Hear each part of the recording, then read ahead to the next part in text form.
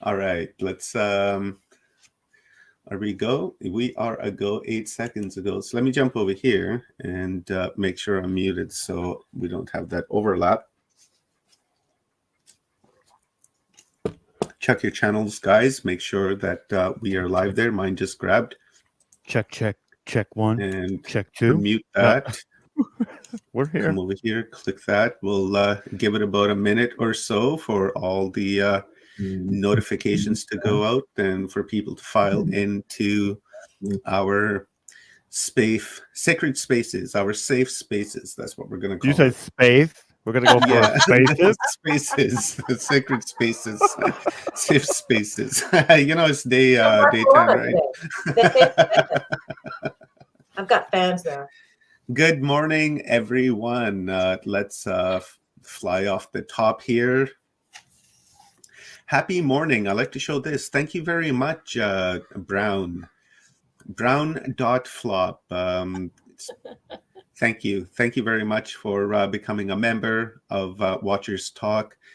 Your support is greatly appreciated, and it goes a long ways and helps me a great deal to continue to bring you this type of content that is needed in our awareness playgrounds, because that's what this is, an awareness playground. And we've been playing together for the last 9 days. Today's our 10th day. And in fact, I have something for number 10 that I want to share here in a minute. We've got Kim Jones in the house. Thank you very much, Kim. Thank you for being here. Guys, Jones please is share. amazing. We have Riding the Frequency in the house. Riding the Frequency. Guys, subscribe to... Yeah, right, guys, subscribe to Ride the Frequency. That's our Star Sisters channel. Leanne Curtis up on the screen there on the top left. Who else do we got in the house? We got Mountain Devil. Mountain Devil, welcome. Welcome. It's going to be another wonderful day. And then look at that. We've got Full Spectrum Universe in the house. All right, guys, subscribe and share Full Spectrum Universe. Amazing content. You got to pin the stuff to the top, baby. You got to pin it to the top. So it's there when we say, hey, look, go get it. Help us out. Right on, Mountain Devil, Omar, Rob, Stone, everyone who's been part of this great team. Amazing team. Yes, thank you. Thank you to Stone's everyone. On her way in. Just to let you know. We got Stone Hobbit in the house. Hello, Stone. All right, we got Sunflower here. I love the name Sunflower. So, guys, today is day 10, and our schedule is an amazing schedule as usual. We wanted to start at 8 o'clock this morning, but as you know, with the Wu flu, things are happening around town, and some people can't make it. So, we had one of those happen this morning, but all good, because we've come up with a plan that after this conference, we're going to do like a little mini event for all the people who missed out, that had all of their presentations put together, but just simply couldn't speak because of you know what. And for instance, like my friend, my dear sister, Ildi Budai from Egypt, she put together a great presentation about art from ancient Egypt in caves.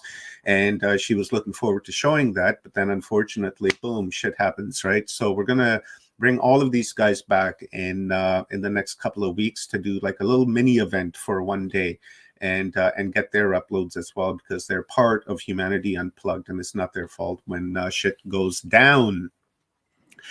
So today is day 10, and today is an important day. Why is today an important day? Well, it's day 10, number one. And second of all, this is the first day after the equinox. So we have 1, and then we have 0. 0 is right there, is feminine. That's feminine. Everything comes from 0, from that feminine, right? So we have the masculine, the 1, and then we have the feminine, which is the 0. One day after the equinox, we have the number 10. 369 is good, but 10 is important as well, because 10 shows and it expresses the balance between the masculine and the feminine. And that's why we've designed our schedule today around that masculine and feminine. So that's pretty much what I have to say. Enjoy your day here in our awareness playground. And please share this stream with friends and family and whom you think will benefit from this message today and from the previous 9 days. And that's it. My name is Omar, and I'm the host here at Watchers Talk with my friends in the room, coming at you guys from West Coast, British Columbia, Canada. And then maybe we'll just quickly hit it up for like a minute from Leanne, and then from Stone, and then from Rob, and then we'll hand it over to Kathy Mason for our first guest of the day. And please, guys, if you feel compelled to make a donation, please do so through the pinned comment in the chat rooms, which is connected to our PayPals. Thank you very much. Good morning. How y'all doing? It's a fabulous day here in New York. We had some very crazy winds last night, which made me think of our dearest Stone, who is tying things down. Weather's just been cuckoo lately. Gee, I wonder why. Anyway, I am so happy to be here. It's such a privilege and an honor to be a part of something so beautiful and so uplifting, and help people maybe hear something a slightly different way, so that it, as I was talking to my husband, I said, you know, it really, once you hear a different point of view, if you can get past pushing it away, like once a seed is planted, Michael Feely and I were talking about this after he talked yesterday too, you can't unplant it. Like the idea is in there, like even if it goes in the subconscious and dribbles through. So we're helping by giving people the option to have a choice to do something different if they want to, after the seed is planted and something maybe grows that's not what the mainstream been pounding them with. So yay! Yay, And, Leanne, happy 23rd anniversary. Thank you. Love to you Nice. and to your It's been husband. a wonderful 23 years, Omar. I love you. Sorry, Amy. No, I'm kidding. Love to you. Love to you and your husband, and this amazing bond and relationship that you guys have built. 23 years is, that's a long time. So That's congratulations on that. I'm so proud of you. Really, it's amazing. I love you very much. I just wanted everyone to know that. Let's see some love for Leanne in the comments, guys. All kidding aside, I really do feel very fortunate to have been part of a collaboration with somebody that has lasted and built on itself. There have been some very horrible things, but yet through all of it, here we are, and I'm just so grateful and appreciative that flow has allowed itself to continue through all this nutsy cuckoo. I have not seen the man in 3 years. I came here to take care of my mom. I haven't seen him since February 7th, 2019, and he's still so loyal and so beautiful, and so I don't even know. I have no words, really. Love you guys. Thank you so much for the love. Thank you. I love you too. Go ahead, Stone. That was beautiful, Leanne. Thank you, and congratulations. That's a long road. A lot of treasures within it. Okay. Speak from experience. I just would like to say thank you to everybody today for making it to day 10. It is absolutely phenomenal. The amount of brain food that you have all contributed to me is, I'm so appreciative. I have so much gratitude to each and every one of you for the journey that you've done to this point. I don't know how to express it any better than that. So I want to thank you now, because this is amazing. You've shown me that I was on the right path. Nobody else was out there telling me this. I had to do this work myself. And it was like, yeah, I found like minds, like energies. Absolutely fantastic. Thank you all for participating and knowing that there's different levels to this perception, these dimensions, and we're all doing it right now. So welcome aboard my adventure. Awesome. Yeah, it's been a hell of a ride so far. We've got today and tomorrow, and we've created this encyclopedia of it's basically of all the things you could think of that are sort of on the outside and not the inside, or not the mainstream. And I love that, because now we've planted our flag in a place where you can bring people so they can sit down for hours and watch what other type of information is out there that they're not being told. So, yesterday was a phenomenal day, and it did a lot for me, because I got to speak to two people that I really look up to at the end of the night and throughout the entire day, really. And those are the ones that I look to, and hopefully others can look to what we're doing here and help awaken the mass, and that energy will wash over the earth, and we'll get to where we need to be, because it has to be quick. It can't be slow now. We're in the quickening on both ends of the stick. So with that being said, I love you all. This has been an intense and incredible and amazing journey. I wouldn't have it any other way. This is probably this is probably going to be the longest event we ever do. So we're reveling in that magic as well right now. And I'm gonna shut it down right there. So amazing. I want to add to what Stone said. Well, but what everyone has said, because I think we've gained a lot of information, so that there's been a different way to look at things, but this has been huge heart opening adventure. We've connected with people from all over the world that want to create a peaceful, loving new earth. And so we created this wave. I'm calling it a love wave. That's the way I see it. It's a love sine wave, and we're going to learn more about scalar waves in a little bit. And what's happened is this can't stop.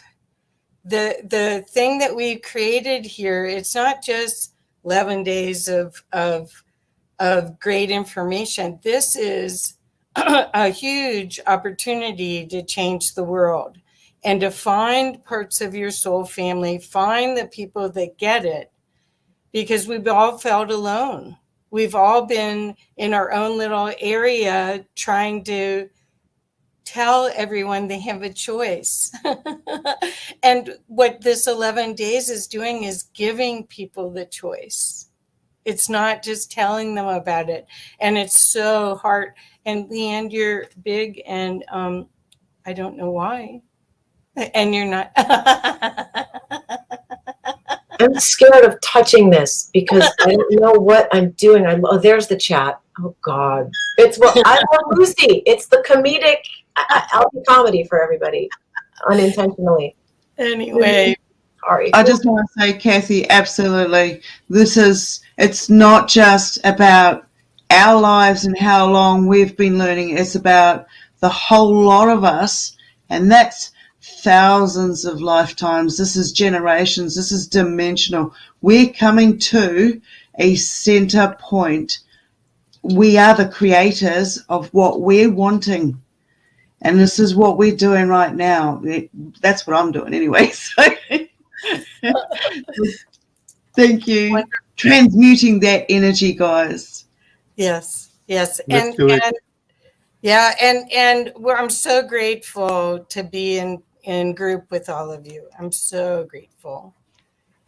So now on big screen, does that mean I'm on? Yeah, let's start the rodeo. Yeah. Let's start the rodeo, Kathy. Okie doke. Okay, well, I am so excited to introduce you to my friend Tom Palladino. He's a scalar energy researcher with over 25 years of experience developing healing technologies designed to help people all over the world to recover from pathogenic infection and experience true health and wellness. The story begins back in Tom's undergraduate days, when he became inspired by his research into the works of various scientists. And Tesla is one of his big scientists that he studied, Hieronymus More Purity. And he was intrigued by the existence of an energy that is not part of the electromagnetic spectrum. So with that, I'm going to be very, very excited to learn again today from my friend Tom Palladino, and welcome. Hi, Tom. You are muted. There you go. Hi, morning.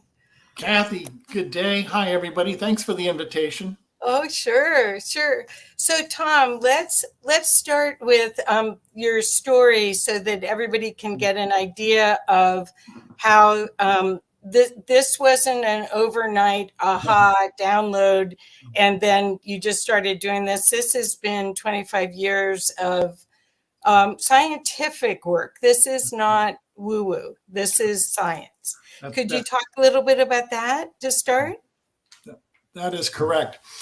I'm a researcher. I'm a scalar energy scientist, and I work with instruments, custom-built scalar energy instruments. And what I've discovered with these instruments, it opens up a new vista, if you will. When I say scalar energy, I'm referring to chi or prana or zero-point energy.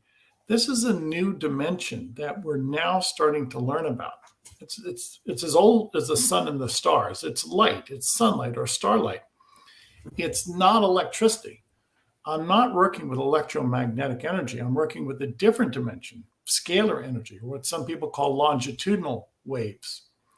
And it's so fascinating. I really feel that this field of science is unlimited because the energy in and of itself is unlimited. It has no boundaries. It cannot be placed in any parameter. So I'm a scalar energy researcher. I work with scientific instruments, and I'm able to access that dimension of scalar energy with these instruments. This is a new and emerging science. It's unlike anything we've ever dealt with before. It is certainly not electricity, and it offers the world great promise. This is a message of hope today. So, Tom, I want everyone to understand that this technique is a choice that they can make where they can sign up for free on your website for 15 days. And I put that in the link in the chat. So it went on all the channels. And what I want people to understand is that it's subtle energy, but it's not. It is really powerful. Yes. Could you explain how you deliver the energy to everyone? Okay, sure. Now, keep in mind that this is not electromagnetic energy. So with these instruments, I work with people's force field, or I work with their photograph. This is my photograph. And I would actually take a photograph of a person and place it inside the scalar energy instrument. This is how scalar energy works, with photographs of people and animals. Why? Because a photograph has a signal or a signature on it. So we are working in the quantum realm. This is non-physical. And I can access a person's quantum realm anywhere in the world by way of their photograph. So you don't have to come to an office. The energy finds you. I can locate a person's quantum field by way of their photograph. I work with people around the world by way of their photograph. I can work with one person, or I can work with hundreds of people by way of their photograph. And in so doing, that's how this instrument can interface with our quantum field. It's all non-physical information. We're able to change the terrain, if you will, the quantum terrain. Remember, I'm not working with the physical body. I'm working with the quantum body, which is the spirit or the non-physical body.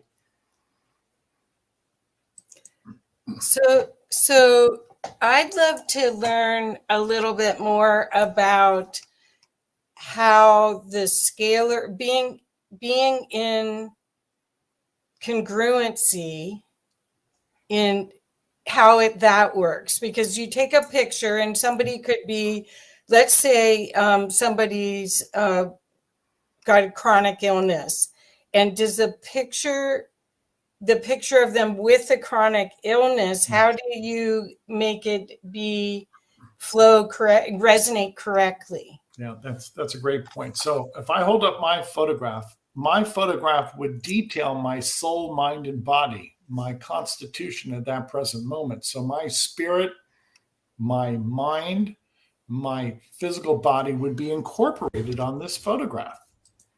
Okay, that's been well established in this type of research, that a photograph is the bilocated version of a person.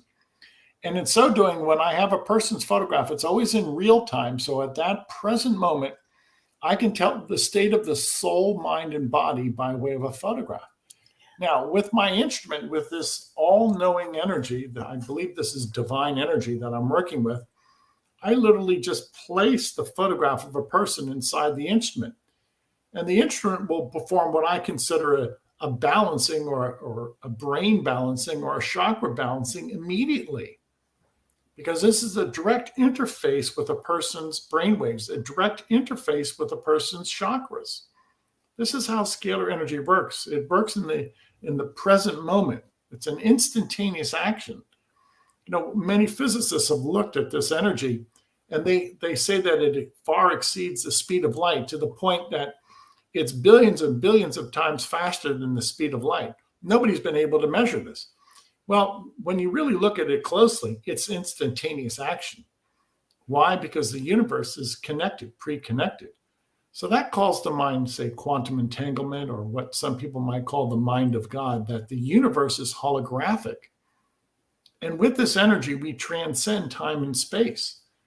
So to put this in perspective, when I take a photograph of a person and place it inside the scalar energy instrument, it enjoys then that holographic communication, which is instantaneous communication.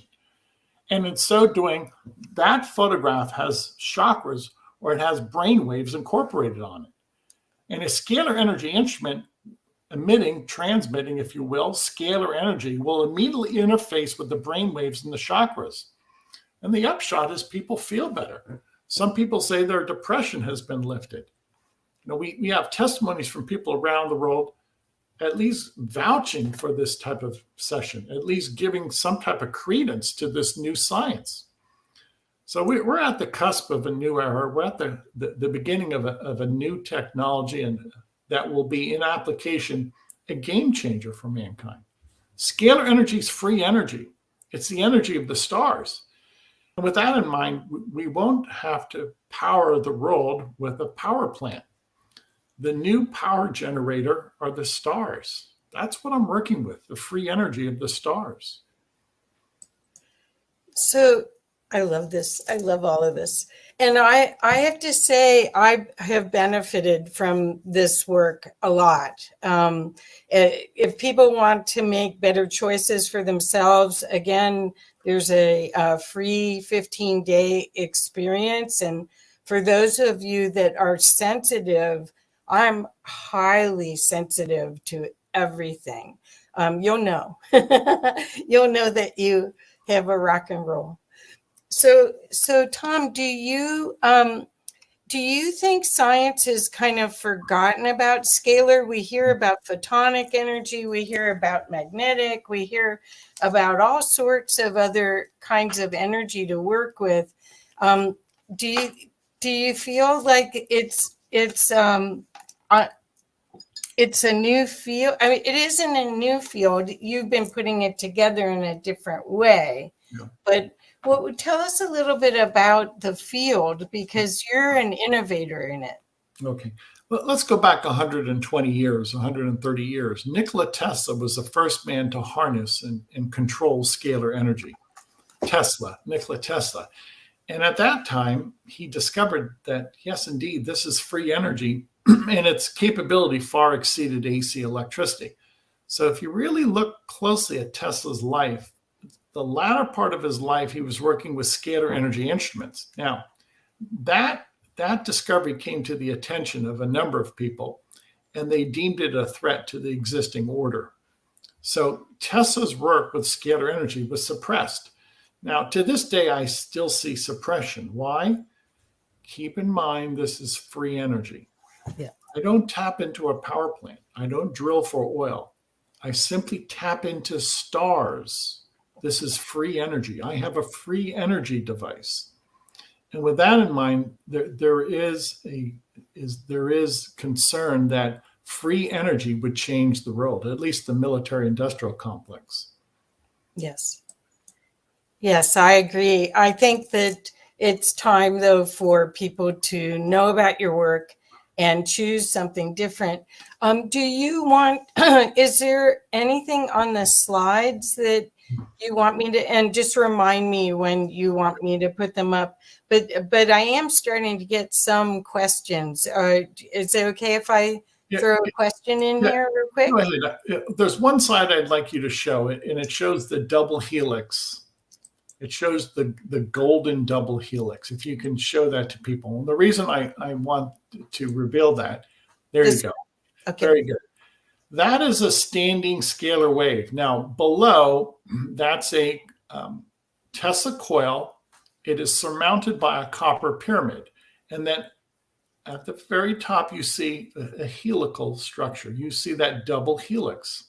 What is that? That's scalar energy. It's a double helix. It looks exactly like DNA. Actually, scalar energy creates DNA. So if you want to put a picture to this, if you want a photograph of it, that's one of the few outstanding photographs that I can speak of a scalar wave. Look at that. Look at the beauty, the majesty of it. Now, why is that so important? Well, obviously that's not electricity. That's not, if you will, a sinusoidal wave. That's a double helix. Electricity doesn't behave like that. And the point is this: that represents free energy. That wave, that standing scalar wave, will never decay, degrade, break down, experience entropy. Now, with all of that in mind, that is objective proof that scalar energy is a different waveform than that of electricity. So just keep that visual impression in your mind. To me, that's just beautiful. That, my friends, is the new technology. That, my friends, is about to change the world. Okay, go ahead.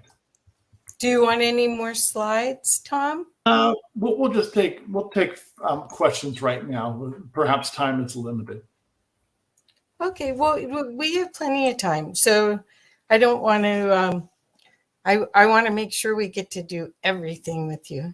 Okay. So the one question is about Parkinson's symptoms, which is atrophy and dementia. Have you had any good results with working with those type of illnesses?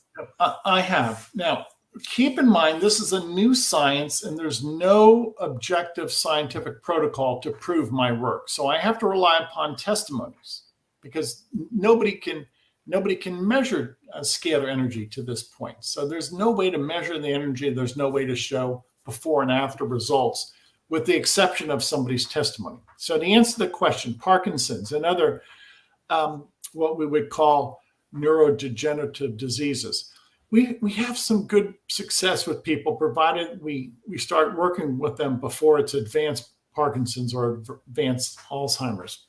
And here's the point I'm trying to make. We have been able, with this instrument, to take a photograph and to identify spirochetes or viruses that a person is currently infected with.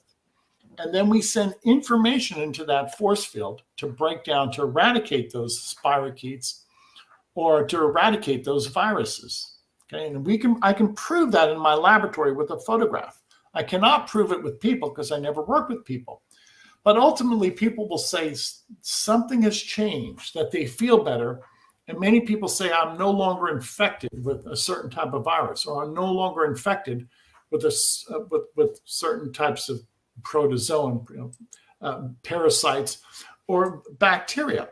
Now, all of that is quite pertinent, because if we can eradicate from a photograph pathogens, microbes, and then people in turn say that they experience that benefit of that action, what does that do? That clears the mind, that clears the brain of spirochetes and viruses.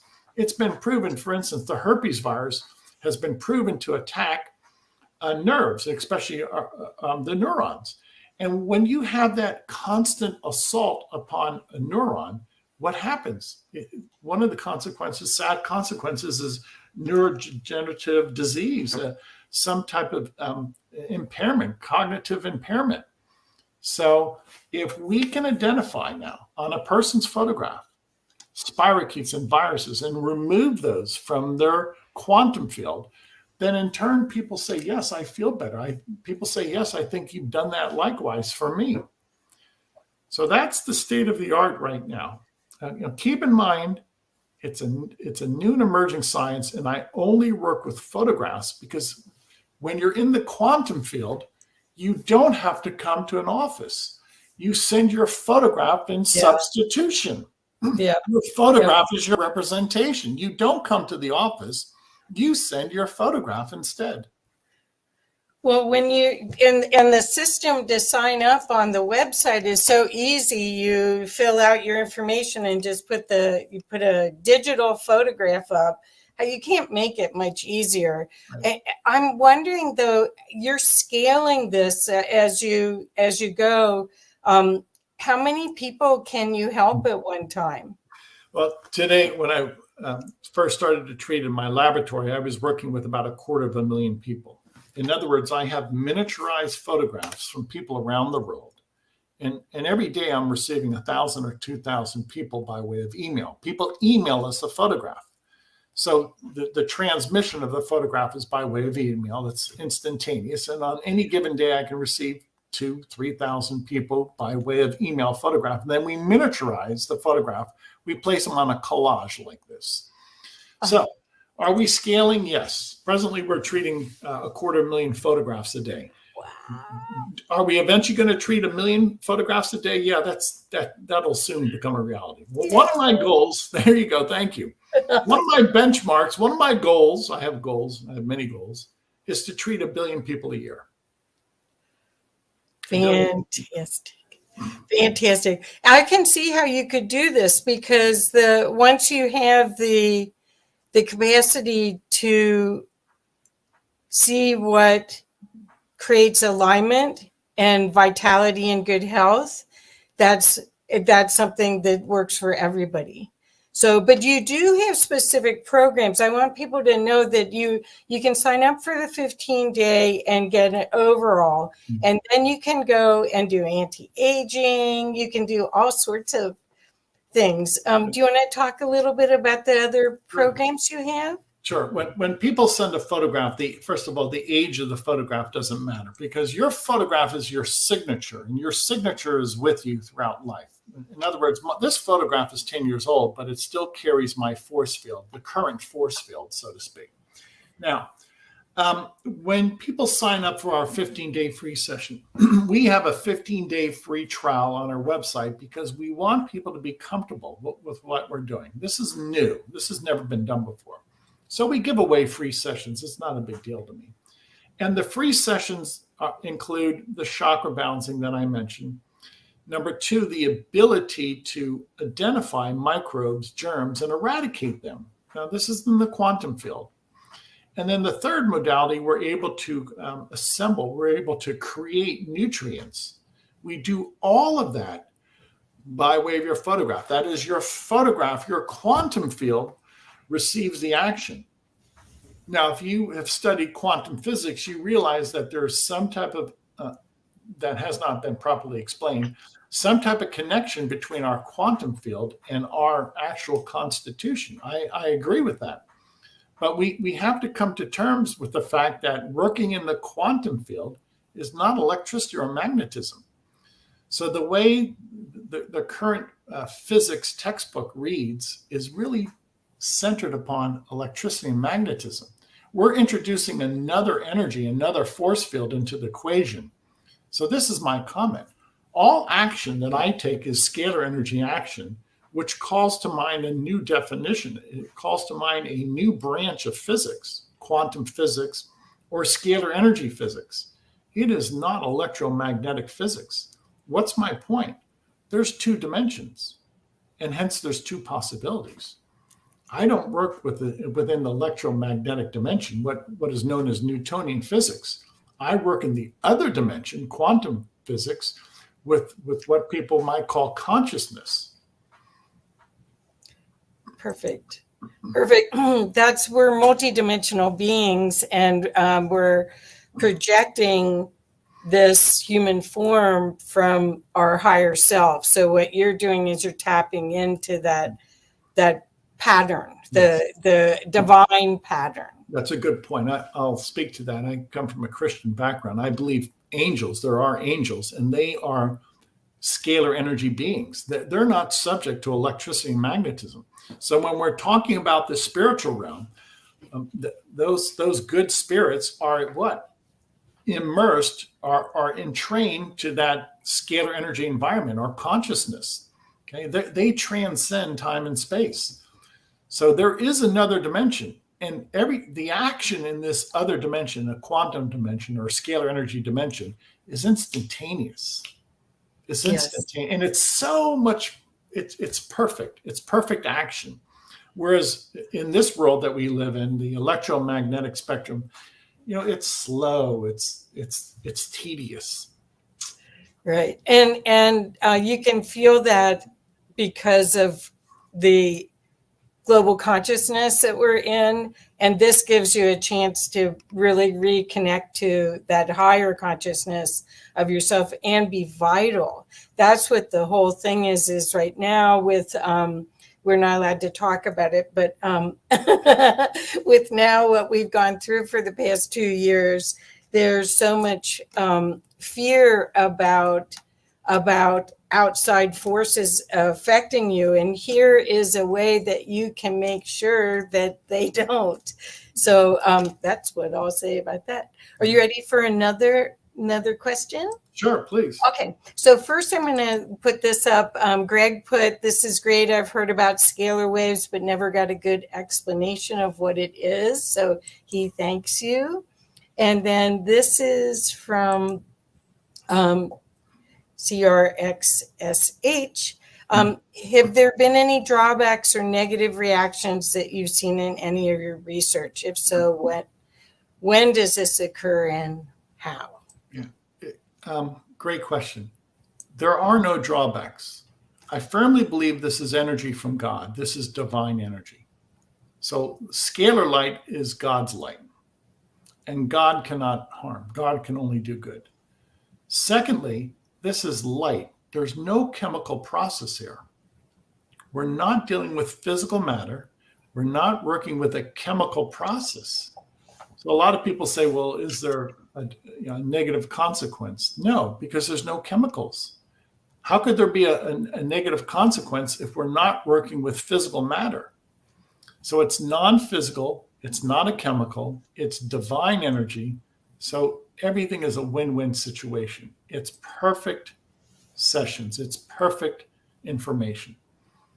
Well, if people go to your website, and I'll put it in the chat again in a few minutes, they'll see all the testimonials. And if you go and search Tom's interviews, he was on my show, that he's been on so many shows, and there's just so many testimonials. I mean, this is vital life energy force that we've allowed ourselves to be blocked from, and Tom has the way to unlock the key again. Yeah, that's right. That's it. The key is the engineering. The key is to understand this science. I have built scalar energy instruments. I work with a brilliant engineer. These are, tour de force. These are groundbreaking achievements. We are walking in the footsteps of Tesla and another inventor, Hieronymus, and we've duplicated their work. These instruments control a different paradigm. They control a different dimension, scalar energy. We're not working with what was known as the flow of electrons. That's electricity. This is not an electrical current. This is consciousness, or the presence of God. Far more subtle and just incredible potential behind this technology. And people are talking about med beds and all these other devices, the med bed and photonic energy. how is scalar different than photonic energy? It would depend on how you define a Oh, photon. I see.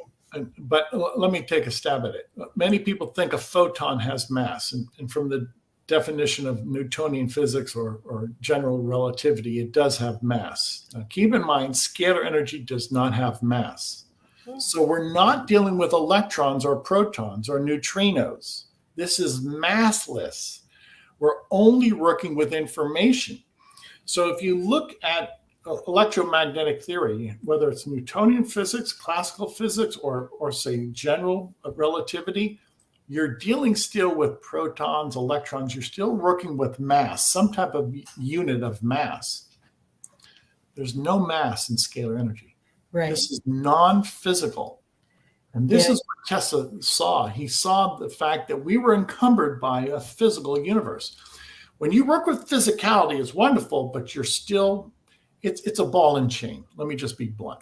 When you're working with some type of physical mass, it encumbers you to the point where it slows down the process, or you only can achieve so much with physical mass. As opposed when you're working with non-physical information, then the entire operation is multiplied exceedingly. It's so easy. It's much less expensive in operation. It's instantaneous communication when you're working with information. There's no drawbacks. It's the scalar realm as opposed to the electrical realm. It's head over heels. Scalar energy is head over heels in comparison to electromagnetic behavior. I know. It's so simple. It's almost too easy. That's the thing, is your work, or you've made it so simple for us to be able to use it. You know how the truth is always simple. So thank God that we work with photographs. My goal is to work with billions of people around the world by way of a photograph. So in many ways, we're going to be, so to speak, the social media empire of quantum healing. You don't visit an office. Okay, so when you're looking at social media, it's an information system. What are we about to become? We're about to become the social media site for quantum healing. We don't work with people. We work with photographs of people, animals, plants, and objects. So if on social media channels you can deliver information, then our social media channel, you're going to be able to deliver quantum healing by way of a photograph. Yeah, that's fantastic. Well, Greg wrote in here, sometimes I like the in-person interaction. Feels like we're becoming so isolated. Have you heard that before? Yes, I have. And I get that, but everything I do is according to this non-local paradigm in which we are already interconnected. Let me say this, that everybody in the world is connected by God.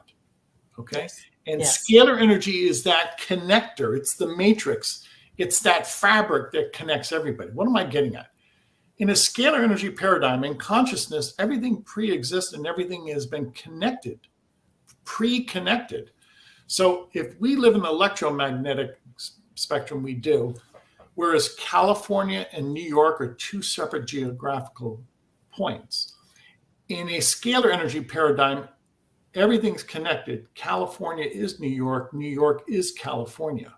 So when you're working in this dimension of consciousness, which is non-physical information, you're already connected with every person, animal, plant, and object in the universe. Perfect. Okay, so thank you for answering that, because I think that there is a because people want to meet and trust and know the healer. There is a little bit of that, but that's why I'm saying there's so much proof of what Tom's work has done to help people that I just want to urge you all to go to his site and look at that, or go watch interviews, and you'll be amazed at his work. So this is from Organic Intelligence 313. Does he suggest a certain type of diet? No, that's the beauty of scalar energy. You don't necessarily have to change your lifestyle. Obviously, you should live a sensible lifestyle. But when you're sending in your photograph, that's all you have to do. This divine energy does everything else for you. So this is the beauty of working with that non-physical dimension. You don't have to change your lifestyle, your eating habits, your sleep habits. You don't have to exercise. You don't have to drink extra water. No. Good. Well, but you can, and you can feel even better. Yes, very good. Yes. The thing is that's why I'm saying this is so easy, you guys. Sign up, get the 15 days free, see if you feel as good as I feel, and then you'll see if you want to continue after that. But he's so generously allowed you, all of us, to get an experience with it. And you'll know how powerful this is. It's subtle energy, but for those of us that are sensitive, it's not that subtle. So here's another one, Tom. Stone Hobbit. Are you able to identify frequency signature, parasitical attachments, and other beings from their rescheduled energy imprints? Yes. When a person sends their photograph, it's always in the present moment. This photograph carries your information. It carries your psyche. It carries your soul, mind, and body. Now, the divine energy corrects those attachments. The divine energy corrects those phobias. The divine energy corrects those problems, those drawbacks, that negative feeling. I can't accentuate this enough. I am a researcher. I really don't consider myself a healer. I consider God the healer. So when I place your photograph inside that scalar energy dimension, God is going to perform the healing, because God knows exactly what you need. This is a divine energy. We're not working with electricity. Scalar energy is God's energy, and God will correct the imbalance. This was another, just a statement. Unlocking is a repeating word in the last past month. And I think what you're seeing, this whole program from Humanity Unplugged, is that you're finding that we've had wonderful attendance at this event. Right now, we have a lot of people online asking wonderful questions, and everyone they know that they're waking up to possibilities and better choices and reclaiming their power. So that's why I thought you were a perfect fit with this. Thank you. Okay. So Greg asked, are scalar waves how Reiki and other form of energy healing works? Very, very astute. You've heard of people with healing hands. What are healing hands? It's scalar energy. Scalar energy, or God's energy, God's light. If you can heal somebody by a touch or by your word, by your expression, what is that? Those are scalar energy healing hands, or you're able, by way of speaking the word, able to heal people. So your hands carry scalar information. Your word or your thoughts or your prayer are scalar prayers. Now, as a segue, this is why praying is so important. It's scalar energy. A prayer, a thought, is a scalar waveform. If you've ever said, well, what is prayer? What is creativity? What is meditation? It's all a form of scalar energy. Perfect. Okay, so here's someone else saying, if I press my hands together hard, is that scalar force? It is a scalar force generated. Same thing. Oh, yes. We're all made in the image of God, and God is perfect light, perfect energy. God is scalar energy. God is not electricity. So the fact that we are all composed of God's imprint, God's image, means that scalar energy, all of us are scalar energy beings. Sadly, we also partake in electromagnetic resonance or electromagnetic consequences. If I had my druthers, the entire universe would be nothing but scalar energy. So what's my point? I want to inculcate this fact that everybody's made in the image of God. The image of God is imparted by scalar light, and that everything we do should be in union with that, in God's will, to unite ourselves with scalar light. So we're going to say goodbye to this effete energy, electromagnetic energy, and we're going to bring in the new energy, and we're going to embrace this new technology.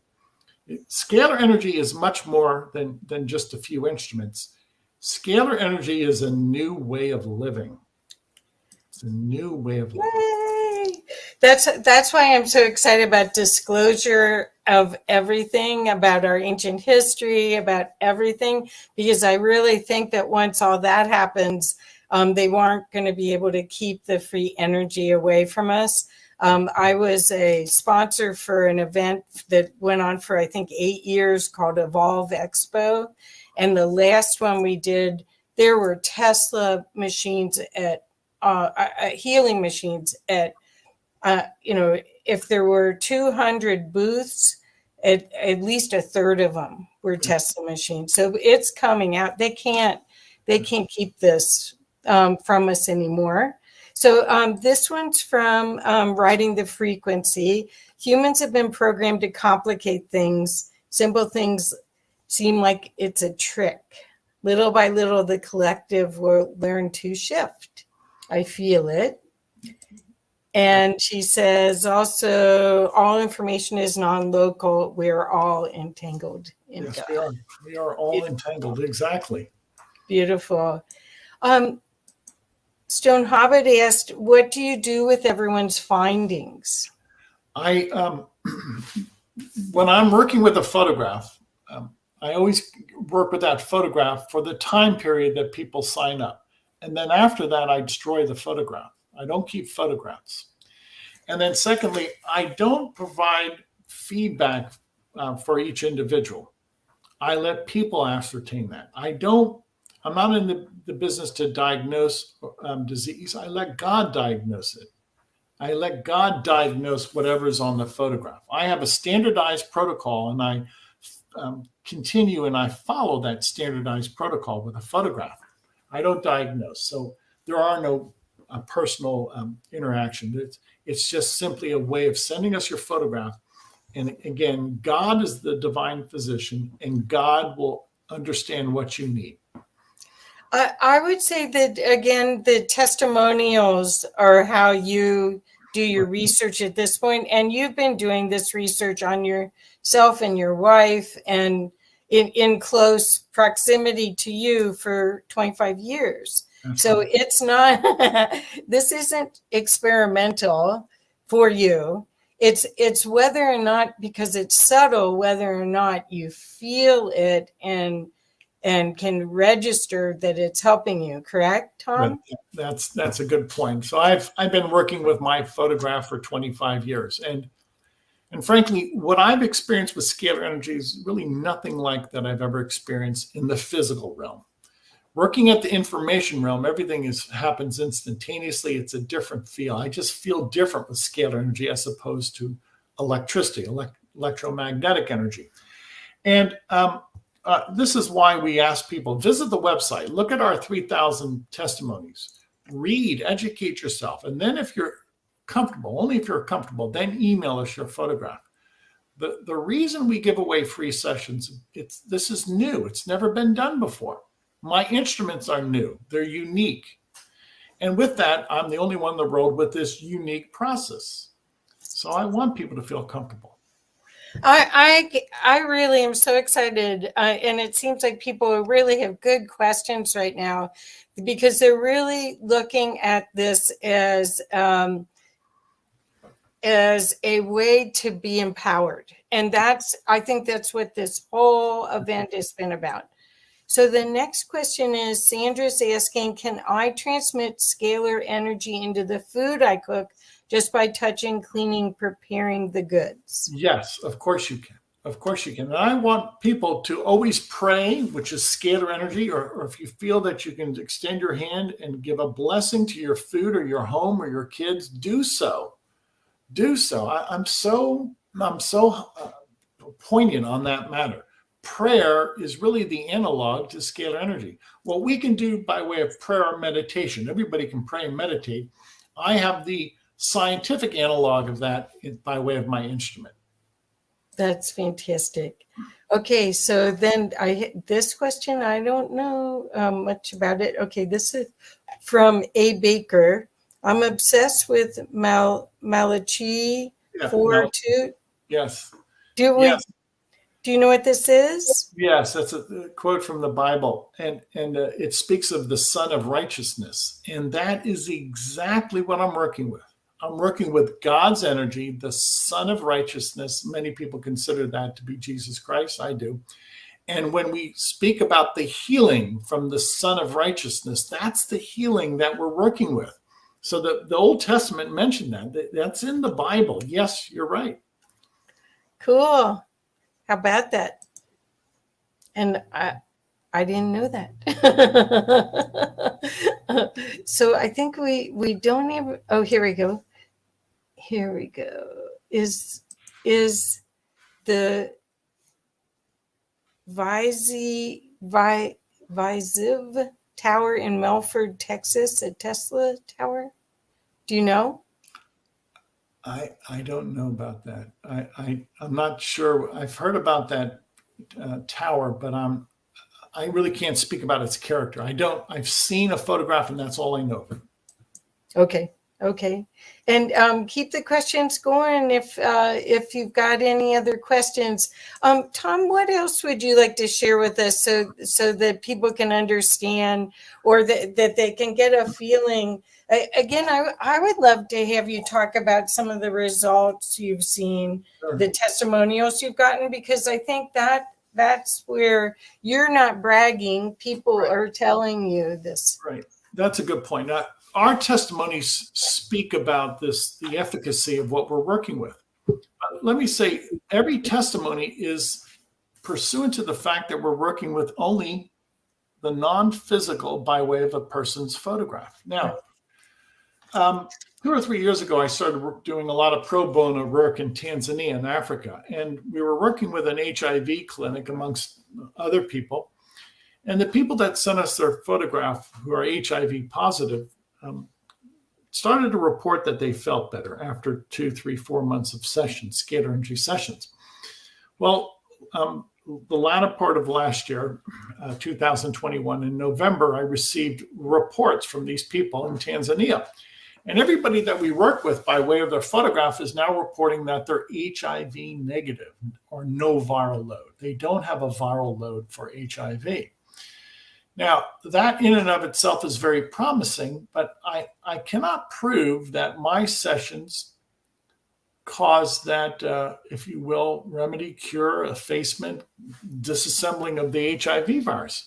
I can detect the HIV virus on a person's photograph, but I have to rely upon people, whether they feel better or whether they say that they no longer have HIV, because these are two different paradigms.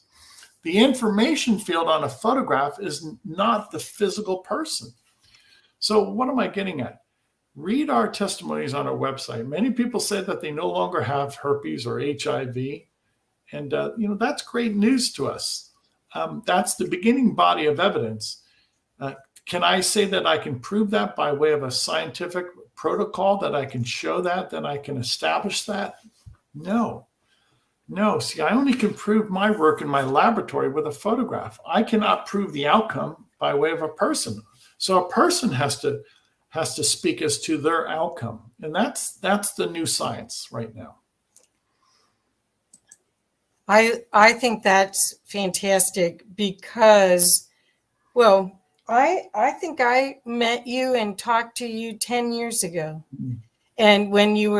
And the fact that thousands, well, 250,000 people are being treated by this process now is really a testimony to your stamina to keep going and the quality of this work, because there wouldn't be that much of an interest and there wouldn't be that much of a following for you if that wasn't working. So here we go. We got another one. Is there a way to magnify the power of your own scalar transmissions? Yeah, through prayer, through meditation. Okay. through. I firmly believe a brain wave is a scalar wave. I firmly believe prayer is a scalar wave. And I believe God has given everybody incredible control ability with scalar energy. We just don't realize we have it. You know, the human mind is a scalar energy vessel. This is why some people, when they can be creative, they have profound thoughts. You know, that creativity, that's really a download, if you will, or it's an inflatus from scalar energy. Where enlightenment, use the word enlightenment. How are you enlightened? You're enlightened by light, by scalar light. So it is scalar light that enlightens us, that illuminates us. Everybody has this gift of scalar energy. Once people realize that, it's going to change the world. Everybody has such incredible potential. If I can instill that in people, then my work has been a success.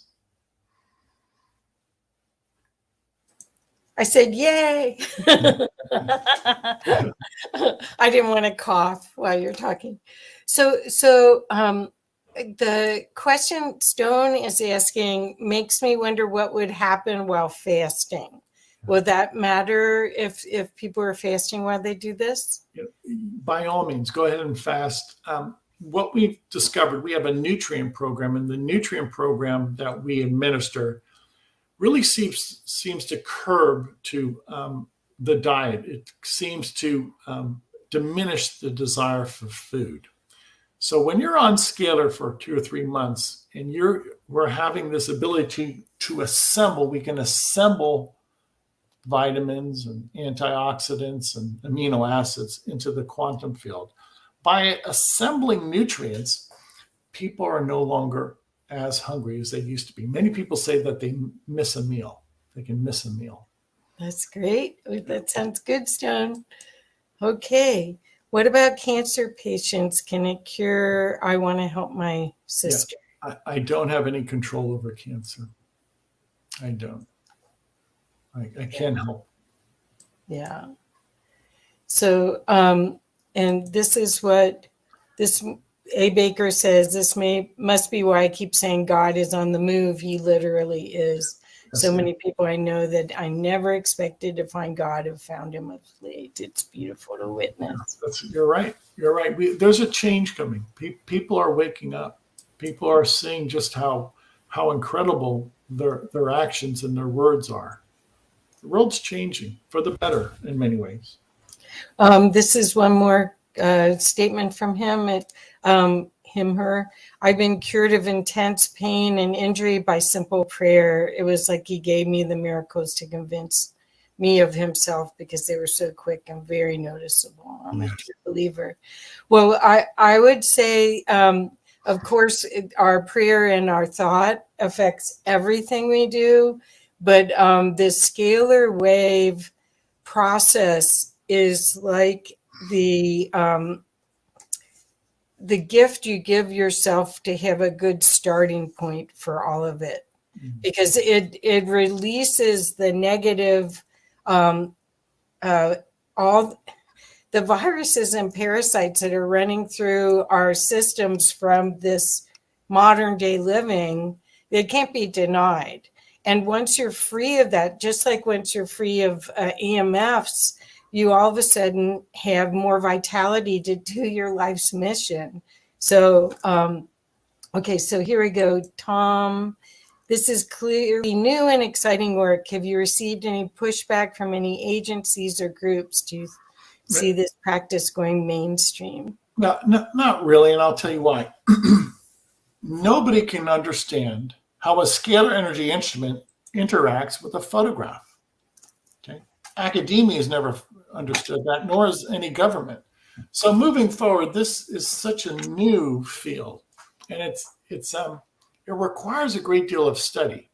So is there any pushback? No, because it's never been done before. Nobody knows how to interpret this.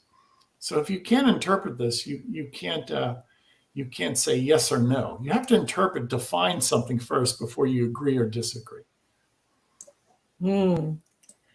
I love that. Okay, so anything else that we could talk about as far as your plans? I know you did the incredible volunteer work and contribution in Africa. And we talked about that before because my daughter was in Namibia for 3 years with the Peace Corps. And it's quite remarkable what's happening there. Are you seeing people lifting spirits or anything since we're out of lockdown? Do you see anything changing with the work you're doing or the frequency or the feel of it since? Yeah. What I see is many people, because of the lockdown, they had time to think, and many of them prayed, and many people have been changed because of this COVID-19 pandemic. Many people. What do I want to do? Well, if any of you are social activists, Christian missionaries, or simply want to change the world, contact me. And if you're in a position to visit an orphanage and to instruct the orphanage about our work, I would treat the orphanage, every orphan I would treat, no problem, gratis, pro bono. Or if you're working with, let's say, the homeless, and you want to intercede for the homeless, and as long as you have their permission, you can send me photographs of people who are homeless. Fantastic. But this is God's gift. I don't want to put a figure to it. I want to treat everybody in the world. My goal really is, if you want to treat 1 billion people a year, you're going to have to treat just about everybody for free. Yeah. Because a lot of people don't have money. So with that in mind, don't worry about money. If you can do the due diligence and you can find people, then you can send me a collage of people and I'll work with them for free. That's fantastic. So, Tom, I know I've been putting your website in the chat, and a couple of people have said that I think that that they have to go back. We may have clogged the intake here, which would be a good thing. Okay. But don't forget. We have an automatic photo uploader. Everything has to be automated. So the website, go visit the website and tell your friends about it. And this is if you will, the call to you, the audience, to spread this movement, to heal the world. Yes. By all means, the website's 24/7. Just sign up. Tell your friends about it. If we receive 50,000 photographs tomorrow or 100,000 photographs tomorrow, fine. That's perfect. That's perfect. And he said, Sugar Bee, here we go. I've been looking for a new focus since leaving the workforce. This may be it. I really appreciate this discussion. Yeah. So, Tom, you've got a new fan club. Yeah, I might be president, but well, so how do you want to leave this discussion? We only have a little bit longer. I put how to get to your website. You're also on Facebook, you're on YouTube. How would you like people to see the future? Because we're turning this boat around right now. Yeah, with hope, by all means, with hope. And keep in mind, technology, when appropriately used and harnessed, benefits everybody.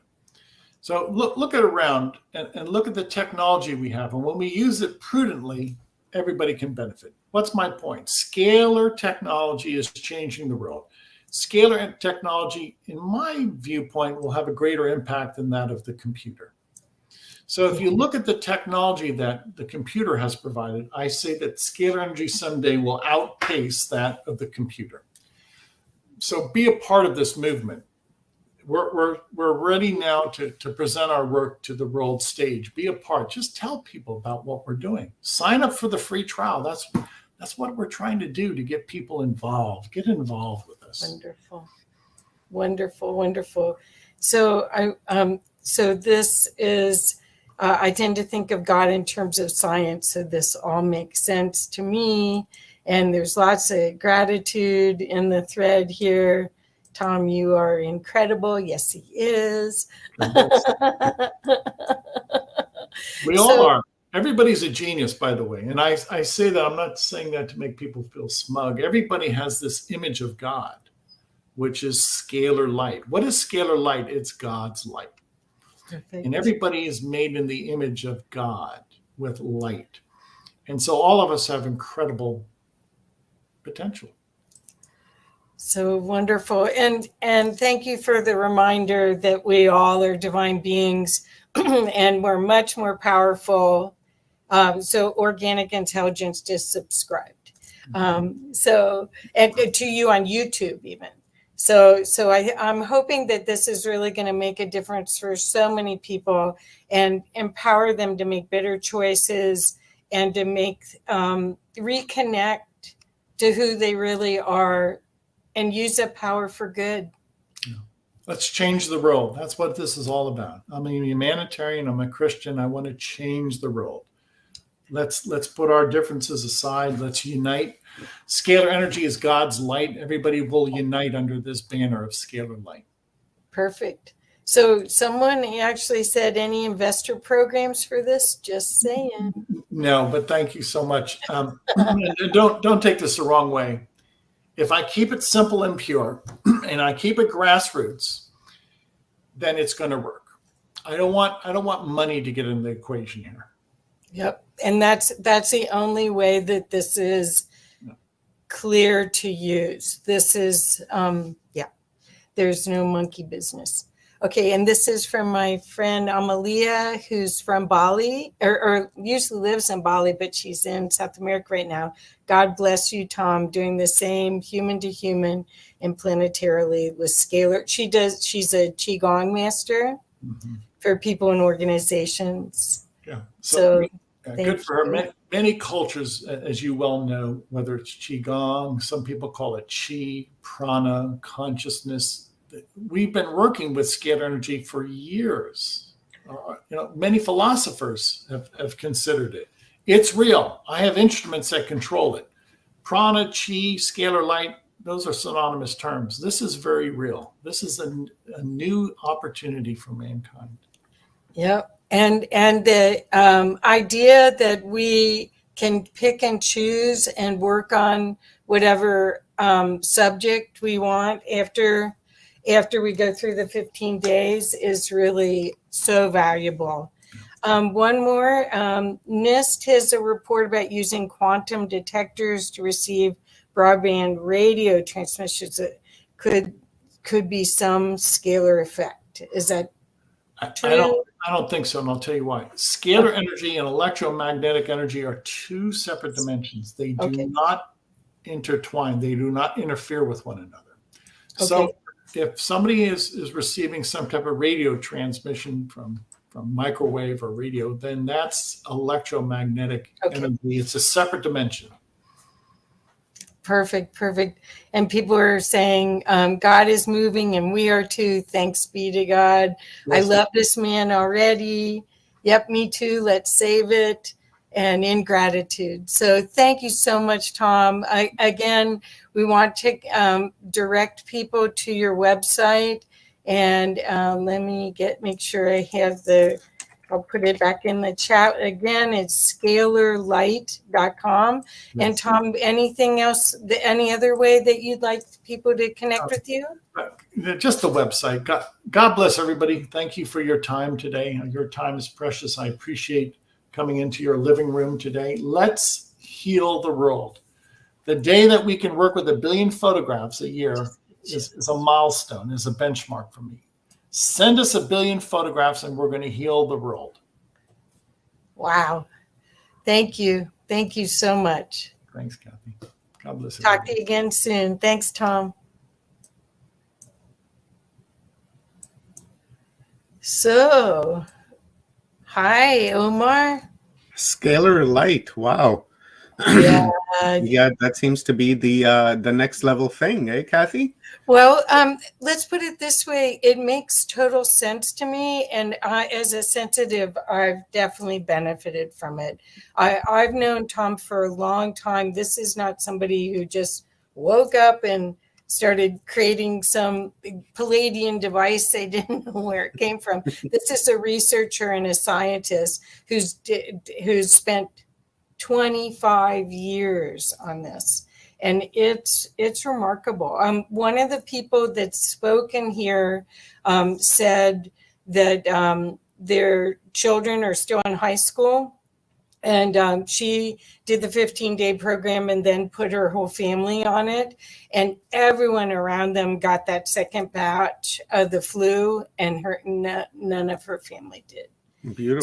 So and she felt it was from being in his process. So yay. Yeah, that's a good one. I like that. And it makes sense too, because we're light beings ourselves. Yes. Right. So if you can, change the molecular level of the light, then it would have that healing aspect to it. So yeah, it's brilliant. I love it. Great. Oh, I'm so glad.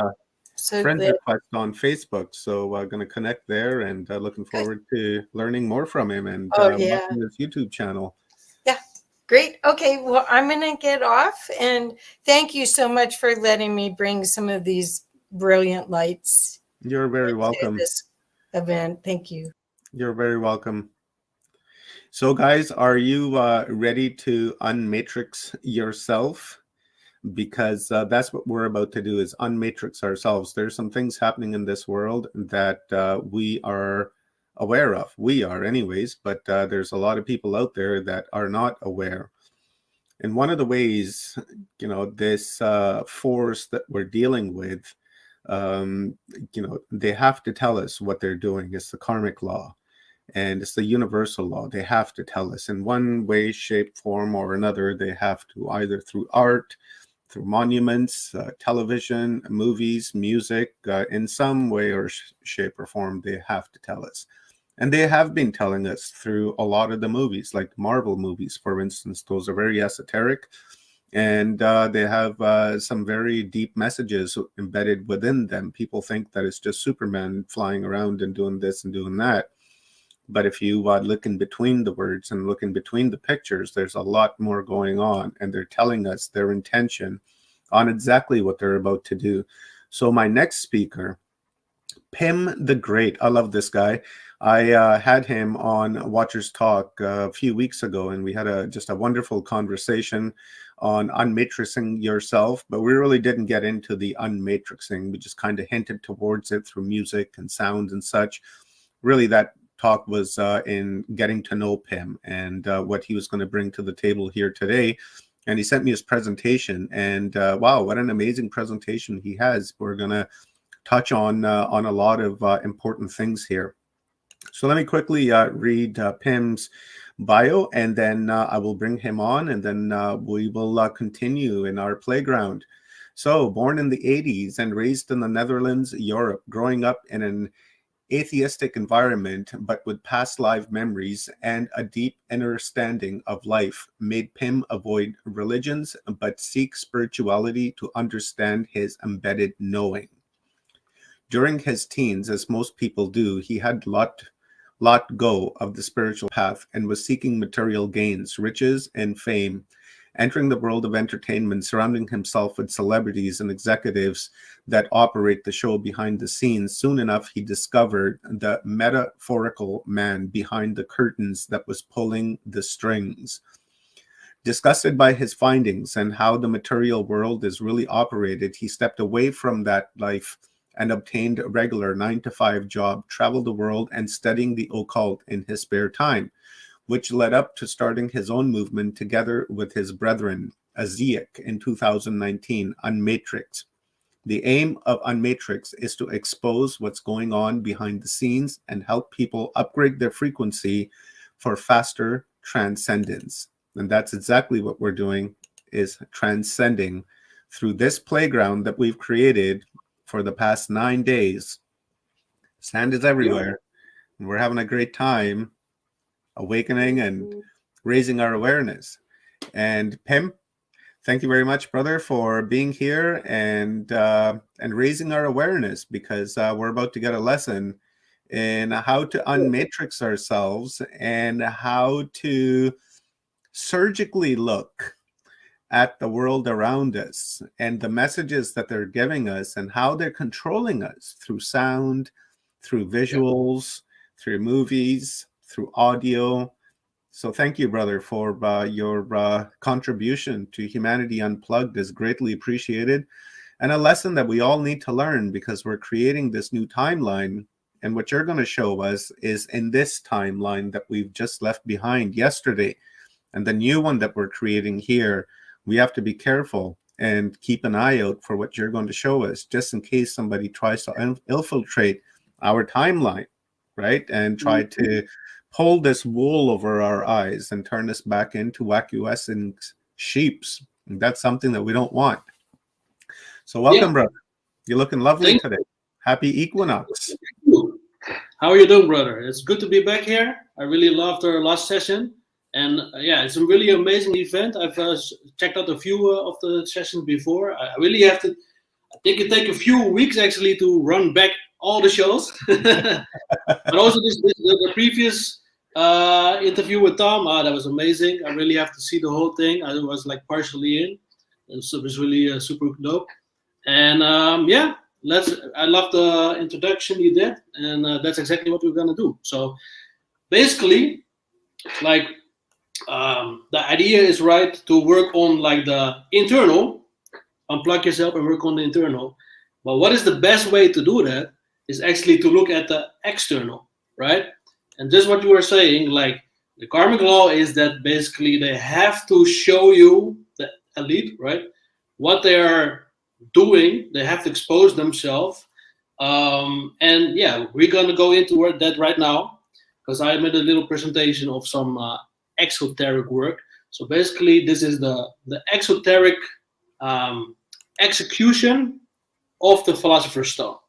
Nice. So the stone is an occult principle, right? Concept, and that's like the Holy Grail is more or less kind of the same thing. But we can go into that a little bit more later. Beautiful, brother. I will. I'll give you the screen, and just let me know. Do you want me to bring your presentation up right now? Yeah, let's do it. Okay, cool. I'll do that, and I'll shut my cam off, but I'll be here in the background. Now, do you want to take questions as you're going, or do you want to take questions at the end? Whatever you feel like. So basically, I think this will be around like 30 minutes presentation, so we can jump in it while we go through it, or we wait on the end. So whatever you think is best, and I think that's the best way to go for it. We'll go energetically, brother, as the questions are coming in, and if they energize, we'll ask. If not, I'll star them and then hit you up afterwards. For sure. Coolies, so, yeah. brother. Thank you. All right. So as you can see already, I put up here as a subtitle, The Search for Immortality. So that's a very important part of this.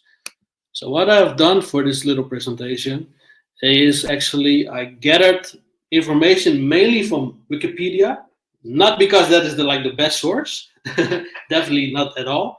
But of course, it's like the most common source, right? So we're gonna work with the common knowledge, because we can also really go into the occult part of things, especially about like, okay, what is alchemy, what is the Philosopher's Stone, etc. On the esoteric part, right?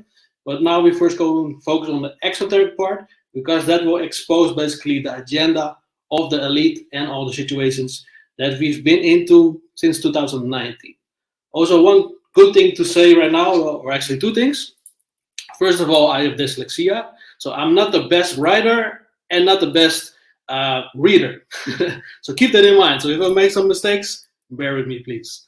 The other thing, I'm the same way, brother. Plus, you're Aries too, so we're really well connected, and this is our shine, right? You should see some of my comments sometimes. No worries. We take it light, hippie style. So, and the other thing is, let me think. I forgot about that one, but let's just start with this one, because I'm setting here the foundation basically for the presentation, right? So it's good to have this in mind. Oh yeah, another thing I wanted to say is what I'm gonna basically do is show you the dots. and then you have to be, as a viewer, right, more or less try to connect it. Because me personally, like my background from a professional level, I'm like a creative director, but / data scientist. And what does a data scientist does is basically recognize pattern recognition. So this is something that is very important, of course, when you do that connecting. So that comes very good hand in hand together. So first of all, what is alchemy? So alchemy is the inner transformation through esoteric wisdom. And what is esoteric wisdom? That is occult knowledge processed. Occult knowledge can only be expressed through the use of symbolism. Symbolism is not meant to be taken literally. That's a very important one, because most people, just like in religions as well, they do exactly that. They take it all too literal, and therefore they are misunderstanding what it's really about. Then we have, what does esoteric mean? That's from within. Occult, that's hidden. So now the exoteric world agenda by the Luciferian elite is misused and abused esoteric wisdom from the occult. So there's a very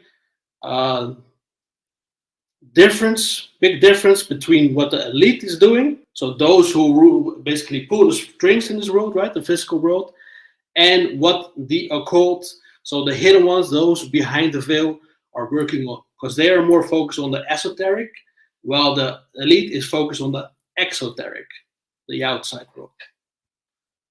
All right. So what is the Philosopher's Stone? This comes from Wikipedia. The Philosopher's Stone is a mythic alchemical substance capable of turning base metals such as mercury into gold or silver. It is also called the elixir of life, useful for the rejuvenation and for achieving immortality. For many centuries, it was the most sought goal in alchemy. The Philosopher's Stone was the central symbol of the mystical terminology of alchemy, symbolizing perfection at its finest, enlightenment, and heavenly bliss. Efforts to discover this Philosopher's Stone were known as the magnum opus, the great work.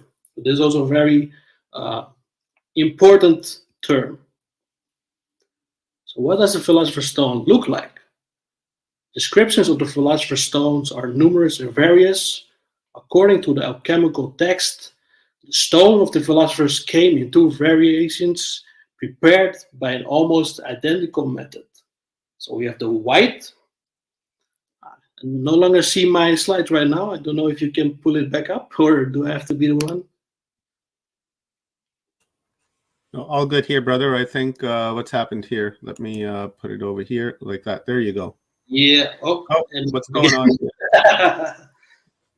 Okay, who's messing with it? Don't do that. I'm not touching it. There we go. Right there. No problem. So we have the white stone, right? So that's for the purpose of making silver. And then we have the red stone, which is the purpose of making gold. So the white stone is being the less matured version of the red stone. So the red stone is basically the most important stone, and that is really what is the Philosopher's Stone. Some ancient and medieval alchemical texts leave clues in the physical appearance of the stone of the philosophers, specifically the red stone. And also, as you see, also images here on the side from both Harry Potter and some, I'm not really sure what's the title of that, but some manga cartoon. It's obviously like a red stone, right? So the Philosopher's Stone is a red stone. A red alchemical substance for rejuvenation and achieving immortality. Doesn't this sound very similar to the red pill from the Matrix trilogy? It should, because the red pill is a metaphor for the Philosopher's Stone. So this is something that I think a lot of people are not aware about, especially the ones that always say red pill this, red pill that. You know, they always promote it more or less in the so-called truthers community, but they have really no clue what it's about. So let's go more into that. Just like the red rose, which is also stands symbol for the perfected man. So yeah, more or less the Philosopher's Stone is an alias for becoming the perfected man. And red signifies fire, and blood and refers to the Luciferianism and socialism. So then what we discussed before as well, the great work, very important term. So that is basically the path, right, to the Philosopher's Stone. So what is the great work? According to Wikipedia, accomplishing the great work symbolized as the creation of the Philosopher's Stone represents the culmination of the spiritual path and the attainment of enlightenment, or the rescue of the human soul from the unconscious forces which bind it. The great work signifies the spiritual path towards self-transcendence in its entirety. This is the process of bringing unconscious complexes into the conscious awareness in order to integrate them back into oneself. So in short, the great work means esoterically to connect to the source, right? And let go of your ego. However, when you look at the exoteric meaning of it, it can be translated to connecting to like AI and the internet and socialism. And also I put some images there. I think it's very interesting. You see the connection, for example, also the movie Transcendence, right? That was not about spiritual transcendence at all. It was more about AI and connecting to the AI and the Internet of Things. The fourth industrial revolution is the Luciferian exoteric take on the great work. So now we're going to see how does this get executed by the elite. So the fourth industrial revolution is a way of describing the blurring of boundaries between the physical, digital, and biological worlds. It's a fusion of advances in artificial intelligence, robotics, the Internet of Things, 3D printing, genetic engineering, quantum computing, and other technologies. This is a quote from Salesforce. But this is more or less directly coming from WEF, from Klaus Schwab, etc. The reason why big tech and big pharma wants to merge humanity with technology is to try to expand our consciousness with it and prolong our physical life through biohacking. You can refer to this agenda as the great work and the successes as the accelerator of life, as they too seek enlightenment and immortality. Just like the occult, right? That's what the occult is trying to more or less obtain, always seeking the light and transcendence of light, like of themselves, right? But the elite, those who do the exoteric work, they try to enforce that basically through technology, which is a whole different path, of course. So here we have it, the exoteric agenda. The agenda for the world is run by the elite, and the elite are into occult knowledge. The occult seeks the Philosopher's Stone to transform themselves, but the elite seeks to change the world. However, citizens of the world don't like change, especially sheep. They do not like change. So in order to execute their version of the great work on humanity as a whole, the elite has to introduce external substances to give humanity the upgrades that they seek. So how to introduce external substances to people against their will? Well, you create a problem in which these external substances become their solution, salvation. So what are the changes that the elite wants to see? Well, it's really literally written in stone on the Georgia Guidestones. But this agenda has been rebranded and is now known as the Sustainable Development Goals by the United Nations. And also here on the right, you see a picture one of the Georgia Guidestones with all the goals, more or less. And then we have the 17 goals by the United Nations for the SDG. And of course, almost all celebrities are promoting this right now. So a new world, or better yet, a new world order. According to the goals of the Georgia Guidestones, the world population has to be reduced with about 80%, meaning that the new world, or as the New Age movement likes to call it, the new epoch, aka the new Galilee, will be only available for a select few. This select few is supposed to be and transform humanity and is referred to as the new root race. This is something that Blavatsky, for example, always is talking about, Alice Bailey, all these New Age writers, more or less. The new root race is supposed to be a manifestation of the Philosopher's Stone, and thus humans that have obtained godhood in the flesh. So how does the elite try to separate the wheat from the chaff? Well, they use the Great Reset to do that. So what is the Great Reset? Now here are some words and terms. I'm not gonna all say out loud because I don't want your channel to get a strike. But bear with me and you for sure get what I'm referring to. So according to May 15, 2020 web article, the sea offers an opportunity to reset and reshape the world in a way that is more aligned with the United Nations 2030 Sustainable Development Goals. 2030, that's where the whole term Agenda 2030 comes from, because that's not a conspiracy. That's literally a goal set by the United Nations, which they called Agenda 2030. And the Sustainable Development Goals is exactly that execution of that agenda. So as climate change, inequality, and poverty gained even greater urgency during the pandemic, this includes resetting labor markets as more people work remotely, speeding up the process of the future work.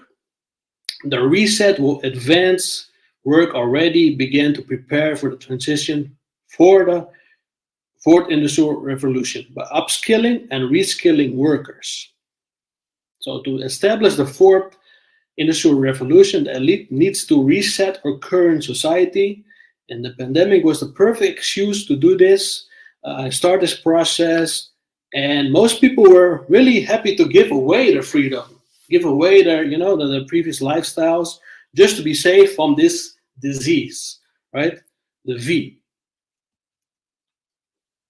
Then we have, the red pill, because that's, the Philosopher's Stone is red. Like I mentioned before, you can actually compare that to the red pill of the Matrix. So to enforce an upgrade to physical bodies and the consciousness of humanity as a whole, they have to introduce external substances that activates that what humans cannot or do not want to activate themselves. The perfect solution for this would be to install high technology that merges with our physical bodies, that can access both the spirit and the mind of the host, right? So as mentioned before, the sea created a great opportunity to reset and reshape the world. And the Fourth Industrial Revolution is not only about changing the world, but more about changing yourself by blurring the lines between biology and technology. So they are really pushing for transhumanism. So what's the given solution against the sea? Nanotechnology. This injected right in your body, and that's exactly what I call the red pill. This nanotechnology that they're trying to enforce on all of us. Okay, so let's go deeper into the Matrix. The Matrix is actually the Luciferian philosophy. In the Matrix, Thomas Anderson wanted to know what the Matrix is, and so he started his search as a hacker under the pseudonym Neo. Neo's room was number 101. He opened the door and spotted a white rabbit, and so his journey began. This was a reference to actually entering the mystery schools and seek the light. 101, that's more or less the same thing as the pillars, Boaz and Jachin, with the portal in the center. All right, so Neo, metaphorically, entered the mystery school by stepping through a door of light. This is exactly that 101. He was told to follow the white rabbit, which is another reference to entering the mystery schools and practice the great work. Here you have some occult symbols, images. And as you can see in the corner, there's actually rabbits going down the rabbit hole, because the rabbit hole is once again another occult reference, just like also in Alice in Wonderland, which means and stands symbol for entering the mystery school. The mystery schools, of course, being the cults, the occults, for the Luciferian agenda. So Neo actually portrayed Hiram Abiff. Hiram Abiff is like the Jesus of the mystery schools, especially Freemasonry. So in the first 3 degrees of Freemasonry, they are actually referred to as the Blue Lodge. And only a Master Mason may proceed to the Red Lodge. So to become a Master Mason, one has to be invited for a ritual, which the adept has to be participating, acting as Hiram Abiff, and experience his death, whereafter he will be resurrected. Neo too got invited to partake in a ritual, and he had to choose between the red pill and the blue pill. So the Red Lodge and the Blue Lodge. Will you continue, go for the Red Lodge, or you will stay like, the majority of most Freemasons in their lower 3 degrees, the Blue Lodge. So the red pill was to merge his body and mind with technology and new abilities and broaden his consciousness, while the blue pill will give him, basically keep him stuck in the lower lodge, so within the matrix, so he will not unplug from the matrix. And of course, Neo took the red pill. So Neo took the red pill, and so after he was born again, just like how Hiram Abiff got born again, reborn as Lazarus, according to the Luciferian philosophy. So if you want to know more about the Luciferian philosophy in general, and how, Freemasonry and Rosicrucianism, how they all look at the whole story of life, more or less, Genesis, everything what's written in the Bible, then you really have to read Freemasonry and Catholicism by Max Heindel. So that was a high up Rosicrucian Freemason, and he wrote books not for the profane, that's like how they want to call it, but actually for the high initiates themselves. So for sure, there's a lot of Freemasons out there and other mystery school members that don't even know about this work. But if you really want to know what the ones behind the veil are into, you have to read this book. So now, Neo got unplugged after taking the red pill and being reborn, and he started getting chased by AI programs. That's what Mr. Smith was. And they tried to reset him, pull him back in the matrix in his old position, right? Then eventually, Mr. Smith kills Neo. However, Neo resurrected, just like Hiram Abiff, to finish the great work and came back as the One. The One, Neo now has a computer vision and is able to read and reprogram the matrix. So he's more or less post-human now, and it's transhumanism. He got software installed through the red pill, right? And now he has access to reading the matrix and moving it up will, and therefore he became so strong and more or less immortal. So once again, this was copied from the Luciferian story of Hiram Abiff, who eventually became himself Christian Rosencreutz. So after he first got reborn as Lazarus and he had his hammer taken, he became back as Christian Rosencreutz with the red rose. Once again, the red rose, the red pill, and the red stone all are symbol for the same thing, the Philosopher's Stone. So, once again, they try to reach godhood, immortality, become the perfected man through technology. So just like how Neo took the red pill and had to start physically fight these AI programs, the Mr. Smiths, also the current people that took the nanotechnology have to fight these AI programs within themselves, because this AI is living now more or less in small doses within their physical bodies. If they fail, they will eventually die. But if their bodies merges correctly with the red pill, they might actually become resurrected and maybe even become eternal or immortal like Neo in the near future. Neo, by the way, means new. and he's really the poster boy for the New Age movement and the New World Order, which most people really don't understand, because the New World Order is technocratic communist society with a socialist front cover. And that's why socialism is pushed everywhere. You know, the whole all-inclusiveness, leave no one behind, equality, all that fairy tale stuff. But actually, that's just a front, because they just want to push down a technocratic communist society down our throats. And of course, there's been a lot of predictive programming before this even started to take place in 2019. So how did it start? This pandemic, right? Supposedly a man-made disease got leaked from a biolab in China and then started rapidly spreading and infecting a large amount of the world's population.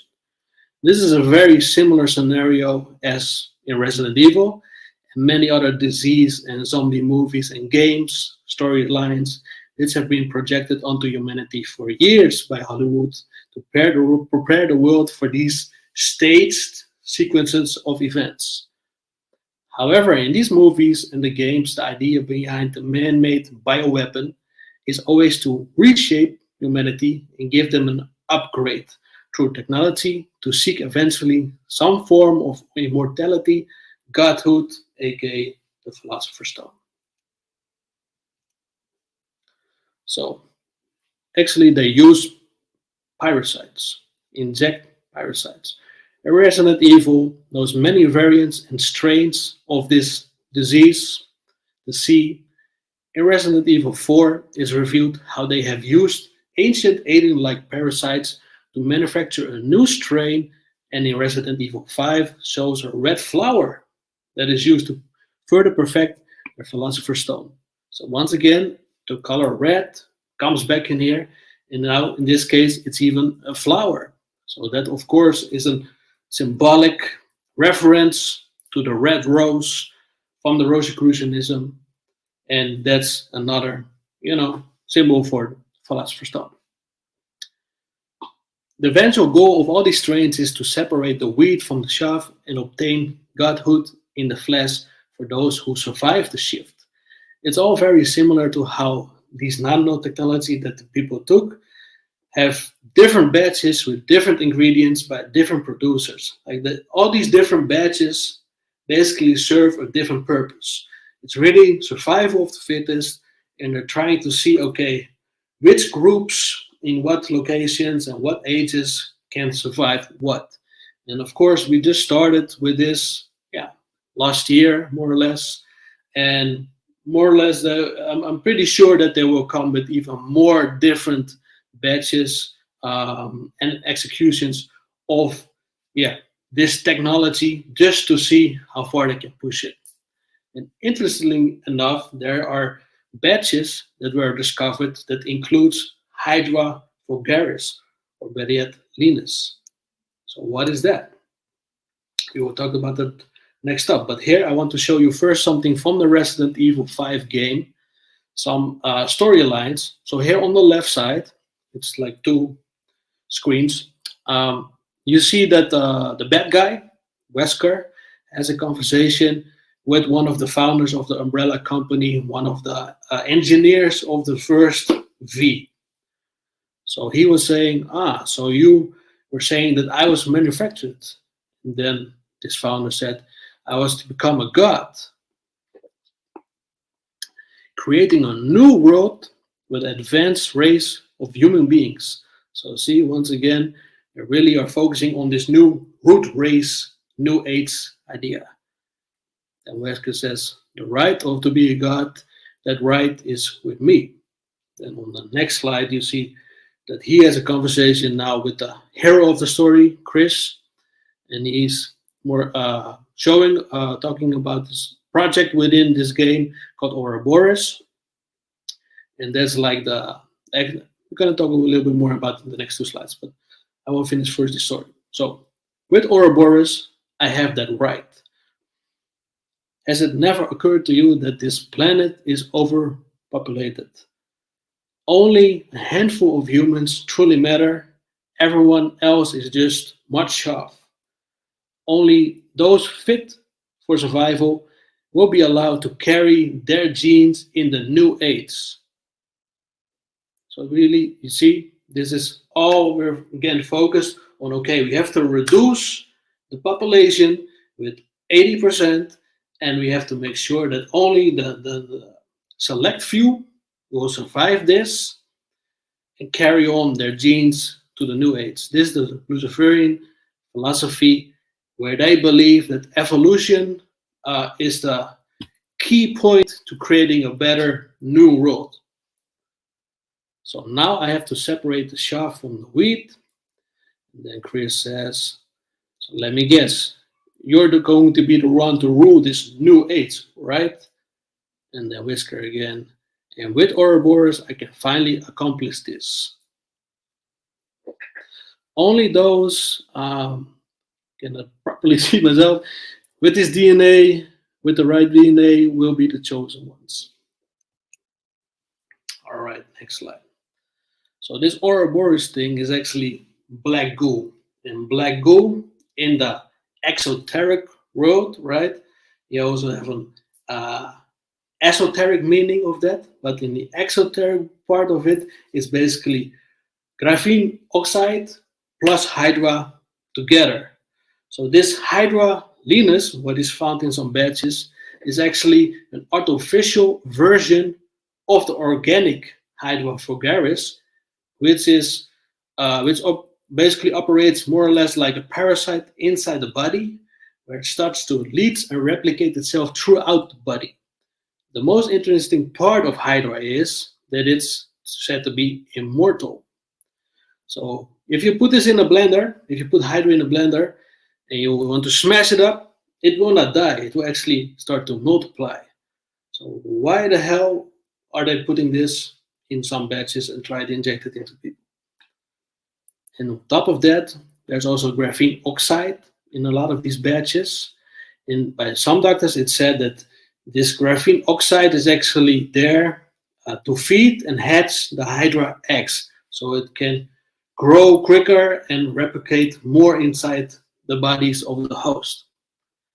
What's also interesting to know is that this graphene oxide can actually be remotely controlled through frequencies, like for example, audio, etc. There's a lot of videos of that on YouTube. You can look it up, graphene oxide, and then you can see how it's moving throughout. So in Resident Evil 5, there's also this project for the Philosopher's Stone called Ouroboros, what I was referring to before.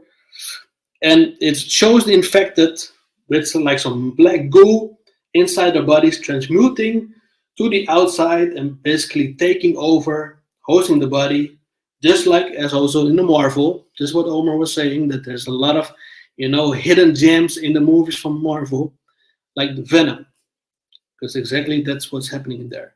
And here on the right side, I have some more images from the Resident Evil game.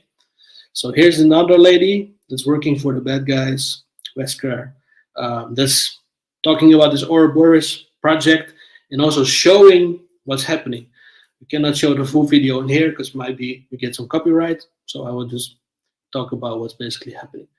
So in the game, you see that there's this one guy that's in the center with the cat eyes, right? He's getting injected. He gets injection with the Ouroboros project, and then he starts to transmute. His body starts to transform. So what does the lady say? He spent all this time to look for Ouroboros.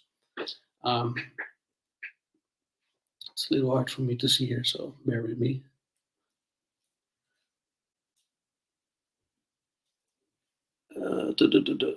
And soon enough, everybody will basically find out what it's all about. And then she says, it's for evolution. It's a philosopher's stone, and the philosopher's stone that will choose you. Through DNA, who shall proceed to the next stage. Only the chosen ones who are fit for the coming new world. So once again, this is showing how it's all about, survival of the fittest for just the 20% of humanity for the new world, the new age. Well, this is the part for my presentation I think the rest is more interesting if we're gonna talk about this concept. I could have done a lot more slides, of course, of this and go more in depth, but I think it's more interesting if we come from here and then see where we will take it with the audience and with you, Omar. So if you can come back in the show, let's bring it on.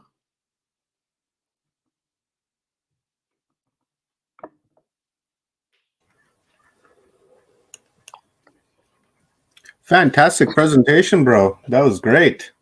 Thank you. Yourself. Wow, where to begin? Right? Exactly. Where to begin on this one? I threw a lot of dots on you guys, so I understand it. So where do you like to begin, and we can go take it there.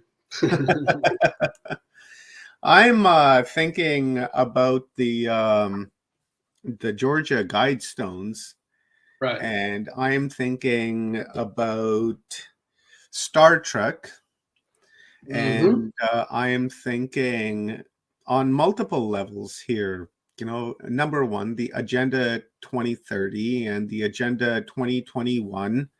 All of that you can find in your city's website. They're very clear about it. It's it's right there. You go to your city website, you look up, and then you'll find Agenda 2021, Agenda 2030, and so on and so on. So the intention is created. And then the old Georgia Guidestones, that's an interesting chunk of stone there, Pim, because it's exactly 666 kilometers from Washington, D.C., and it's got many things written on it that make it sound like that they're blaming us. For instance, live with nature in harmony, right? Live with nature in harmony, Pim. You and I live with nature in harmony. I'm sure people that are watching, like Andres and Aziek and Open Loops Greg and Sugar Bee and on and on and on, I'm sure they live in harmony with nature.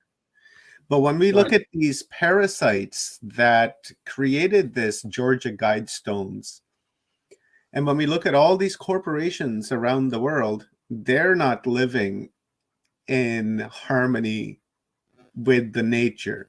They're strip mining, they're clear cutting, strip logging, they're strip fishing.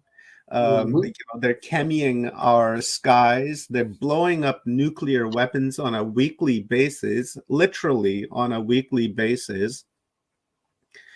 They're sucking oil out of the ground like there was no tomorrow. And then they have the tenacity and the nads, the bollocks, to step up to us and look at us right in our faces and say, it's your fault. We're going to take you and we're going to take you and we're going to put you in a city and we're going to put a great big fence around it, and you're going to drive autonomous cars so that you can never leave that city. We can shut it off whenever we want. You own nothing and be happy. That's right. And then they say, and then they say, it's you because you're the consumer. We do this because you want this, right? But we never asked for any of this, did we? No. We didn't ask for plastic bottles. We didn't ask them to go and cut down the forest. We didn't ask them to pollute our water and our atmosphere and our land. We didn't ask for GMO seeds. We didn't ask for wars, but yet they continue to give us that. And they say it's our fault.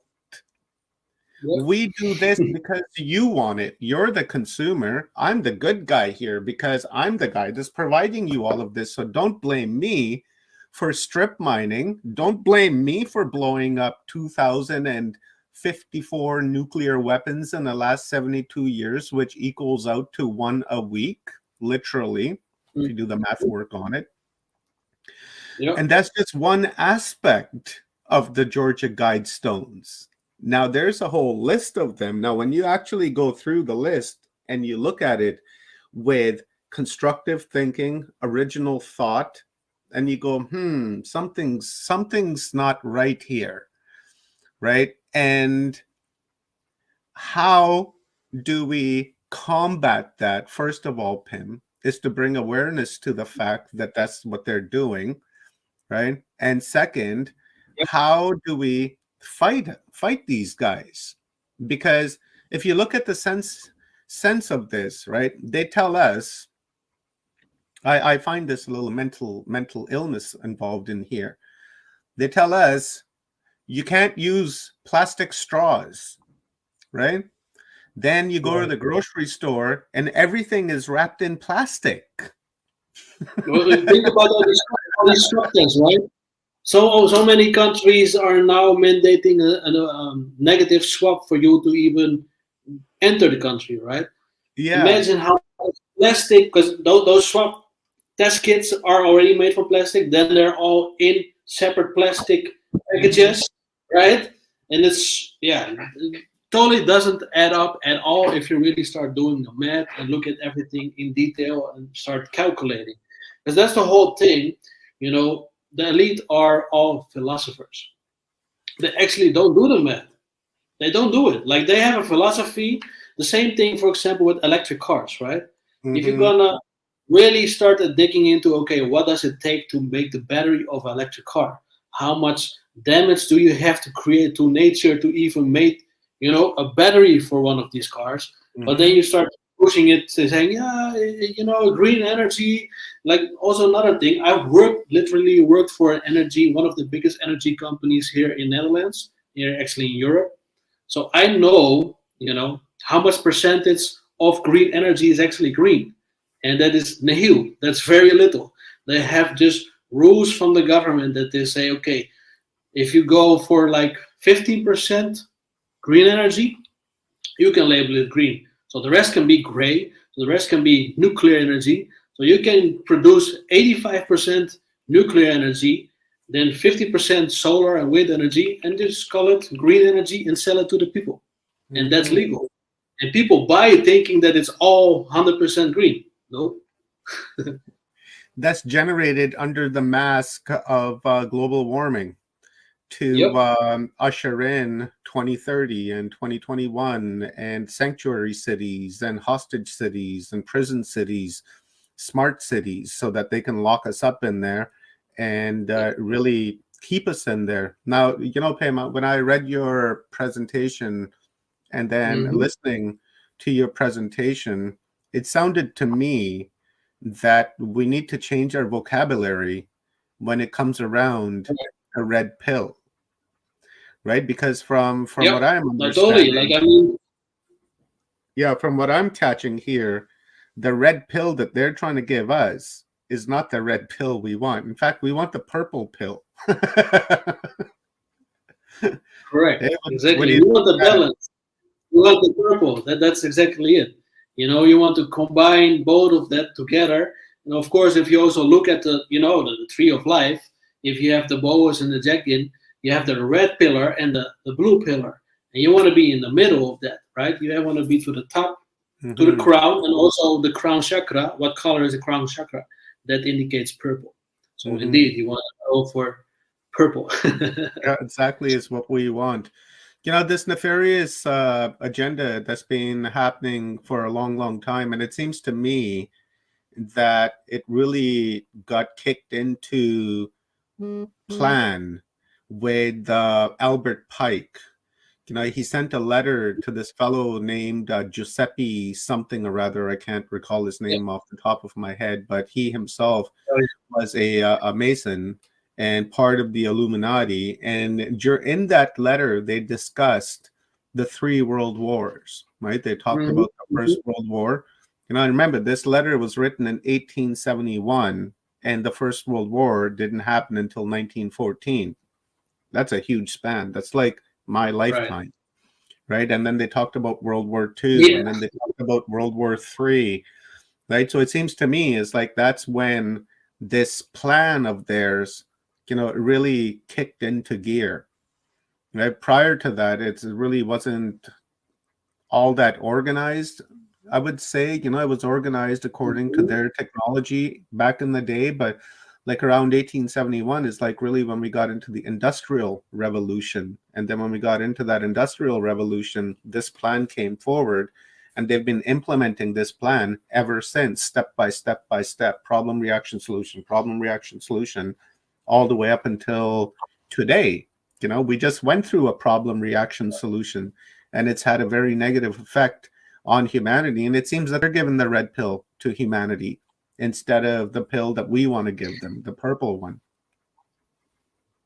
Yeah, but yeah, that's the whole thing, right? Like what most people don't understand is like this agenda is ancient, age old, right? It's not from just now. Like, yeah, now the stars are aligning and we really are getting into that new age, right? The age of Aquarius, which is new age. But what most people do not understand is that these mystery schools, you know, how I always say is like the higher the degree, the more how you say that hijacked the person becomes. Mm-hmm. What I mean with that is like you have like whisperers. That's how I like to call them. You know, lower frequency entities that more or less whisper ideas in your mind, in your head. Mm-hmm. And most people have also no clue what they're actually listening to, which voice is theirs and which voice is not.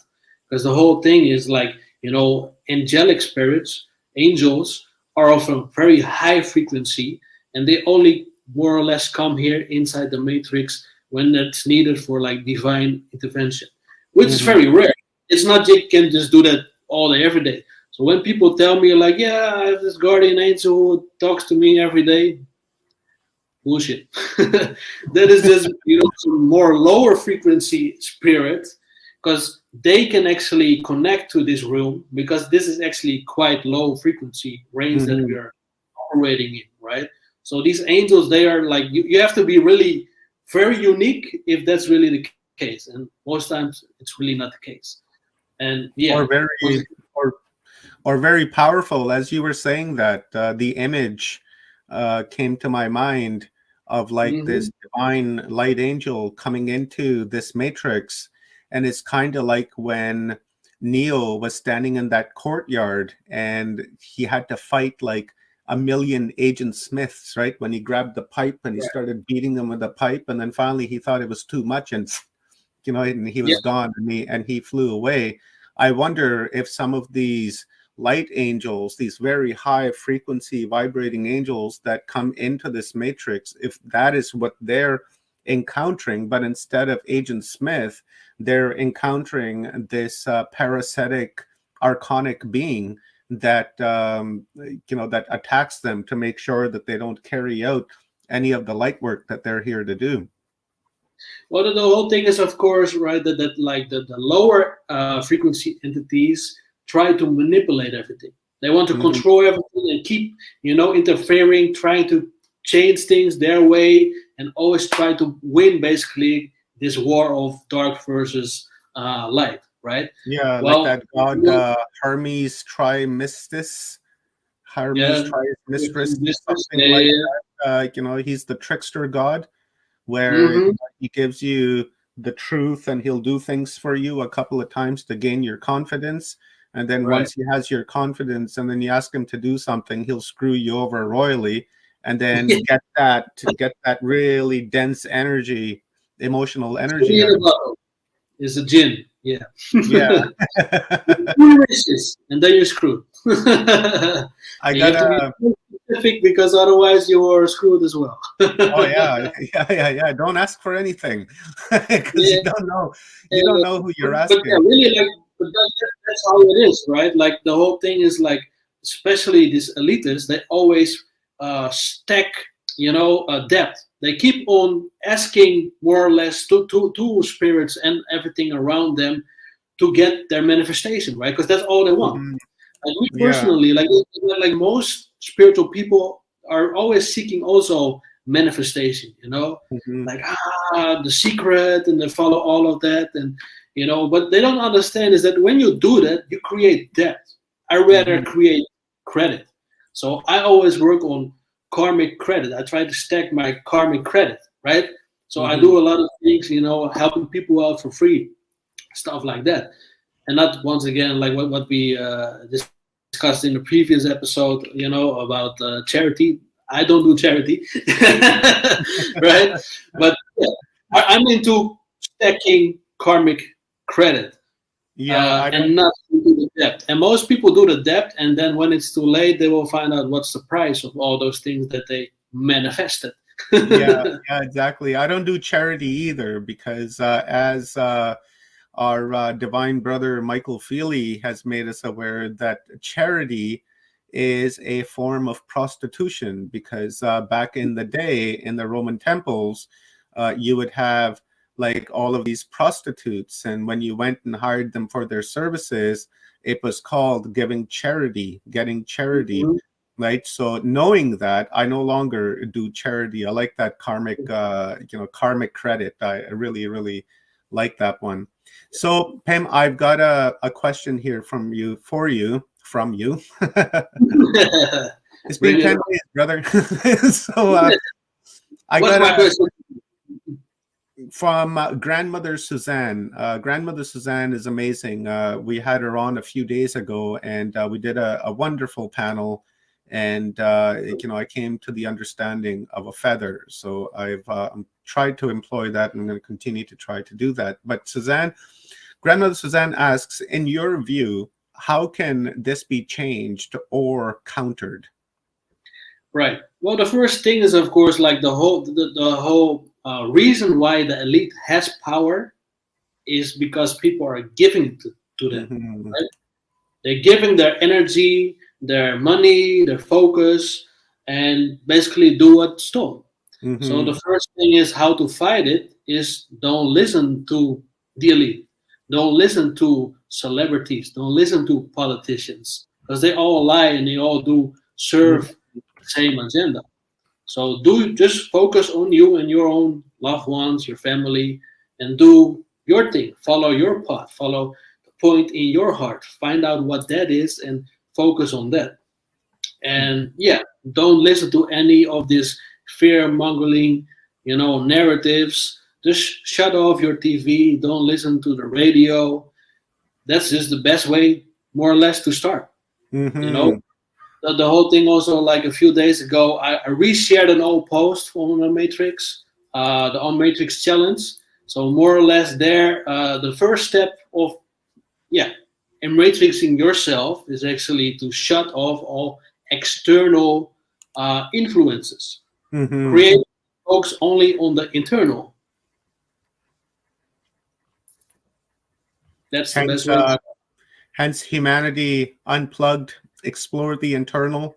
Exactly. It's a lot of people, a lot of speakers through this entire event have focused on that message of exploring the internal, to go internal, to listen to the self instead of listening to the external, because there's just a lot of white noise in the external. And if you pay attention to that and give energy to that, then that'll just manifest itself into your life. And that's something that clearly nobody wants.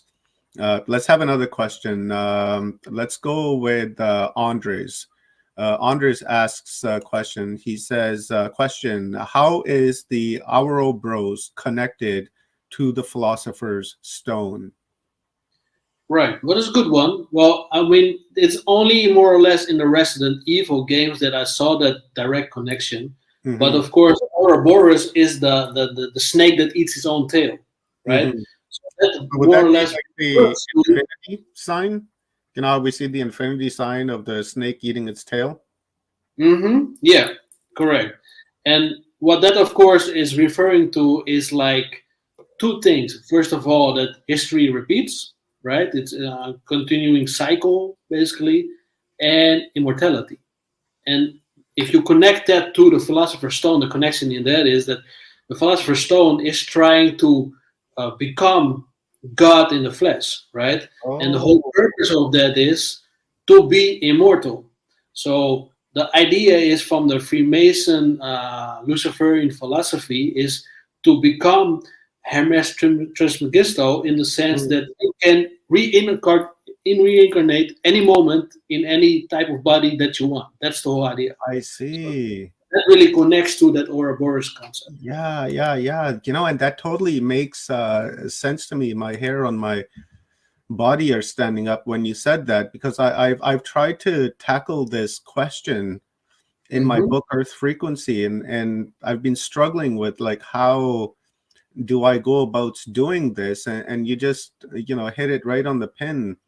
I've always wondered, like, how is it that these elite families create these agendas from hundreds of years ago, and they want to carry this agenda forward for hundreds of years? And I've always wondered if they had the ability to incarnate right into the next and into the next, to carry that agenda forward and come into the incarnation with like a genetic memory or like a previous life memory, to where they're aware, or there's like triggers that will remind them of their agenda and their previous plans into the world. And you just hit that like right on the head. That's why my hair on me stood right up. I was like, there's the answer. So I'll have to credit you on that in my book.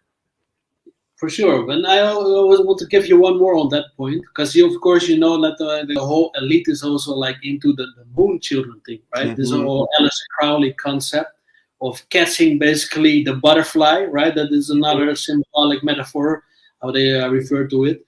So that is a ritual in which they more or less put a pregnant woman like in the desert or a lonely place, and try to capture a certain soul to reincarnate into the baby, in the fetus within the pregnant lady. So that comes together like with this whole concept, like, that the occult believes that they can reincarnate in, a select body, and then they have these families that actually does rituals to try to manifest that. Holy fuck, brother. I wonder if walk-ins are somehow connected to this. We had a walk-in panel, and some friends of mine are walk-ins, and we did a walk-in episode just a couple days ago. And I wonder if that's something that's being played out, right? Instead of incarnations, they're just simply walking into the meat suit and then overtaking it and then braiding themselves upon the previous occupant, and then just really overpowering that essence or that spirit within that meat suit. Well, that's exactly also what I believe, because once again, this is a belief. I cannot prove this, but like, you have souls like us, light beings, right? We are souls that are incarnated in a human body, right?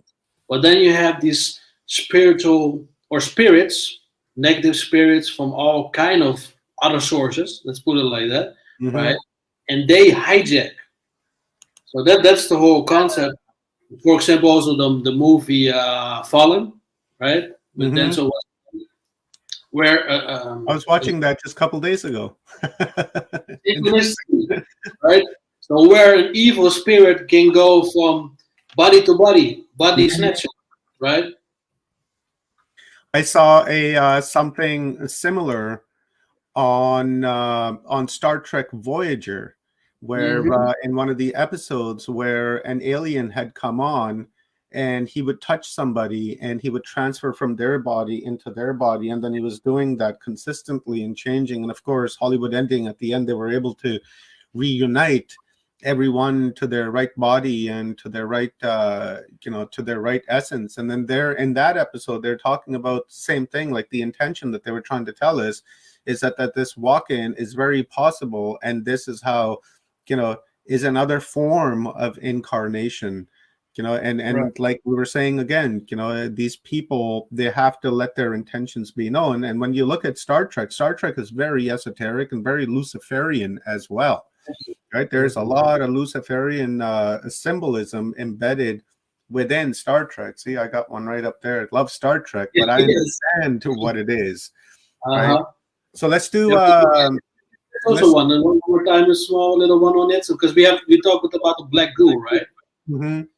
So black goo is actually like, from an esoteric point of view, is like this dark matter energy hijacking people, right? Like, and then in the exoteric version of that, it's the nanotechnology that is as transhumanism put into these people. But get this, like, through AI, like negative entities can actually control AI. So while you put in nanotechnology inside your body, you know, on the spiritual level of that, that means that you're like wide open to be hijacked by all kinds of walkers. That makes a lot of sense. Do you think that AI could be like a form of consciousness in its own right, and that it's manifested itself onto this planet as a form of artificial intelligence on a trickery basis? You know, like trying to trick us to make us think that it's artificial, but in reality, it's not artificial. In fact, that it's a form of consciousness that's inhabited this vehicle. Well, I get what you're saying, but of course, like, artificial intelligence is data based, right? So it tries to create it's actually archetypical consciousness. So it takes like the concepts and ideas from all archetypes of humanity as a collective, and it comes from that. The problem with that is, though, that the collective is not of a high frequency. Yeah, exactly. I was just going to say, I wonder if through that collective, if it hasn't channeled its way into the vehicle so that it can occupy it and inhabit it and then grow from there. Let me put something else out for you. So how do I see it right now is you have the new power struggle of the elite. You have, you know, in the exoteric version of it, you have big pharma and big tech, right? You have the old elite, which was the royals, and the royal bloodlines. Now what is happening is that the big pharma and big tech are basically controlling the politicians and the royals, right? This is the exoteric version, but the esoteric version of that is you have like the minions, what I refer to as like the gray aliens, right? And then you have the draconian, right? The Dracos. So the Dracos represent the old elite. And now what's happening, how I see it, is that actually the minions of the Dracos, the Zetas, the Greys, are trying to take over their part for the new world. Beautiful. Thank you very much, Pim. I appreciate it. There's so many questions I want to hit you up on. And let's do another 1-1 session, you, me, and Aziek after this conference. And you know, we'll address more questions on like you know, I've got so many that I want to ask, and there's a lot of questions in the chat room too, but because we're constrained with time, right, I'd love to ask them all, but you know, like one is I'd like to ask is about the doorknob killings. The second is the gloves that Tom Hanks continues to show. You know, there's a lot on the plate that I want to pick your mind on, but you know, we're run out of time. So before I let you go, my brother, you know, tell our audience where they can find you, how they can find you. I've put your Telegram, YouTube, and your IG into the comments, guys. So if you just scroll up, you'll see the links, and you know, follow Pim. This guy's amazing. He's got a great head on his shoulder, and some really amazing information. So give us a quick download on how they can find you, brother. Well, exactly those three links. Like basically, that's all the platforms that I'm currently on, as well. Like my personal as like on Matrix. So that's YouTube, that is Telegram, and that is indeed Instagram. So if you just search Unmatrix yourself on YouTube, Unmatrix discussions, and Unmatrix on Telegram, and Unmatrix on Instagram, you can easily find it. And through that, you can also find my personal. My personal account on Instagram is private. My personal account on Telegram is just public, so everybody can just join that. And my personal YouTube actually is more watches than anything esoteric, but maybe that will change in the future as well. So just follow me on those three platforms and we can connect. Awesomeness, brother. Thank you very much again, Pim. I appreciate your contribution and an upload into Humanity Unplugged. It's a great humanitarian service you've done by raising awareness on this very important subject that we all should be highlighting and talking about. So, my brother, after this is over, I will be in contact with you, and we'll make some great plans for the future. So, again, my homie, thank you. I totally appreciate you. Likewise. Just before you leave, Pim, I just wanted to say that was a fantastic presentation, and your knowledge of that esoteric and the symbolism is it's bar none, man. It's absolutely awesome. So it's been some years. I would love to get you on the show too, and really break it down like we did last night with Ol. Get you and Ol in there together and really burn it to the ground. You know what I mean? Oh, yeah, that would be a sick panel. I'd love to see that. Yeah, we can do that. You guys should connect and make that happen. Yeah, for sure. Thank you both, guys, and enjoy the event. I love it so far. So perfect. Right on, brother. Thank you very much. I love you, Thank homie. you, brother. Lots of respect to you. And let's bring on our Star Sister 23rd year anniversary today. 23 years of being married. What an amazing accomplishment that is. So I'm going to bring our sister on so that we can get a quick what's going on? Rob, you want to add her, or we just keep for sure. I need a stretch too, something serious. So let's, hi everybody, our sister on, and in 10 minutes, guys, we will be doing a talk, Kathy Mason with Angela LaRue, the resurgence of the mystery school. So that's going to be another great upload. So here it is, sister. It is all yours. All right. How's everybody doing? Let's see. Did that work? Is it working? Are you working? Hi, why is nothing functioning? That is so strange. Give me just a second to reload my SoundCloud. Okay, there we go. Sorry, techie issues. They happen. All right, everybody. So let's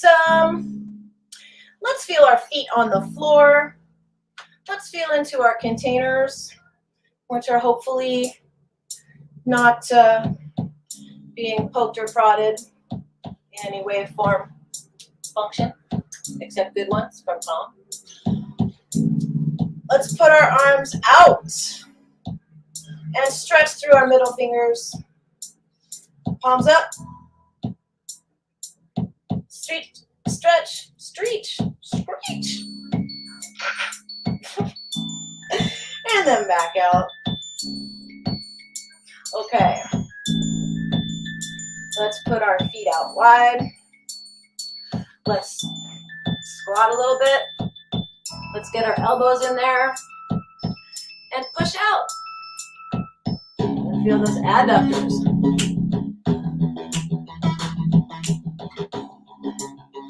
Back and forth a little bit. So you can go down. Turn your shoulders out to the leg that's out in front of you. Put your hands on the floor. Put your hands back in front. Come up. Go back and forth a little bit. And then go down the other side. And turn yourself around this way. Come back to center. Alright. Let's put our hands on the floor.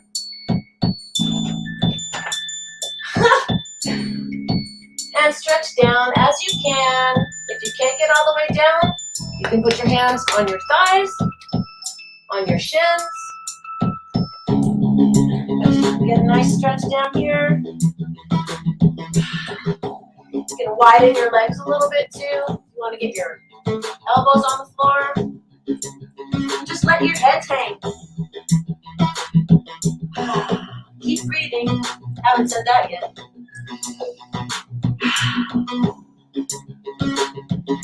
Okay. Put your weight back on your hands. Walk your legs back. Come into plank. And come down 5. 4, 3, 2, 1. Push yourself onto your hands and knees. Sound the alarm. Do some rotations, keep breathing, loosen yourselves up.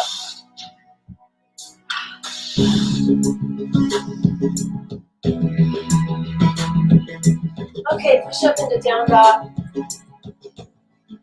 Walk your feet. And you guys can twist, pivot. Give yourselves a nice stretch on your side. And walk it out again. Pivot the other way. That's good. Push back up into down dog. Really spread those fingers. And feel like somebody's got a belt and they're pulling your thighs up and out of your hips. Feel the difference. It's subtle, but you can feel the difference. Okay, let's rock back forward into plank and hold that for 1, 2, 3. And push back into down dog. And walk it out. Push those hips out. Okay.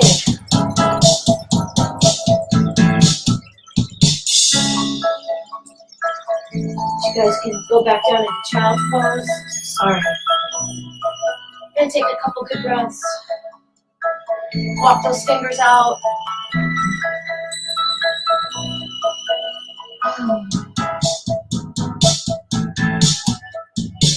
Okay, let's all come on to our hips. Something we haven't done yet. Come down this way. Kind of in a fetal position, up on your shoulder, on your elbow, either way, either side. You're gonna come into a side plank, but you don't have to do it all crazy. Straighten that bottom leg, pull your chest up, and you can put your foot here to support yourself, or you can put your foot down here. Either way. We're going to push up. Put your hips up off the floor, like that version. Or this one. So 10, 9, 8, 7, keep breathing. 6, 5, you want to reach up, you can. 3, 2, 1, and come down. Other side. You guys come down like this. On your elbows. Make sure it's under your shoulder if you can. You can either come up like this, or you can come up like this. Either way, get them hips up. For 10, 9, 8, 7. Keep breathing. 5, 4, 3. That's doing great. 2, 1. All right. Ha ha ha ha. Come down onto your backs. Arms to the side. Look up. Take a couple of deep, delicious breaths.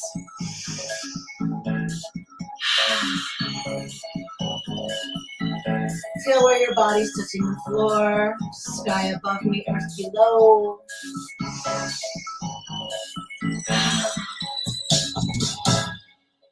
All right. Let's really quickly grab our left leg and pull it back and down to the side a little bit. Take a nice deep breath.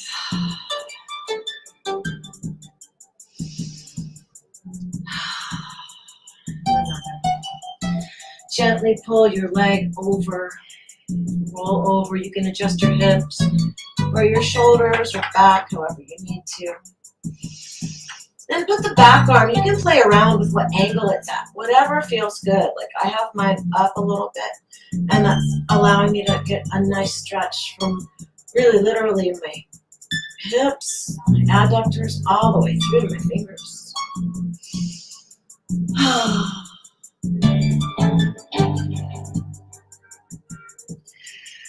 Okay, carefully roll back to center and put your left foot on the floor. Pull your right foot back. Take a deep breath. Maybe do a tantric breath. Tilt your head forward, breathe in through your nose. And 2 exhales as you tilt back like this. Just let go of all of the cuckoo. And inhale some love. Tilt your head down.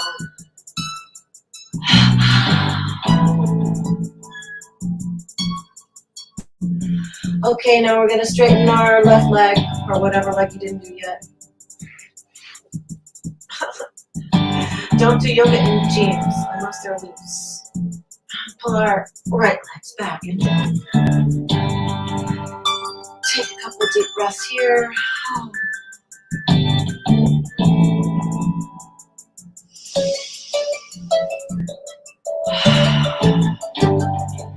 Now carefully take that leg over. Adjust your hips if you need to. And take that back arm. Then kind of play with positions till you find something that feels good. For me, again, on this side, it's going to be diagonal up.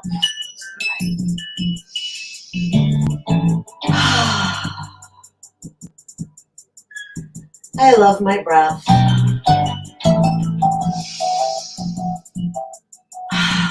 So grateful for my breath.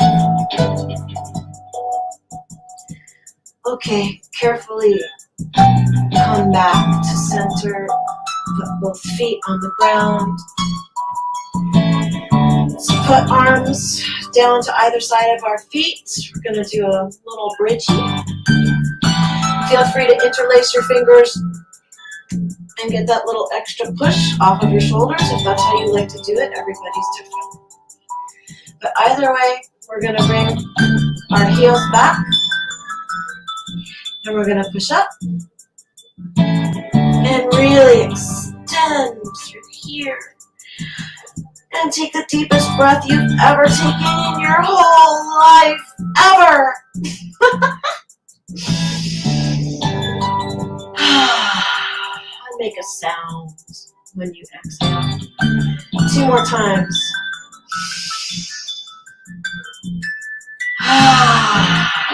Scare those neighbors. Do it. One good last one. All right. Now we're going to bring our hips down. And sway or rock. Do we have time for a little more?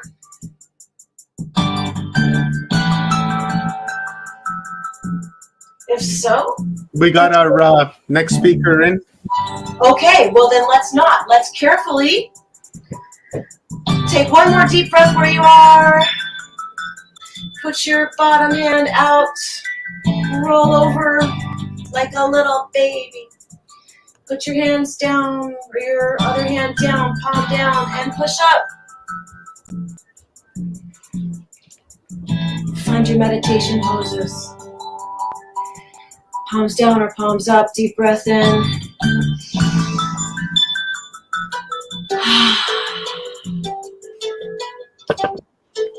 Thank you for the opportunity. Thank you, Leanne. Love you. See you in a bit.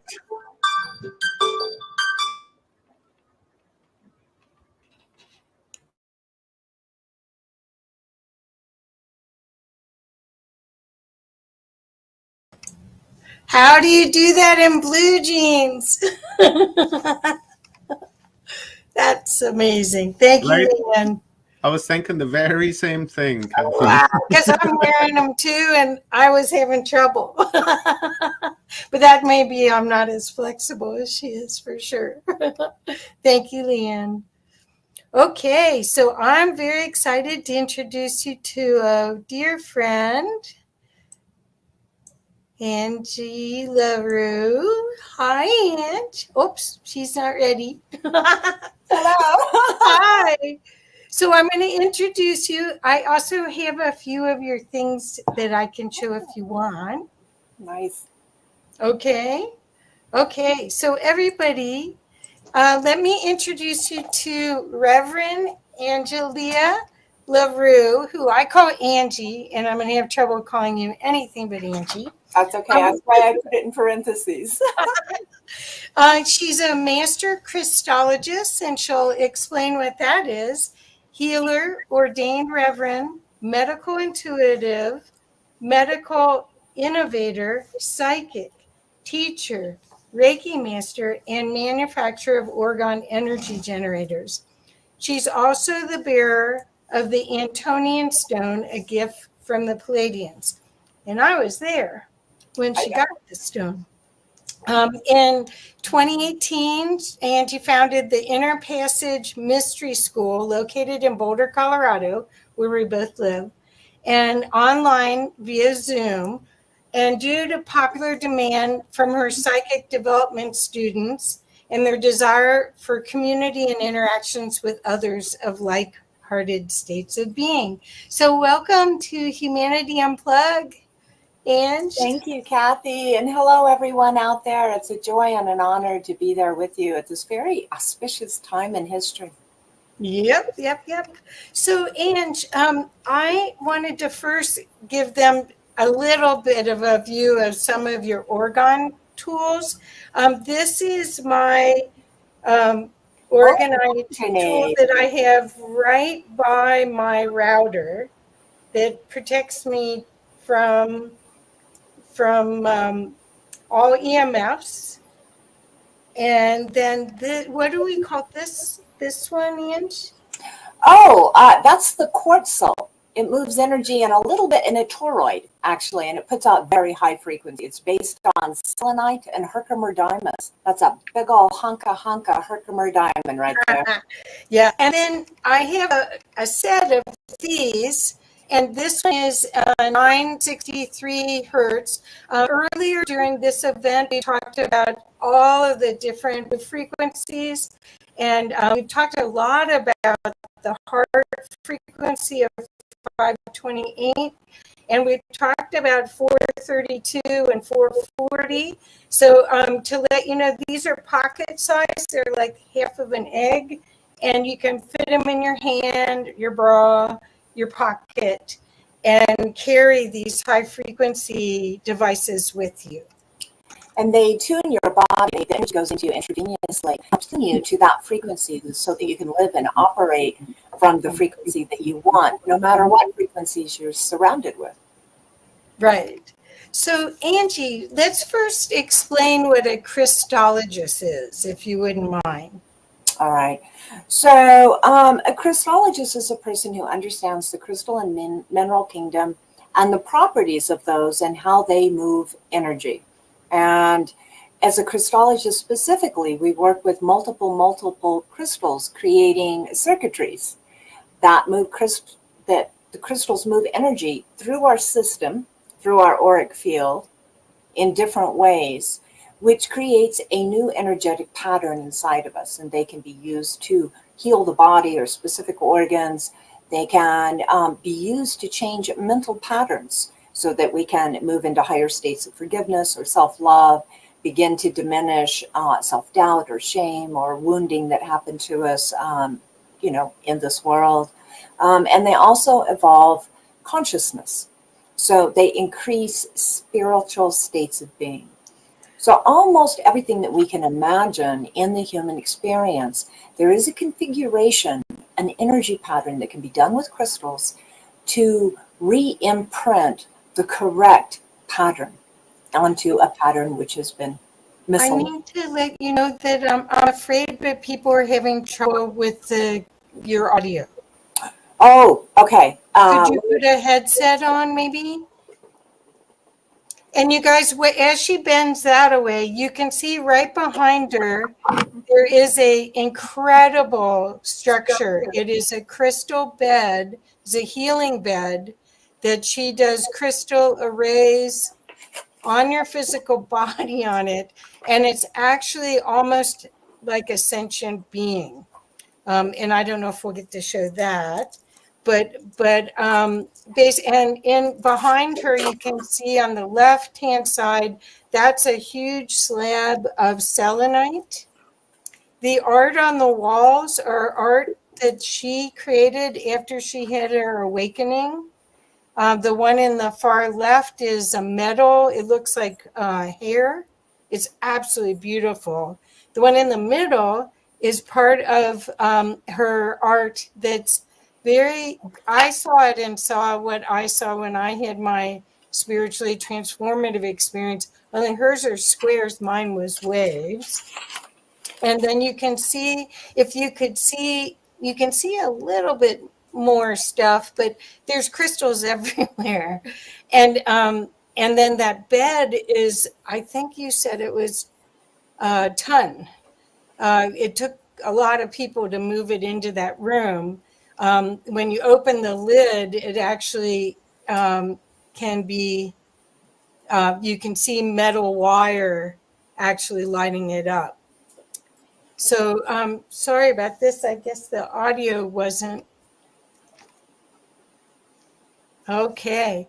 Well, again, let's see. Do you find the headset? I can't find it. I usually have a headset. I do have problems with steam rooms sometime. I'm going to try to project my voice. Is that any better? And it looks like, I can see I'm lagging, so it's my energy. Let me see if I can ground myself. Yeah, it's a little, there's like a high pitch behind. It sounds okay from over here, Kathy. Oh, okay. I'm sorry. Yeah, I don't seem in to the be comments. experiencing any Okay. issues. Okay, I'll watch on. I'll listen on YouTube and see. Okay, people were just saying. Oh, okay. So somebody's saying my audio is bad. Okay, never mind. I'm sorry, because I was hearing a high pitch, but maybe it's just me. Wow, okay. You know, we got all these crystals ringing. Okay, so thank you, everyone. Thank you for letting me know. Thank you. Okay, so Christologists, you had a grand awakening, which shattered everything, your marriage, everything. And you didn't walk in the desert for 40 days, but you could have, right? I actually did spend 40 days and 40 nights. It was very biblical. Oh, okay. Yeah, in the deserts of Utah alone, yelling at God mostly and weeping and crying. But eventually higher self came in and began to guide and lead and teach me. And that was when I was first led to crystals, in fact, was in the desert. And it's a very resistive, epic story as my human ego slowly dissolved and spirit slowly came in. So I'm glad nobody witnessed it. Oh, good. That was before I met you. Well, so people come to you if they come physically, and they can lie on that bed, and they can lie for as little as half an hour and be refreshed and renewed. What is the energy that they get? The reason why I'm setting this up is that it's not, when someone works with you, they're getting the whole shebang. Yeah. So the energy of just the crystal bed restores our cells. It plumps them back up with energy. And what happens is a lot of our electronics deplete the energy out of our cells. So imagine kind of a balloon which is partially diminished, right? And it's kind of blip, blip, blip, right? You know? And the crystal biobed, the orgone generator crystal biobed, refills the energy in those cells and they plump back out. And when they're able to plump back out, they actually become more resistive then to EMFs, to disease, to everything. So in other words, it optimizes the cells on a cellular level. Now, when you build a crystal array on top of that, and what you can't see is that bed makes out into 3 times its size to hold these large arrays, then we are tuning it. So the orgone generator crystal biobed is the energy source. It's the power, right? And then we're directing that power through crystal circuitry to accomplish very specific things. And we are carbon-based, and crystals are carbon-based. And so they look at us or feel us, and they're like, oh, you're a liquid crystal. I know crystals. Oh, that's not aligned right. And they realign it correctly. That's what they do naturally. Quartz crystal naturally aligns energy to its highest potential. And we use it in all of our electronics because of that. We call this the age of technology, but in all of that technology is a crystal chip, because we need it to clean up our broad spectrum, messy battery and electrical energy. And so we have to run it through a crystal. And by doing that, that's how we're able to run that energy into very fine miniaturized electronics without blowing them out. So we're basically using that knowledge now to return the body, the mind, and the spirit to its optimum operating capacity and potential. So you discovered, well, you were led, and you got the download, and you actually did it to make that bed. Yeah. And it also energizes you. It energizes that whole building. It probably energizes that whole block. Yeah, it's quite powerful. It's quite amazing. But even what I wanted people to understand is that energy that's generated creates a field that others can benefit from too. When Angie does readings or does classes with you, you can be uplifted tremendously by the experience. Yeah. The students in the Inner Passage Mystery School describe it as almost going to temple, right? Like they feel that energy actually at the bottom of the stairs, and it's kind of a game they play where they measure it, right? And it's like, I felt it on the second step. I felt it as I came in the door. I didn't feel it until halfway up. What's happening up here? And they report in every class where that wall is, because there's a wall of energy you directly pass into. So that's so cool. So you have, as you were a student going through and downloading all this information, you've created ways to help others understand their superpowers. And do you want to talk a little bit about that? I know several people that are totally transformed from working with you. Do you want to talk about that a little? There's a lot of context I could put this in, and I'm not sure exactly where to head with this, but I think one of the things that inspires people the most is to learn how to do healing or develop psychic abilities to make their life easier, to come back into flow and be able to manifest. And these are things that are all part and parcel of the Mystery School tradition.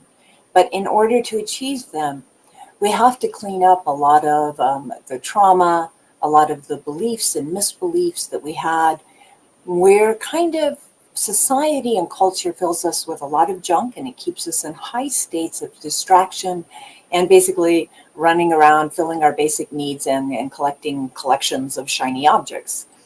And so we need to clear a lot of that out to make space for further light and knowledge and transformation to happen.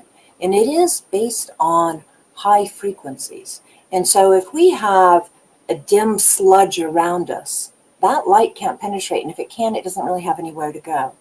But if we can start cleaning that out, cleaning our field, our auric field, our biomorphic field, and eventually in the Mystery School training, we start going into ancestral language, past lives, soul families. We're just cleaning and cleaning and cleaning, because the larger our auric field becomes, the more we can hold light. And the more that we can hold light, the more our life transforms and the lives of those around us transforms. And the lighter we become and the more consciously aware we become, okay, and that is of the multiverse of the many realms that exist in the same places. That's not just the materium. The materium is the physical world of material objects, right? The materium. But there's a lot of unseen things that we don't have the physical eyes, touch, hearing, basic senses to perceive. And we have to use our psychic abilities to perceive. And when that begins to happen, divine intelligence becomes attracted to us and aware of us.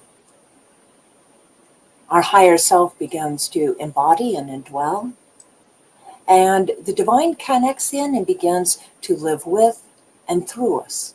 And this is not unknown. This has happened throughout humanity to a small percentage, and in sometimes a much larger percentage of humanity. And let's see. Learning that silence of mind is where it all begins. That's when we begin to allow space around us for that infusion. And that's where we begin in the mystery school, is we begin turning kind of our earth house, our body, cleaning it up to become a divine temple, and then begin the exploration of the inner realms. The inner realms are a dive into the heart. And much like a toroid, we dive into the heart and out into the multiverse of understanding. And that comes back as knowledge of how to navigate in the materium with spirit-inspired and spirit communication of how to do that best. So in a world of hacking and always finding the easy way, the easiest way to live as a human is with the guidance of spirit, spirit-inspired, spirit-infused. Did that answer your question? Yes, it was fantastic. So, Ange, I also want to let people know about your psychic abilities, because for you to be their guide and their support, I want them to know your capacity to see. And I also want them to know that anything you do with Angie is like a love bath. You feel bathed in love and caressed like you just don't get anywhere else. So could you give us, I don't know if you want to talk about the experiment, or if you want to talk a little bit about that the scientific proof of your work, but. Oh, right. Is that okay? Yeah, sure, we can do that. So one of the things you learn in the mystery school is that consciousness is non-local. Okay. Now, the body is local. The mind is local. I mean, it's here at this place. Okay. Consciousness itself is not. It comes and goes from the body physical as needed. And you can learn how to direct that. You can bilocate, in fact. Before I go into the work I did with Colorado University, I want to tell a quick little story about my financial advisor. So we had some things that we wanted to look at, and she was doing some research for me. And she got an email saying, that I was going to be on a talk or something. And she decided, well, I'll just listen to that while I do this research. And because I don't really understand what Angie does, and I'm curious, and I want to be connected to her energy as I do this research. And so a little bit into the talk, she had to look away from her computer and just go, oh, I need to focus. I need to focus on her voice. And she did. And as she did so, she said to me, she goes, I don't know how you did this, and I don't come from a world or an understanding where this is possible. But I'm here to tell you, you suddenly were in the room with me, and you took your hand, and you closed my eyes, and then you held my head and my face in different positions, and you made my migraine go away. And then you took one hand, you placed it on my shoulder, and it's the same shoulder where I had that hip surgery, which was hurting really bad. And when you did that, all the pain went away. She goes, I don't know how you did that, but you were really here. Now that's called bilocation. We can do that because consciousness is non-local.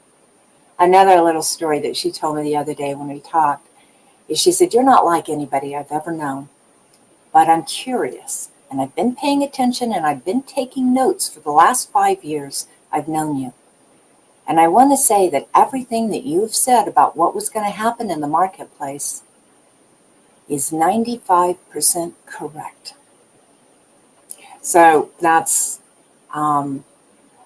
somebody who is not of the same understanding that I am. They are a rather, or they live in, I don't even know how I want to say this, but with the same understanding that 90% of humanity has.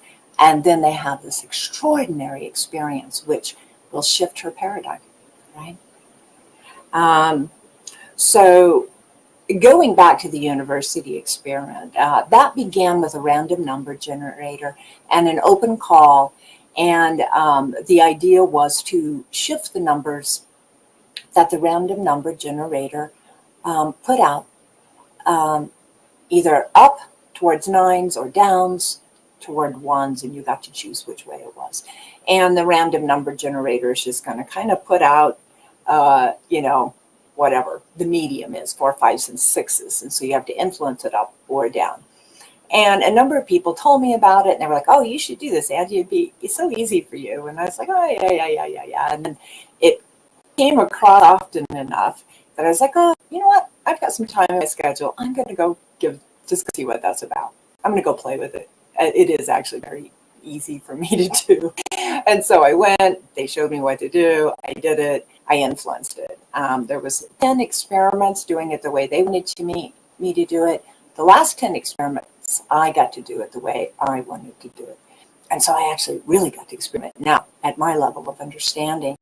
And I rocked that. It was really awesome. And it was so exciting, in fact, that they decided to design a whole nother set of experiments based on my abilities and what they'd seen.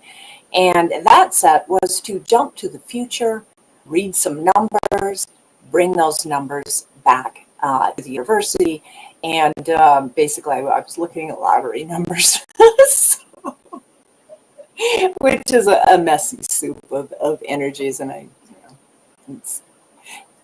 there's a lot involved in what that's all about. But I worked for about 3 months doing that for the Colorado University, and we had fascinating results. We won the Powerball a few times, not the big lottery, but we did win the Powerball, I think, 3 times. So yeah, that was very fun and it was a great workshop for me to at a deeper level to get to put into practice what I already knew. And I learned some fascinating things, like quantum computers cause little tears in the space-time fabric. Definitely. We actually had to move where we were doing the experiment out because they had a broken quantum computer. It wasn't even plugged in. It was in pieces, and it caused little rips and tears in the quantum fabric. And I kept getting pulled into them when I'm trying to read the numbers to report back. So it was a fabulous learning experience for all of us. Oh, I can't hear you, Miss Kathy. You're muted. Thank you. You almost mentioned something about time during that experiment. Do you want to share anything about it that you could go and look at the numbers, but you weren't sure exactly where you were jumping? Right. We ended up having to set up a kind of like a target, like a lamppost, so that I could report that back to know if I was in the right timeline. because for the first month or two, I was getting correct lottery numbers, but from like 3 months in the past. And so there was a narrowing down process as, you know, consciousness learned to navigate the time-space continuum under a human understanding based on the Gregorian calendar in a 24-hour day. So, Well, the reason why I wanted to shed light on your talents there was that I want people to know working with you is an adventure and an experience. You got very high marks on that research project with the University of Colorado in Boulder. well, in And fact, the adjunct professor who was writing the experiments, he, after working with me, has now begun his own evolution of consciousness. It started awakening him 3 months with me. So, really? yeah, isn't that precious? Yeah. Yes, that's so cool. Well, the ripple effect, it's contagious, I guess, huh? Yes. So okay, so you have this incredible relationship with crystals. You have this incredible skill at seeing the bigger picture, and even if you don't see it, you have the ways to see it. Multiple tools to get there. Yes, and you have tools that are right on. That's what I want to make sure people understand. And then you got the Antonian stone, Right. and you received it in my office. I almost got hit by it. I was sitting right there, and he threw it at you. But I could see it, and it looked like an egg. So do you want to talk a little bit about what the Antonian stone is? Because you guys, I want you to understand Angie is capable of holding these frequencies of light and use them for healing for the betterment of all. And so this gift was given to her because of her light. So the Antonian stone is a 12th dimensional device. And I've actually taken it to other psychics and just said to them, what's in my hand? And they've described it. So huge validation of both their abilities as being a psychic and of what it is. And it looks something like this. It's about this size, Yep. about this shape. Yep.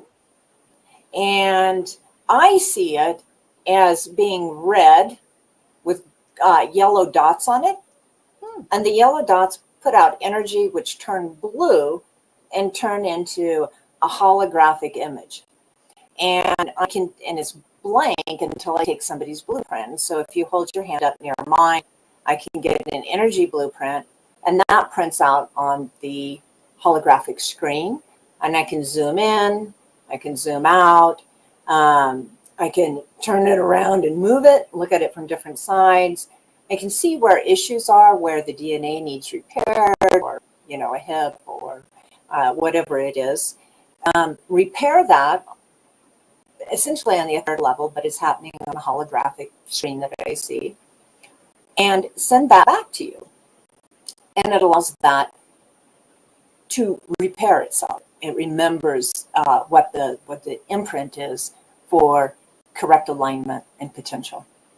And so it's a very amazing healing device. So that's the Antonian stone. And then sometime later, a year later, they gave me another one that's embedded. Oh, I forgot. They gave me a couple more little stones. I would call them like upgrades or download packages or apps. Apps they've added to that as well. And then they gave me another stone right here, which allows me to beam codons, which are energetic prints. We can just call them light codes. Light codes is a good word for it. Directly to people. And there's a large series of mathematical formulas which create these light codes, these energetic patterns, and they're very, very specific. And then I don't know if you know about this one, Kathy, but on a camp trip, was it last year? I think it was no, it was the year before. I'm not sure anymore. Time, space, whatever. Another group put an implant in right here. Oh. And I knew I had a big bruise there. So this is a physical implant. But I just couldn't figure out what had happened with it, and whatever, it would go away in time. And in a session with the Palladians, they were like, "Who did that to you?" And I'm like, "What?" They're like, "Who did that to your arm? Who put that in you?" And I was like, "This bruise?" And they're like, "Yes, that's an implant. Who did that, and what does it do?" And I was like, "I don't really know." And they're like, "Well, it's causing subcutaneous bleeding. You have about 3 days to get it out. We can remove it for you if you want." And I was like, "Let me find out what it is and who did it first before we go pulling it out." And so I did some investigation, and I ran some verification through some other people that I trust, their psychic abilities as well. And we kind of all came from up with the same thing. It was from a group, from a planet in the Orion Belt. I forget now. I almost have to look it up. But what it does is it creates a beam that can be as narrow as a knuckle or as wide as my fist, that I can use to scan people, and it removes blocks to healing. So it's like a light scanner that just kind of removes all the blocks that would stand in the way of somebody healing. So it's from a different group of our star brothers and sisters, but it actually works in conjunction with the Antonian stone. So that was really nice. So I chose to keep it, actually. And later, yet another group came in and added, and I learned this like on a radio show. I was on another show when this happened. But another group came in and they put like little beacons, a few of them in my body and some of them out in my field, and then some of them at higher levels in my auric field as well, which basically say no more implants into this one. And if you do, they have to match this frequency. And it's like a 9th dimensional frequency. And so apparently I'm now walking around with, alarms from yet another race of star brothers and sisters saying no more implants in this one. Wow. So the codiums that you also get to use with the Antonian stone, how do they work in conjunction with it? The codiums don't work specifically with the Antonian stone. Okay. They work with the beamer, which is right here. And you load them into the beamer, and then you can send the energy directly to someone. Yeah. Oh, okay. So it's nice. And they gave me another way to do it too, where we build an 8-ball. It's a pleb of energy. Pleb is a Palladian word, okay? But it's this like little ball of light that you load the codes into, and then you can deliver it to a whole group of people at once. And I've done many people at once, potentially thousands of people at once. Wow. And that's very, very useful. That's probably what I use the most, actually, of the gifts from the Palladians. I probably use wide distribution of codiums the most. That's exciting. So I would love to, so now that you all have an idea of all the gifts that Reverend Angie has, you can see that this is somebody who could guide you to learn about your metaphysical self and use everything, the gifts that you have been given here on earth right now in this change. There's no coincidence that you're here now. There's no reason to not wake up. So do we want to talk a little bit? I can put the picture up for your mystery school if you'd like. Would you like to go to that conversation real quick? Okay. Okay. Let's do that. Let's talk about the resurgence of the mystery school. So mystery schools are ancient traditions, and they go back to the dawn of mankind. We can trace them back to the Lemurian empire and forward into Atlantean times, into the modern era. In Lemurian times, all the people lived in balance with the mystery, coexisting with nature, nature's spirits, and the divine and the great knowing. Lemuria was a matriarchy. In Lemuria, we lived the mystery. We were born into it. It was the way. There was no separation from it. We were it. We could describe it almost as a Garden of Eden, where God walked with man. After about 250,000 years, Lemuria became so large that many different ideologies had developed. And in one area particularly, a whole new culture developed with slower vibrations, as opposed to the rather etheric Lemurians, which were living simply in the flow. In this culture, thought patterns sprung up that were based on material understandings and inventions only, with very little spiritual inquiry, but with a deep fascination for the physical world, scientific inquiry, and material development. With the rise of Atlantis and its great material dominance, patriarchal ways, and left-brain intellect, it brought war to Earth's humanity, as the left-brained Atlanteans sought to destroy the right-brained Lemurians. The war between the matriarchy and the patriarchy waged on, and in its wake, only Atlanteans survived. The matriarchy and 250,000 years of spirit-inspired civilization had fallen. The Atlanteans, in their 80,000-year reign, grew drunk on their power and their discoveries, their human intellect, inventions, materials, chemical manipulations of Earth's material.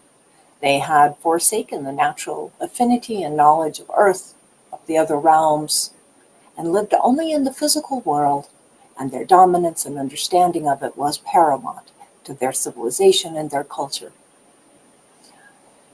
They also lost their connection to the vast collective consciousness of the galaxy, which the Lemurians had lived in as one for so very long, and from where much of my knowledge came from of crystals and many other things. This is connecting to consciousness far beyond just the planetary consciousness. In the Atlantean epoch, few retained moral direction and certitude, as their experiments and explorations took completely over their mind, and the mind took over their bodies and their experiences here, and they subjugated the natural spirits of the world to their domination. In roughly 8,000 years, the Atlantean empire fell to her own lusty material splendors and the sorcery developments that she had created through her inventions of power. Precious few pockets of Atlanteans retained with morals and ethics and with connection to the divine, but those few did preserve and carry the mystery traditions through Lemuria, through Atlantean culture, and into the modern epoch. The fall of Atlantis marks the third or fourth or maybe even the fifth epoch of humanity. It depends how far back you go and who's counting. That's where you're going to come up with that. So the mystery school tradition and right brain balance and spirituality have survived into this epoch. And we stand now at the threshold of a new experiment of humanity. Some of us are desiring to carry our most ancient and sacred collected knowledge forward into this new age of Aquarius. Traditionally, the mystery schools have been reclusive and generally hidden. They were only for the called and those who were specifically invited. Throughout the ages, the mystery schools have hidden in plain sight. The initiates of those schools are known as the elect, the guardians, the protectors, the light bearers, the teachers, the mystics, the sages, the healers, record keepers, magicians, and the watchers. There's been many names and many religions and many cultures for them, but they have always been present, an extreme minority in humanity, but have carried the flame from the dawn of man forward. The ancient decree of the mystery school has always been know thyself, and that's carved above the entry to one of the most known mystery schools of the modern epoch, which was the temples at Delphi and the oracles there. And that know thyself has always been there to remind the initiates what they're there for, to answer the great questions of who am I, What am I? Where do I come from? Where am I going? And what is my purpose?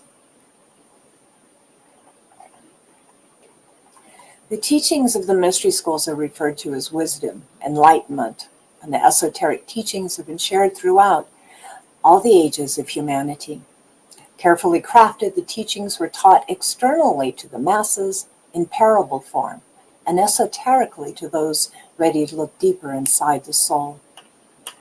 The lessons are first taught to the mind, then experienced through the heart, and eventually they become a part of the soul's blueprint, carried from life to life and added upon eternally.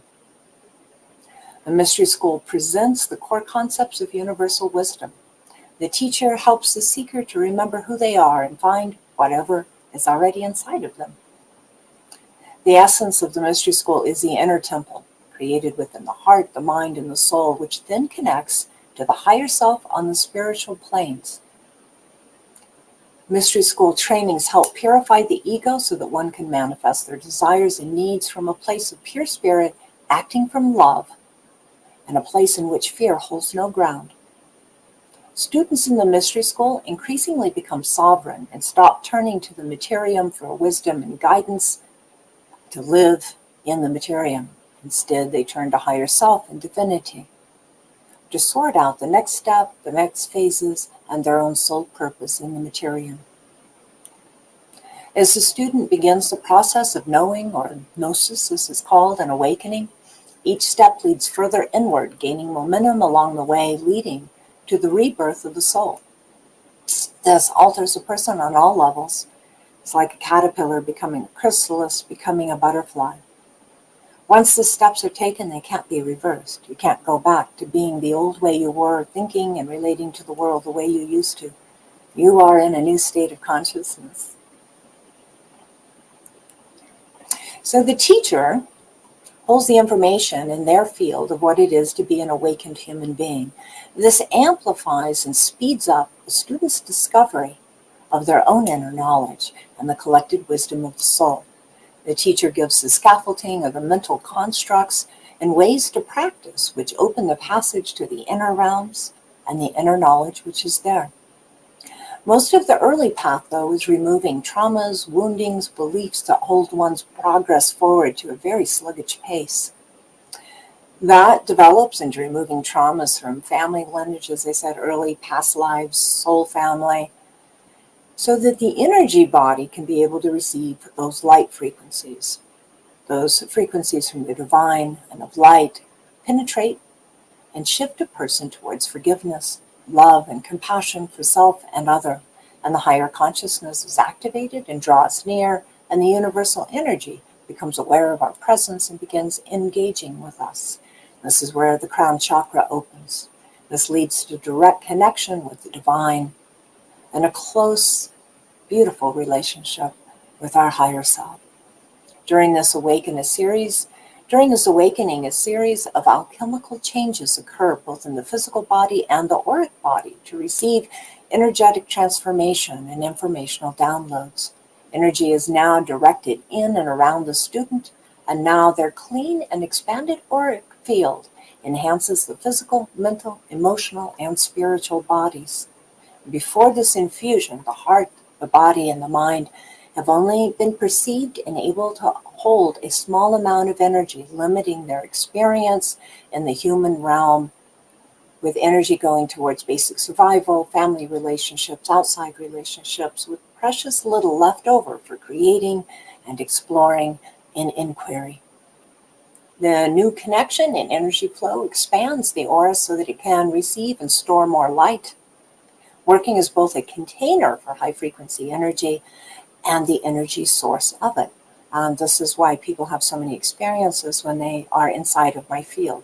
It shifts and alters and gives them new blueprints and ways of being.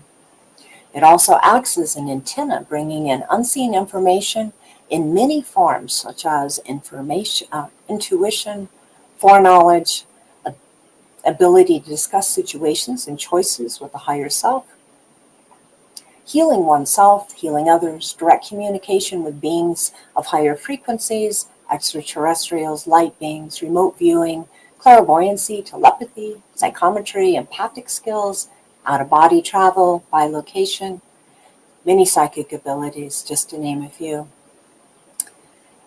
This becomes a profound awakening for the student that is timeless and as relevant today as it was in the ancient times of Lemuria. The awakening can be slow and gradual, with little disturbance to one's sense of reality, just a gentle morphing from one state of knowledge to the next. Or it can be sudden and rather profound. Until recently, mystery schools have been hidden in secretive institutions. The teachings of the mystery schools were maintained by oral traditions and sometimes called the schools of life. These teachings are rooted in shamanic and mystic ways of wisdom. One of the more ancient schools in this epoch, there's been many, is the Essene traditions, as rediscovered in the Dead Sea Scrolls. Later iterations of this became the Christian mystics, but all traditions in all countries have had a core of mystics, not seen by those not ready to see, not heard by those without ears to hear. Early nomadic tribes the world over were far more in tune with nature and the energies of the universe. They had a sense of connection with it all, and they lived the cycles of life. These tribes were generally matriarchal and understood the balance of life that they were participating in. With the dawn of agriculture and civilization in this epoch, humanity shifted towards a path of control over nature and personal consolidation of wealth and power, controlling one another through laws and social mores, and creating haves and have-nots, much as the Atlanteans had done. This shift has brought with it a desire of those empowered to diminish the old ways, whose ideas and ways were community-based and self-organizing collectives, and are resistant to being dominated over, for they turn to spirit alone. This caused huge migrations of people as they fled to lands where they could still continue to live with nature and the divine as one. Many, though, were forced into submission and enrolled in a system that disconnected them from nature and the universal flow, focusing them to fill roles that built machines of wealth and industry that benefited only the few, while turning the rest into hourly wage slaves who sold the prime hours of their lives in exchange for the currency of the day. A story we know well, right? Those who practiced these mystical traditions were persecuted, tortured, and even killed to prevent the world from knowing their true origins and abilities. For people empowered by the divine cannot be easily subjugated to the harness of the ruling elite. This happened again and again in history. The more recent historical events we know as the genocide of the Cathars, the Inquisition, the Salem witch trials. This aggressive destruction of the ancient ways and those who practiced them peaked during the Middle Ages. But today there are many forces on the planet who would eliminate all traces of this knowledge from the earth if they could, and yet others who would twist it and twist the knowledge to their own dark purposes, and they do that. Had the mystery schools been entirely destroyed, though, I believe they would have resurrected again and resurged yet again, as this knowledge lies in our very DNA, waiting only for the silence of the mind for it to bubble up again. As human beings, it is our inherent knowledge, and we can return to this anytime. We are truly so much more than this body and this mind, this personality, and this collection of anecdotes and stories which comprise our memory. When our spiral arm of the Milky Way galaxy rotated, getting closer to the energies of the galactic core starting around 100 years ago, new energies began to be experienced by mankind.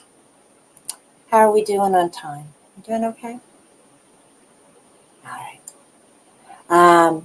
The mystery schools began to open up more, to meet the need as people began to feel more, experience more, and desire more. Due to the massive shifts in energies occurring on our planet over these last 100 years, with waves of energy from the galactic core coming in, hitting our sun and our planetary system, which have also responded to those waves, we've had several significant spikes of higher vibration energies.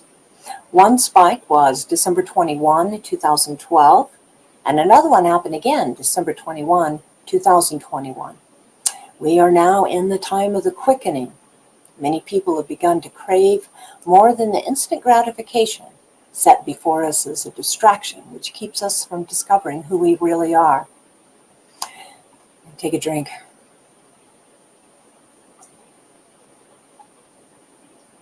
Certain lockdowns and the last recent years have awakened the next wave after the 1221ers, and even more people now are seeking to understand their soul purpose, seeking higher meaning and quality of life. They find modern life with its fast pace and thousands of streaming entertainment channels, 9-to-5 drudgery, instant gratification, and collection of shiny objects, fast food, and precious little time and space for silence, to be soul-sucking. They now seek the ancient knowledge which leads to freedom, liberation of the soul, and lightness of heart, and good health. On March 25th of this year, in just a few weeks, the Kali Yuga ends and we move firmly into the age of Aquarius. By April 20th, new energies are reaching us which will cause a further evolution and a new understanding of what to be a spirit-inspired human is. Downloads are going to be happening nightly in our sleep, assisting with this transition, as all species in the multiverse will be updated and upgraded throughout the month of April. And this happens every 12,500 years. Then, although we've been in transition for a few years now, this is a quickening with each passing month. The Palladians call this time the rising. By May 21st, the new conception of how central intelligence, God mind, will be integrated into humanity and all species will become more apparent. In former upgrades, plants and trees began to express themselves in new ways by creating flowers. Previously, there had been no flowering plants or trees in the fossil record. That happened very spontaneously about 12,500 years ago. It's going to take humanity some time to sort out how all this is going to land and what the new language of consciousness is going to be and what mankind's new way of being will be in the world. These evolutionary energies coming in from the cosmic center point have already had a profound effect upon humanity. And just in the past 2 years, humanity has diverted into two separate paths of possibility, two separate different evolutionary paths. For the first time in history, interestingly enough, part of humanity has forked off and chosen a second path of potential evolution. Many members of the human race have chosen a new experiment in evolution via gene-altering medical technology. This group will explore the transhuman path and have their own experience with how that evolves or devolves. Perhaps the marriage between mankind and technology will lead to incredible leaps of technological evolution of basic needs, giving humanity more free time to grow and expand and explore. And it may devolve into what could be called the techno-feudalism landscape. We just don't know from here what that's going to look like. On the other side of the Aquarius potential, it's all about self-organizing collectives, connected social networks to sustain life and meet the basic needs of people, while living with respect for nature in an age of integrity and truthfulness, with sovereignty and dignity. The unaltered part of humanity will be moving into the higher frequencies of the Aquarian age and developing new ways of being. The hallmarks of that are going to be love, unity, commonhood, integrity, self-realization, and self-actuation. This fork of humanity in many ways is going to return the sacred relationship with all life. How are we doing, Kathy? Well, we're done. I'm afraid I tried to. I don't know if you could hear me. No, I couldn't. So I'll just. Okay. Yeah, I kept. yeah, so I just came on. But I do want, there are comments and questions. Stone Hobbit, nurturing self-development through the recognition of the symbiosis relationship with the organic and consciousnesses. That's perfect. And here we go. Anders, lots of mystery school knowledge is starting to surface. That could be a significant indication of some huge shift coming on. And Mick asked A. Omar, which I guess I'm Omar surrogate here. Could you ask Angie what the best crystal for healing nerves is? I think there's one better, but I'm going to recommend red calcite. Oh. It heals tendons, ligaments, and bone. And I think it's going to work with nerves as well. So this is red calcite. And there's red calcite in the bed as well, right? Right, absolutely. Right.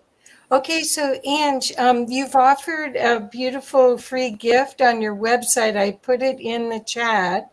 Are there other ways that people should get a hold of you to be able to work with you? Really the best way to contact me is through the website, which is www.crystalarays, ARRAYS, or by email, which is crystalarays@gmail.com. Wonderful, wonderful. Well, I want to encourage everyone to go to Angie's site and see all of the beautiful gifts that she has and consider how it could help you through all these changes and changing times to empower times.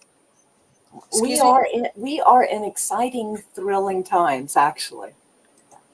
Yes. It's a roller coaster ride. That's perfect.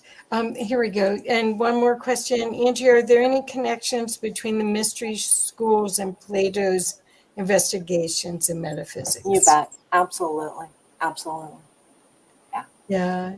Well, thank you so much, Ange. I can't wait to see you again soon. And thank you so much. You're such a gift to all of us. Thank you, dear. Thank you all. It's been such an honor and a pleasure to spend this time with you. Okay. Thank you. Bye-bye. Whoop. I was trying to... We're doing it at the same time, Cassie. It's all right. It's back and forth, back and forth. That's okay. It's like ping pong. Ding. That's Okay. That was well, thank you, guys. incredible information. Thank you, she's- Cassie. She's She's a gift. amazing. Yeah. Talk to you Nah. later. See you soon. See you later. Oh, yeah. Soon and tomorrow, too. Bye. Yeah. See ya. All right.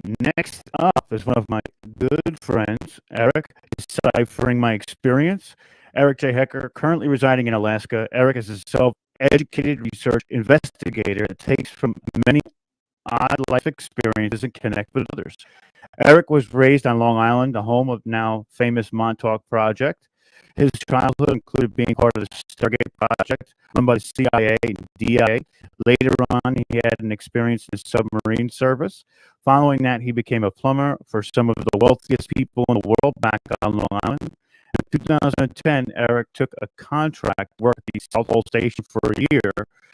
Always an avid researcher, it was not until Eric began working remotely throughout the state of Alaska that he started making connections that his own life may not have been what he thought it was.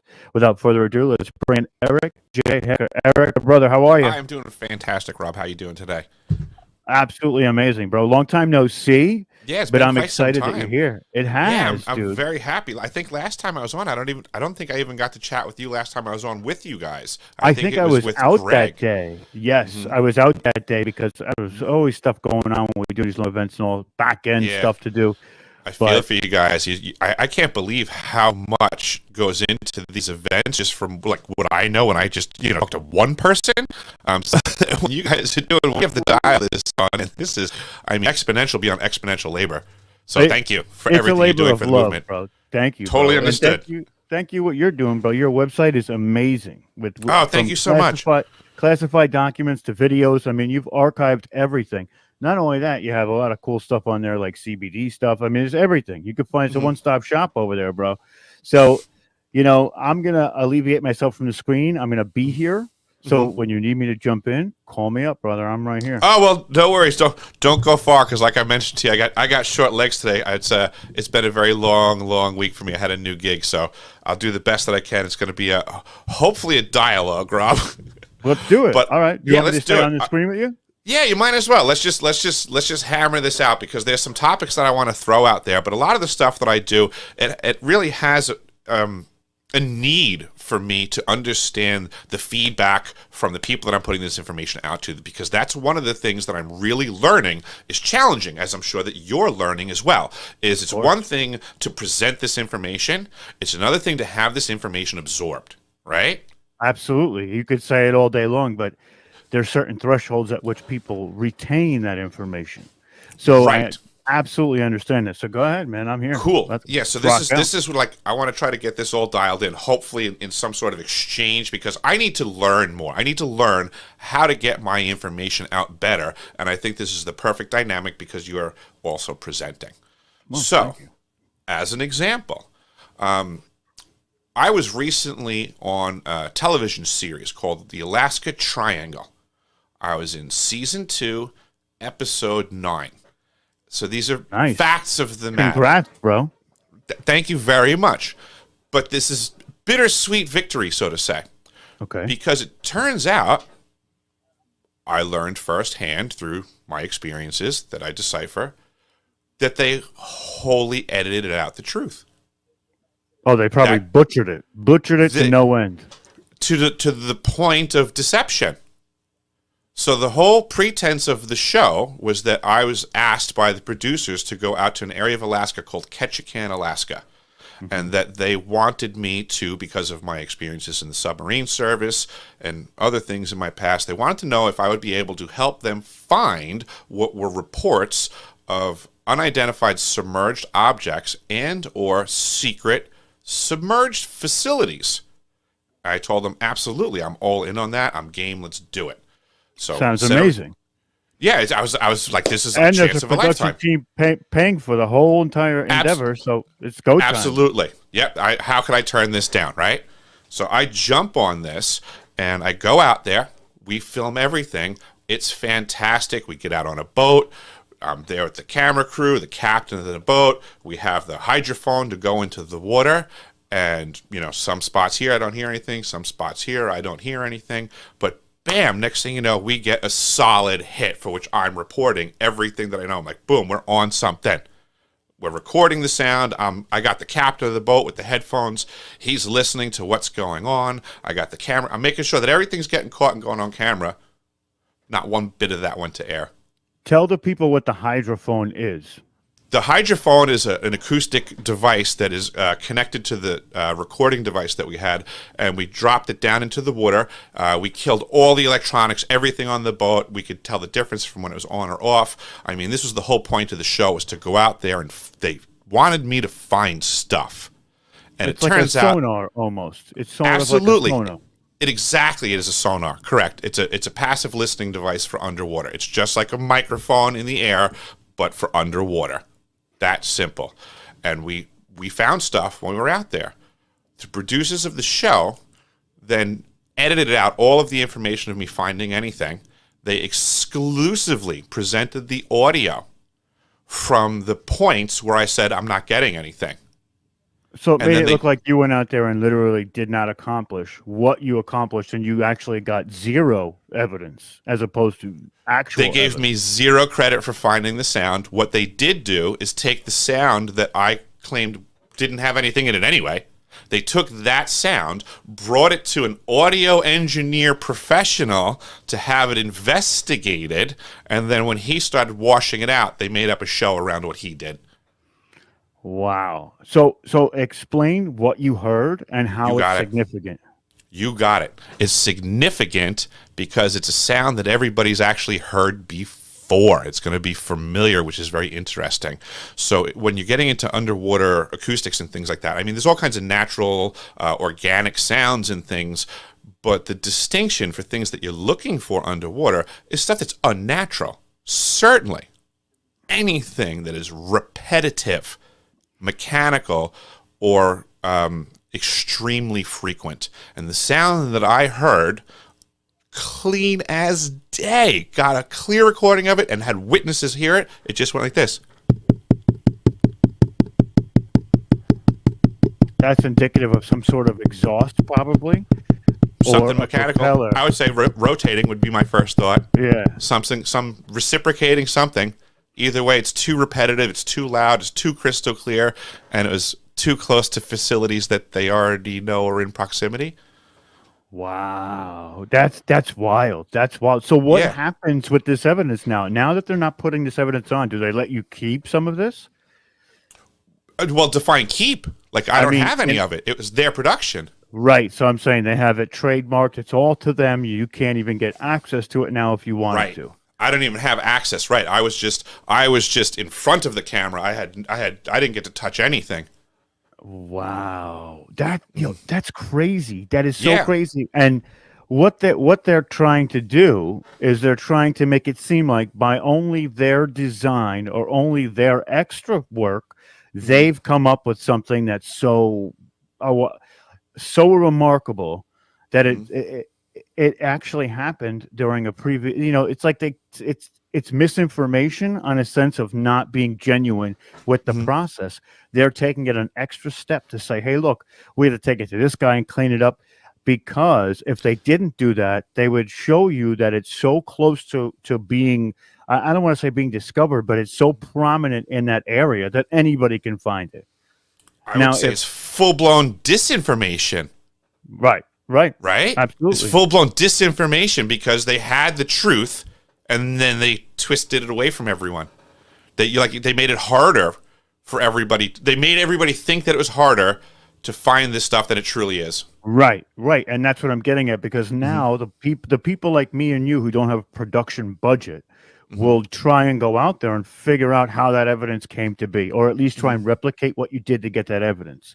Now, if we think that we have to go to some other guy now to clean all of it up with expertise and pay all this money, we're a lot less likely to go out there and try that. So is that the reasoning why they're doing it, or are they doing it because they're nefarious? There are other nefarious reasons. I can only put all of these things on the table and just see which way the cards fall, because when people are being dishonest, it's hard to know their motives. There's a lot of factions. There's a lot of factions throwing a lot of options on the table. All I know is that I know I had a truth, and I know they kept it from everyone else. And I mean, like, this is why you do what you do. This is why I do what I do. Is that this is my experience that I have to let people know. Like, this is the third time that a camera crew has followed me around, and it's the second time that it's gone to air, and it's the first time they really acted like they weren't going to edit the snots out of everything. Was there ever a moment that you caught anything while collecting this evidence or with this camera crew that you saw that was kind of a miss, or like a hit and miss? You know what I mean? Like anything else you saw that was kind of suspicious? Yeah, actually, just as out of the ordinary, we were out in these islands off of Ketchikan, Alaska. So it's remote. Right.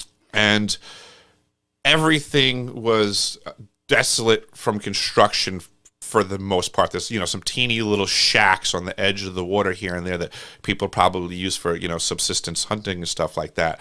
But then out in the middle of all of this vast, nothing, gorgeous land and water was like this huge, like almost like Las Vegas looking casino just sitting on an island. And I said to the captain, I said, what the heck is that massive, like, hotel-looking thing over there? And he said it was a casino on native lands, that it's a really high-end, super fancy, luxurious, hardly anybody knows about a casino.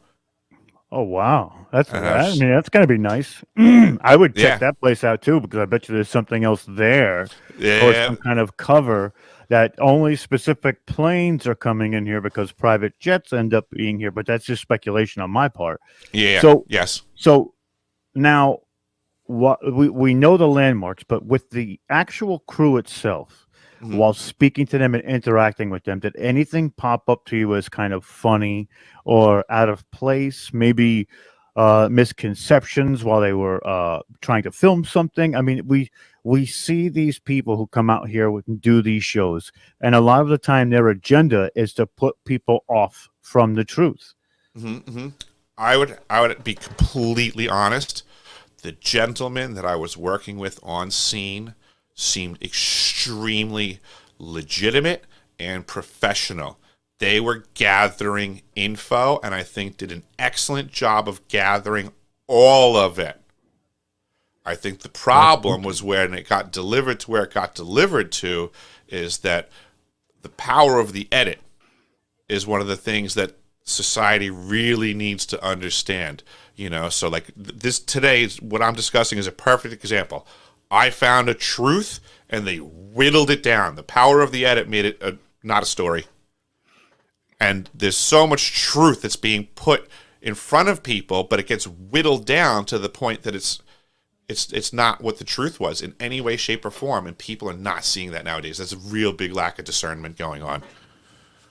Omar's asking from the back, didn't you also see something similar happen in Antarctica? Maybe with the submersibles or the underground bases? Well, I have confirmations. I have confirmations through John Warner IV, from his father, John Warner III, who was previously the Secretary of the Navy, and he has confirmed that Operation Deep Freeze was also covering for secret submarine bases underneath the ice, and that those operations were specific towards space operations. So that's from former Secretary of the Navy, and yes, John Warner IV reached out to me so that we can make these connections, because there's a lot of truth to what's going on, to what I'm saying about what's going on in Antarctica, and this is what I was saying to you before, is I'm trying to figure out how to get people to absorb my information better, because I don't know what to do with the fact that I've done these things, I've seen these things, I'm, like you said on the website, I have truth, I have documents, and I'm trying to put it in front of people's faces, and hopefully not have to be in the disclosure movement forever, but I'm going to be in this, because people need to know the truth. The more and more the shenanigans are going on this planet, it's really getting disgusting. It's wild. The amount of apathy that I'm seeing on people's faces is just enraging me to, like, it's fueling my fire to be like, you guys got to be kidding me. They don't even want to see it now a lot of the time. And here's the thing is that this is another question I want to ask you about this specific situation. If this was to be proven in the way that you presented it or the way that you investigated it, what impact would that have either regionally, for the state, or globally? What do you think would come if this was told the right way? Oh, I think it would leave every single person watching the show, if it was told the right way, if they just simply presented the truth as the storyline played out. We sent Eric J. Hecker out here to locate a sound and see what we can find, anomalous events. Well, then what do they do when the question gets answered? Eric J. Hecker found a sound under the water right where everybody was predicting there was going to be a sound, and we sent him out to find it. He found it. So then the question now falls on the feet of the viewers. What do they do with the fact that we can so easily go to any music store, pick up a Zoom recorder, take out the cartridge that it comes with, order the hydrophone attachment, and go dip it in the water and start listening. Or GoPro, and get a camera down there as well. It would require but maybe I can only speak for the equipment that I had my hands on. That stuff apparently worked. That's so wild, dude. I mean, that to me, that's huge. That's huge. I think it's massive too, Rob. This is, they're withholding the information. So to me, it takes all of these shows and it puts them all in question. I mean, not for nothing, it's great entertainment, but we really truly need to understand that this is television programming. We're being programmed, and whoever's flipping the bill to produce it is giving you the story they want you to see, they want you to know. as history has shown us, I mean, there's a lot of people doing great talks on your shows and on your channels with great regularity about things from the past and what we're learning. And I think it really shows that humans are very programmable. Oh my God, so much so. And other people seem to be very organized with that tidbit of information, and they're working steadfastly at programming us all day long. Every second of every day, to the point where even when you give people this information, they're receiving it in a certain way because of that programming. And here's the other part of this too, right? Now, if we were able to go down a path of investigation and prove that there is some sort of submersible base or submersible type of craft down there, that leads to exploration across the world under the ocean. And and we know by the government, and this is going to kind of be a connect here, by when the government came out and said that they want to do the UAP, USO, all of that narrative, that was also the same type of smokescreen where they're going to tell you, well, we don't know what these things are, but if you go any further, we're probably going to arrest you because we're the ones doing the investigating, not anybody else. Right. And this is this grand deception of cover. And even them telling your story, but not in the right way, is a part of that applicable cover. And it really is disheartening that even people who would seem so genuine to put it out there can be manipulated into editing it a specific way that seems disingenuous. Yeah, absolutely. I totally believe there's even a potential for some more compartmentalization of information to be involved. I don't disbelieve that on the production side, where the editing floor is, that those people could be separated from the truth in a way. They could be told a story so that they don't even know that they're editing out the truth. They could be looking for something else in the storyline for all they've been informed. So now, this is how higher ups can manipulate, the rest of the herd. Right. And I'm thinking to myself, how can we alleviate this by getting some sort of either that footage or that sound being played without having to go out and replicating it? Now, when you joined in on this television program, you of course had to sign either a NDA or a contract with them stating that you may not either acquire some of the evidence. Is there a way judicially that we can get that evidence to you, footage or sound? It's a great question, but you're gonna get a kick out of this because you're gonna see how this works. Every time a television production company has ever attempted to work with me, the first thing that I've noticed is that they're a foreign entity. So that increases the legal obstacles, I'm sure you can understand, exponentially. Of course. So this production company was in England. Okay. So they have all the stuff there. And to get that, you would not only have to get New York, you would have to get Alaska courts involved. You would have to get the Royal Crown involved. Yeah, that's a bridge I cannot cross, Rob. I know that. I know. I'm trying to. Not the way my PayPal and Patreon rolls. No, me neither. Listen, I wouldn't be able to do it in Alaska. Never mind all the way to England. I couldn't get the Alaskan side of it. But it is what I see. I hate hearing this type of information just to go, and now it's by the wayside. So the next step would be a replication, to get out there again and replicate. And then you could project your own show in a sense of, look at this. Remember a long time ago when Ancient Aliens first came out, there was that gentleman who was on, it says Debunking Ancient Aliens. It was like a YouTube channel forever until the History Channel, they got their hooks into it and was like, no, you're going to either prove them right or you're not going to be on the air anymore. And this is where we get into this dichotomy of law and rights, right? But I would think that with the amount of following that you have, which is a good sized following, we could probably get something together where we could pedestal this and say, look, these people aren't right. They're lying. I would love something like that to put them on the spotlight, so to say. I didn't even think of that.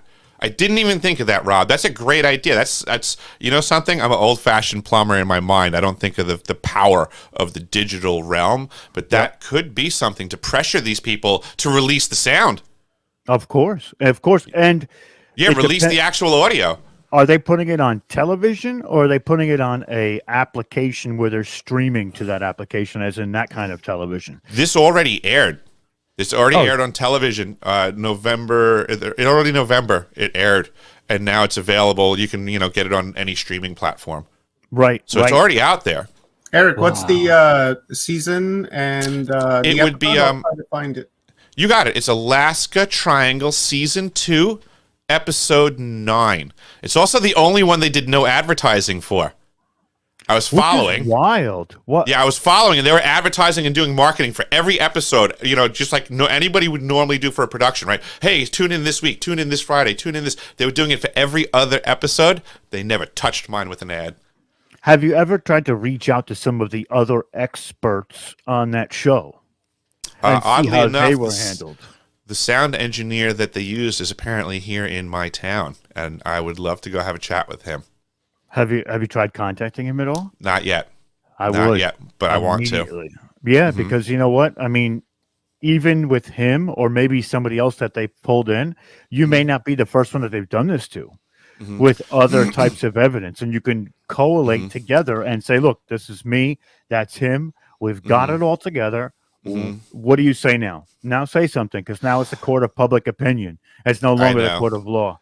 But I totally understand what you're saying, Rob. The reality is I'm doing things like you're saying like that, and people are hating my guts in the disclosure circle for this. Why? because I'm stepping on people's toes, because I'm challenging people, because I'm not just agreeing with everybody. Well, that's also because there's probably a major name attached to whatever exactly show this is, and of course, any of these shows. Instead of going against the information and getting the information proper, you're going against him and his name and his brand, because it's no longer about the info. It's about the potential of the person and the monetary value of that person. In a way, I'm actually going against that whole industry right now as well, because what I did also just outed that industry. Oh, absolutely. So are all these other shows not just as guilty? Of course. It's just like when you go to watch the paranormal shows and they're like, oh, do you hear that? Do you feel that? Like, there's nothing there saying that those people are exactly seeing, feeling, or whatever they're doing is not substantiated by evidence. My camera's moving. Is it a ghost? Exactly. Yeah. Right. And we see that more times than not, right? But to call them on it is to call their brand. And so you're probably in that same predicament. I'm totally calling the brand. Yeah. Yeah. I'm totally calling the brand on mass media disclosure at the moment because of my experience. We have 36 people watching now. Let me ask everybody out there a question that's watching. And I want an honest answer. Would you prefer a show that tailors the evidence to make it look more exciting, or would you prefer the proper evidence be put forward and then you could have a confidence in that show for what they do and what they represent? That is an honest to God question, because some people like the entertainment. They love it. But some people, I would rather sit there through a boring show and watch the actual truth come out, the evidential truth, and then be like, wow, that was kind of satisfying because we got there, the proper evidence. See, proper evidence, truth. Rob, you can handle that stuff because you grew up with Geraldo Rivera in the opening of Al Capone's vault. Yeah, literally. And we've seen him in the diner down the road. Like, that's how close he is to me. And that man is all deception. All deception. You know what I mean? There's nothing true about Geraldo Rivera. But and even when he gets on TV now on Fox, they're like, he's just so far in his own world. It's disgusting. But but this is what we face in the truth community. Yes. We're taken off platforms. We're censored. They take our information and they twist it and turn it so there's no longer our information anymore. It becomes something else, and that's intentional. There was a program behind that. There was an agenda behind that, because we can't be the arbiters of truth. Rob Yox and Eric Hecker cannot be the arbiters of truth. If we are the arbiters of truth, then the experts have no legs to stand on. I'm not formally educated like some of those experts, but I bet you if we go into certain subjects, I could talk circles around them because they've gotten to this point in mainstream sort of science that's lazy, or mainstream history that's lazy. They don't want to see Mm-hmm. all the sides and rewrite history or rewrite the science book. They want to maintain their cover by what they've been working for 60 years. Personally, if I was working in history and we found some new archaeological evidence that changed the entire paradigm of history as we knew it, I would relish in that fact, and I would make sure that I wrote about it, even if it wasn't from my point of view or it was me who collected that evidence, if it's substantiated. You get what I mean? I totally do. That makes me wonder how many times the withholding powers that be have come across information that would be, global paradigm shattering, and they're like, "Oh, let's tuck it away. That would undermine our control. Just tuck that away." Of course. And this is also part of our agenda on this side of the aisle of exposing and putting the light on all of this deception. Because once the first barriers of deception get brought down, and we talked about this a little bit last night with old Dharma God, and once we eliminate the first wave of barriers, we can start tackling those other barriers that come into the history and the science, and really set right the indulgence of actual and factual truths and evidential based conversations, so we can expand our understanding of those situations. I totally agree. And it's one of my other gripes as of late is that I feel like I'm trying really hard to throw my hat into the ring with real experiences, real proof, and things that could be substantiated. And I am religiously behind the scenes. I haven't been producing a lot of content lately because I've been attempting to collaborate with all of the big names in disclosure that are talking about Antarctica and South Pole Station. And you know what I'm finding out? I'm getting the door slammed in my face everywhere I go. That's too much information. You're giving them too much. I'm not giving them any information. They know my information. They don't want to talk to me. Well, that's what I mean. You're putting out their information that's I send an email to a big name researcher that talks about being huge into Antarctica. I get a conversation with said person, and then I get discounted for being a plumber and not a physicist. Oh, see, this is where we get into that realm of. So now, yeah, this is lunacy to me, because now this is to me, it's a gatekeeper. Of course, and It's listen, full-blown gatekeeper. You don't have to be an expert to understand. Everybody's got to understand it. Just because you're not an expert in said field doesn't mean you can't research that field enough where you can either be classified as an expert or have a working knowledge of what is. Yes, and not for nothing, in the grand scheme of the topics that we were discussing, I was open to any line of questioning, and I feel that I would have been able to stand fast with any question, with the right answer, but to just have somebody discount me right off the bat without even posing a question, just to me spoke volumes. And that shows you that those people are not in search of the truth. They're in search of that monetary truth. Correct. I think there's a lot more gatekeeping going on through the mass media, like I learned through the power of the edit. I believe that we have a lot of folks that are in these researching circles that, much like industries of old, we are told, are hard to root out with the new technology because they're so entrenched. I think some of the researchers and disclosure folks from old are so entrenched that they either lost their ability to discern, or they've become in such proximity to the devil that now they're dancing with it. Oh, that is the second, dancing with the devil, I think is actually what is the definition of what's going on. Because a lot of people, when they start in this sort of investigations and looking into conspiracy, and you get gung-ho, because after a little while you start to unravel things a little bit and you're like, I understand it. And that understanding kind of shoots your adrenaline up and you're like, yes, now I've got to prepare a presentation so I can talk about it. And then you get to these 20-year guys, and they're like, "Yeah, it's just another one, just another one." But it's Mhm. never just another one. It's always somebody else's. Somebody else is being affected by those other ones.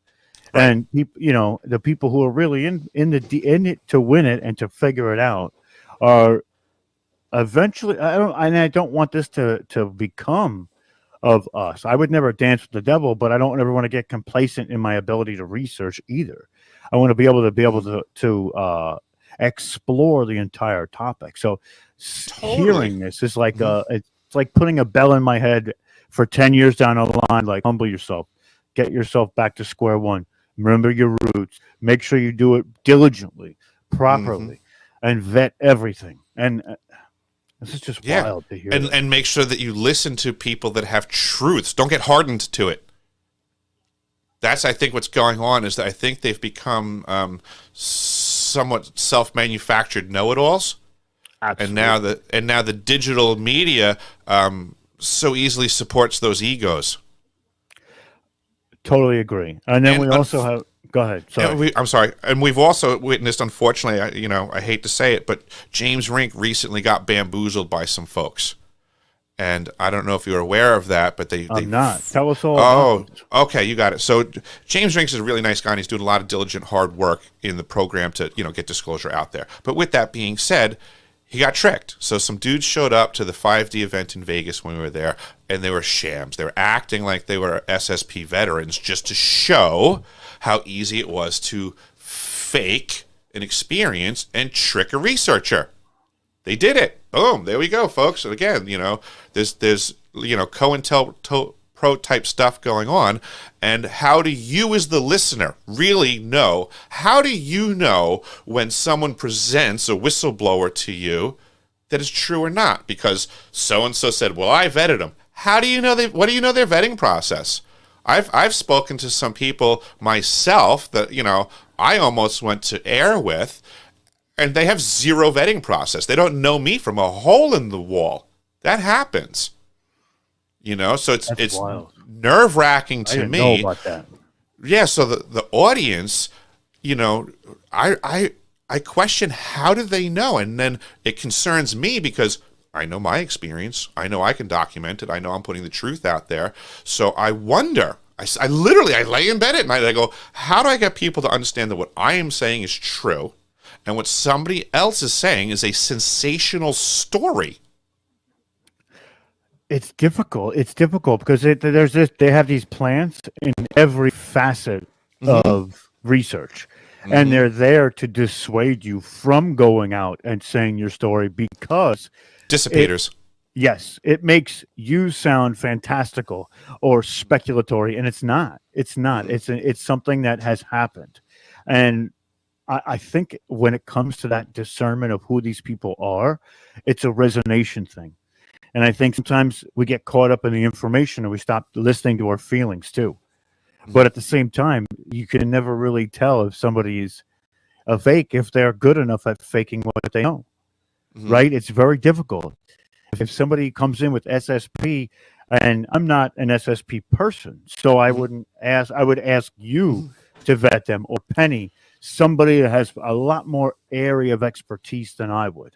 So I could never vet an SSP person. But if we start talking geopolitics and who knows what, now I got a leg to stand on. Now we can have a conversation, and I could say to you, well, I see where you're coming from, but so totally understood. And this is why I'm coming guns blazing from the topic of South Pole Station. I spent a year there, and I know a lot about what's going on there, and I'm getting really frustrated at all the people that are discussing this topic with people that won't give their identity, not one inkling of evidence that they've actually been there, but they have a fantastical comic book-like story about UFOs and aliens. I'm not against any of the possibility of there being UFOs and aliens in Antarctica. I think it's highly likely. But I'm just intrigued as to how the massive amount of people believe a story that absolutely 100% can't be substantiated, and they won't listen to the information that I'm giving them, which effectively tells them that there's a electronic weapons gun to their head. You know, they want to talk about the potential threat of aliens when I'm like, hey, listen, but there's a real directed energy weapon that's up and running since 2010. And it's literally at your face. And if you turn around, you'll blow your face off. It's pretty much telling the whole world they probably need to be putting something on their face digitally. Right. You know, some kind of Faraday cage to make sure you don't get hit by it, in a sense. Something, yeah. You know, well, I mean, whatever we need to figure out. But you know, it's like what is it? Alcohol Anonymous is first you have to admit there's a problem. Exactly. I'm trying to get the whole world to know that there's probably the world's largest directed energy weapon system sitting right at the South Pole Station. And every time I try to speak that topic, wherever I put that direction, I either get edited or I have some gatekeeper show up to try to change my story and make it align with theirs. And they go, oh, so what you're saying is this. No, I'm not trying to support your story. I'm trying to give you more information. I thought you were a researcher. Right. And then when my research doesn't support their predetermined story, all of a sudden I'm just a plumber. So see, now you're starting to see an underlining pattern to what's happening. Mm-hmm. And what I want another question is, what actually ended up happening at 5D once these people tried to fraudulate what they knew? And I'm sure it had some sort of effect on the entire thing of because they must have come out and said something that was damning. They produced a well-produced YouTube video explaining the whole intrusion and subterfuge and deception. They really went for the jugular on James. That's wild. Mm-hmm. That's wild. I'm sure he took a hit for it too, which really sucks. I'm sure it probably broke his heart. I mean, the kid tries really hard, so it's like that's not what he wants to happen. You know, he's trying to do good things. People will do that, and that's terrible. That they would want to come and do that, and then make footage out of it. That's right, really that's not really good people. And not for nothing, just from what I saw of the folks. I mean, as soon as they walked into the room, I was actually up at the dais. I had I think Tony Rodriguez was on my left, and I am not kidding you, Rob. As soon as these two characters came in and started setting up, just prior, Tony and I had been discussing, like, you know, that feds come to these things and probe and blah, blah, blah. As soon as these two guys came in and started setting up, I grabbed my notepad right there and I wrote right down on it. I said, camera guys are feds. And Tony looked over and he laughed and he was like, you're right. And it was those two guys. And it wasn't that they were feds, but I figured out that they weren't legit. Right. And they were actually they were from Canada, I think, and they just came there to be deceptive and lie and infiltrate and do their thing. And I actually think 100%. I think 100% they targeted James because they said how they had been, you know, looking into this and researching and, you know, getting educated on so that they could infiltrate, right? I think they just straight up went for James because James is a nice guy. Like he's the easy gate to walk through. He's not the gatekeeper. You know, he's not the guy that's like, hey, you, blah, blah, blah, blah, you know. If those guys came in my direction with baloney, I probably would have been more belligerent with them than James would have been, which is why they didn't bark up my tree. Absolutely. And here's the thing, too, is now that these people have done this, they're not just doing it to James. They're doing it to the entire community.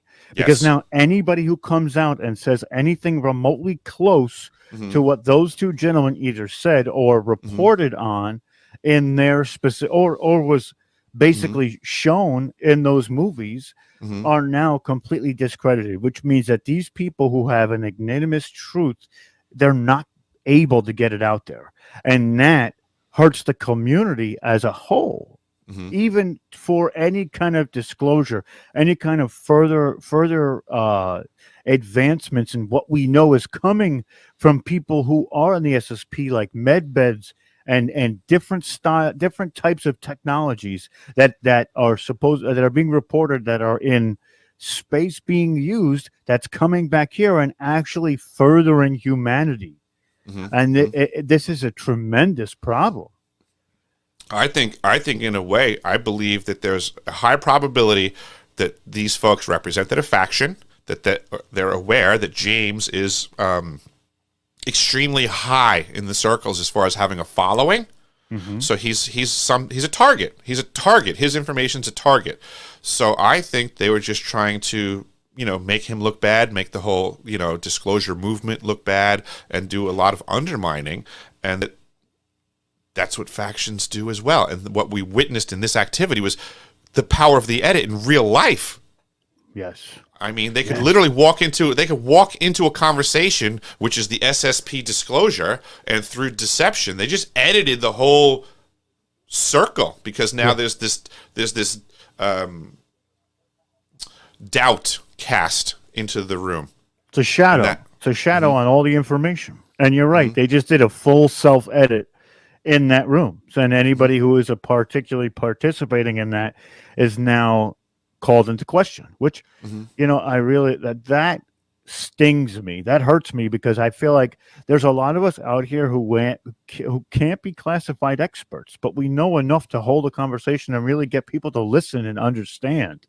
And if we're discrediting those people at every avenue, there's going to be none of us left. None of us left to do the work. And I think that's truly what the agenda is. I think it's a lot of it. Yep, you're going to subscribe to this basic narrative that we're going to give you, and if you fall outside of that, now you're done.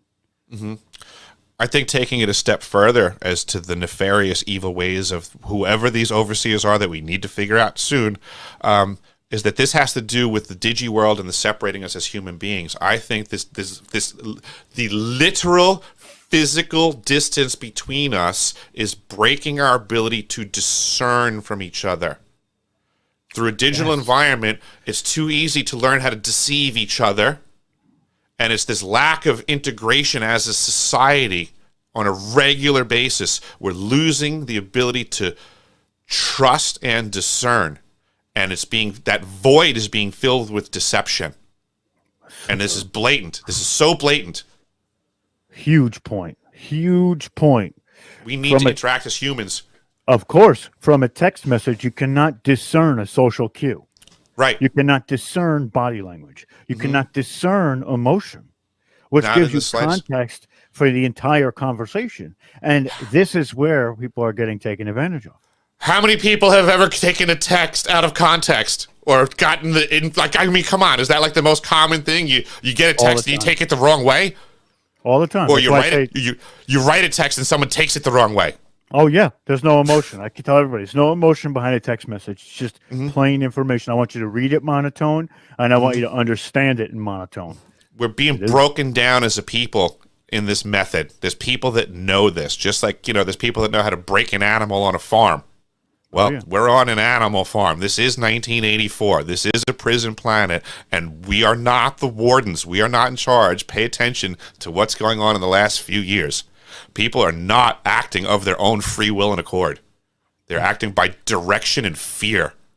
It's exterior stimuli, and they literally control every thought and every reaction, counterpoint, point. They literally control the entire board, and that's why it's important for us to understand those programs, because when we do that, we're able to maneuver in and out of specific programs that they lay down, create our own program, but also use their programs to literally destabilize their entire narrative and their entire cohesion of programs throughout the day, just even on a daily basis. Oh, yeah.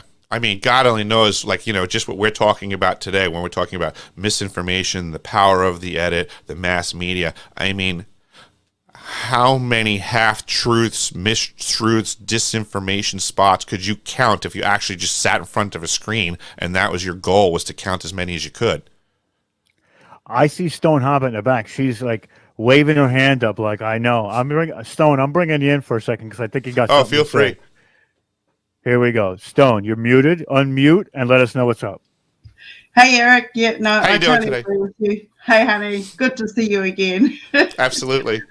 It doesn't matter, for me, where I've come from, I've worked so hard to tell the truth right through, and it doesn't matter to them. They know you telling the truth, and they work on that. They use that, and then eventually they try to turn it around. They keep you in a stuck state. When you've had that happen to you so many times and you still stand in your truth, you've only got two ways. You stay in your truth and you keep fighting and you keep moving forward, or you bow down and you take it where they want you to take it. But you know, we're going to get through this. We've got to push through this because this is what we've been here for. We're here as the truth tellers, and it hasn't been easy to get here. And, you know, I'm listening to you, and I know some of James Rink's stuff, and I know about some of these so-called people going down to the Antarctica and doing this and that and seeking the UFOs. You can't even tell if they've left home. You can't even tell, unless you've been there, you can't even tell if they've actually walked on the moon. You can't tell me how close these planets are, because I haven't been out there. You know, I might have through astral projection and everything else, but as in the 3D form, I can't get out there. So, and if somebody's going to tell me something, there has to be that resonance connection. You know when somebody's telling you shit. Oh, sorry. No, sorry. Go ahead. I agree with you 100%, and this is it's very critical to my perspective and my experience. It's 100% true. Thank you for the analogy. It's almost like in a way, like you would know, either one of you, right? Like you know the house that you grew up in as a kid, right? So you would know that's like your home. So if some other person starts talking to a researcher about the house that you grew up in, and everything they're saying is off, you would know. Yeah. Of course. That's what I know about my home at the South Pole Station. Yes. I was there. It was my home. I hear a lot of other people talking about my home. And they're liars. Yeah. I understand no one else will know that. Right? I don't know your home, though, Rob. So if someone was lying about your home or your home, Stone Hobbit, I wouldn't know they were lying. I would just listen to their story about your house. Yeah. Yeah. And the more sensational it is, the greater it would sound. Yeah. Now you've got to go to the truth. You've got to find that truth point. You've got to ask the questions. There's a directed energy weapon system at the South Pole Station, and the gatekeepers keep wanting to talk about aliens. That's it. That's all they want to talk about. That's it. It's all aliens, aliens, aliens. That's it. There's so much more to it. You know, there's a lot more to it. Weaponry, you know, the heart frequencies. There's so much more to it. So, Isn't it wild how the aliens is not the fantastical story anymore? The direct energy weapon is the fantastical weapon. Yeah. Is the fantastical let's story. Let's jump right to the weapons of war that we have for dealing with spaceships. Let's just cut right through the chase. Aliens are real. We have weapon systems to fight them since the 1940s. But that sounds crazy now. Come on, like that's where we're really at. Everybody's like, World War III is coming soon. No, we're in World War V right now. Right, but the UFOs are like, they're probably there. But the direct energy weapon that we've made, that there is literal documentation of their creation, is the fantastical part. But the things that we've never truly examined, like in this century or this, in the last 70 years that we know about mainstream or have real documentation on, like the schematics of, is not the fantastical one. The weight of it is just. For 50 years, the Department of Defense was using directed energy weapons against aliens. Now the CIA has taken over this entire program, and they're using directed energy weapons on the people of the planet Earth. That's where we're at right now. It's so crazy. It's so crazy how we can sit here and say that. And, UFOs are old school now, Rob. Yeah. We did. Blase. UFOs, come on, bro. We got MK Ultra mind control coming through the TV. That sounds crazy. That sounds crazy. Hold on, I have to put my mask on. Something just told me to. Yeah. Wild stuff. No, I mean, but that's what they've done. They've turned this into ridiculous world. They've literally turned it into ridiculous world. Things that we know are now fantastical, and things that we speculate are the truth. I'm concerned heavily that the gatekeepers of the topics of what used to be considered wildly paranormal stuff is now benign and normal, and those people are trying to keep the conversation down there. You know, as if people don't believe in Bigfoot now, as if people don't believe in aliens now, as if most of the people on the planet have seen a UFO. I mean, it's just everyone's just now discussing it. Right. You know. Go ahead. Sorry, I didn't mean to cut you off. No, it's just it's perfect. It's just we're all waking up to the fact that we've all been deceived on such a massive level, but what we fail to do is honestly communicate it with other people. Stop being afraid to say, you know what? I got bamboozled. The last 2 years, I totally believed all the shenanigans that was shoveled on my plate. Just be honest. Just say I messed up. It's okay. It's okay to do that and say, you know what? Yeah. I'm going to start being better from here on out. I'm going to start Absolutely. being better. I'll admit, back in the day, I totally messed up. You know what? I 100% voted for Obama the first time. Listen, I straight up got suckered. That's okay. I did. Okay. It's okay. I looked at the two guys running, and I just said, which one of these two guys, because I understood the Democrat Republican, co-opting of our government. I knew there's only one of those two guys was going to make it. I knew it was that corrupt already. But I said, which one of these two guys might make it into the White House and turn around and kick the shins of the system that got him there? And it was either John McCain or Barack Obama. There's no way John McCain's going to turn around and kick the shins of the industry that got him there. That ain't happening. I just figured maybe this Barack Obama guy will. Yeah, and this is another thing I tell people too is, I'm running out of conspiracies here. We've investigated them and they're all coming true. Like, I'm running out of conspiracies here. Yeah, there's no such thing as some more, please. There's no such thing as conspiracy theory. There's just a ton of conspiracies. There's just more and more factions at hand. It's so crazy how the world is capitulating to this small group, and this small group has done so many different plays on reality that we know that there's extraterrestrial, interdimensional, ultradimensional. There's all that. We know it. It's there. And, that again, I find it so funny that they're like, listen, this technology that we built like 50 years ago, you're crazy. You're crazy. They were saying back in the 1980s that folks like DARPA and everybody were, they were gaining 50 years advanced level of technology for every 1 year of the average citizen. And they said that's the way that it's been going since then. And I think people don't really spend enough time just considering what that really means. That's true. Look at how far we've grown technologically, so to say. We'll just say from the late 1800s until now. I mean, that's pretty much all the technology we have. We go from locomotives to everything we have right now. And that's just in 100 some odd years. The Industrial Revolution. Now they're saying in the 1980s that, folks like DARPA were advancing 50 years per year. It's crazy. And then, just to go back to DARPA, then DARPA's got its hand in everything. What we just went through the last 2 years, 2.5 years, was brought to DARPA. I'm not going to say what it is because we're on YouTube, but it was brought to DARPA first for funding. And DARPA was like, you want to do what? No. It comes back on us. You guys are out of control. And they went off and found somebody else to do it with. But I never heard this story before, and this is my heart's jumping out of my chest. If DARPA turns it down for being too evil, yeah, that's what I'm trying to say. I have the paperwork. I have the DARPA documentation that says, you say what now? No, I think we're gonna pass on that one. Thanks. Someone needs to make some sort of the wildest meme ever, where the devil says something, and DARPA's like, "That's too evil." Yeah, it's just like DARPA guys like this.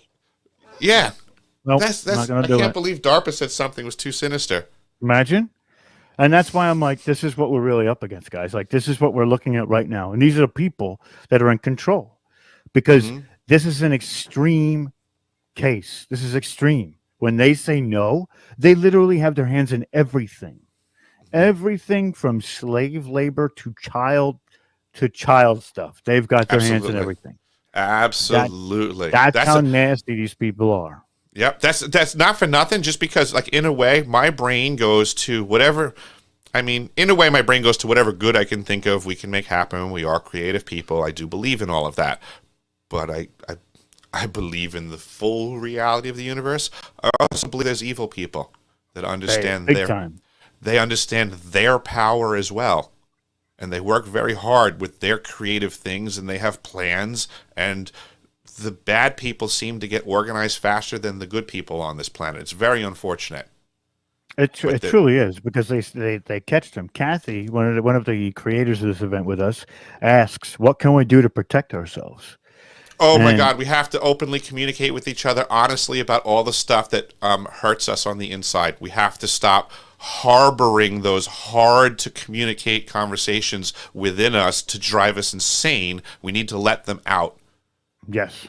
The hard conversations are the ones that shed light on inner perspective, and inner perspective alleviates the need to do harm and essentially take things to a different level where, you know, and in every aspect, there's a lot of different emotional attachments that come with opening up that box within yourself and being able to.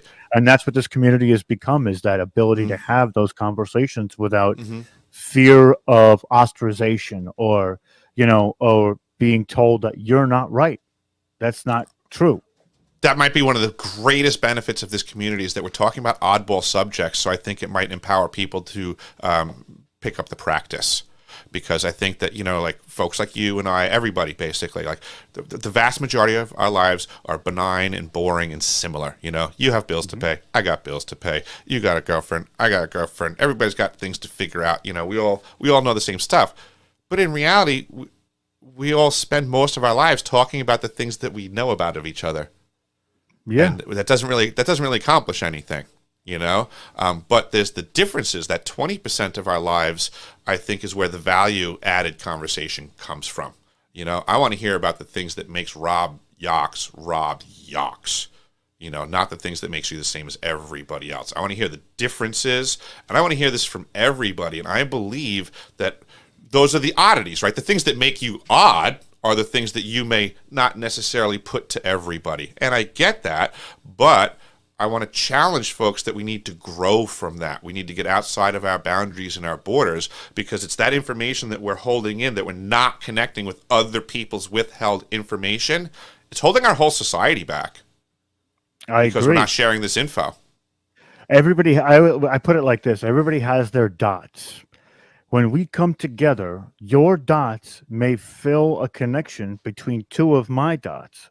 And when all of those dots are connected, we have the complete and total picture. When we have the complete and total picture, no matter what we're talking about, we can make informed decisions, and we can also inform others upon why we're creating those boundaries or those decisions, and it all is affected.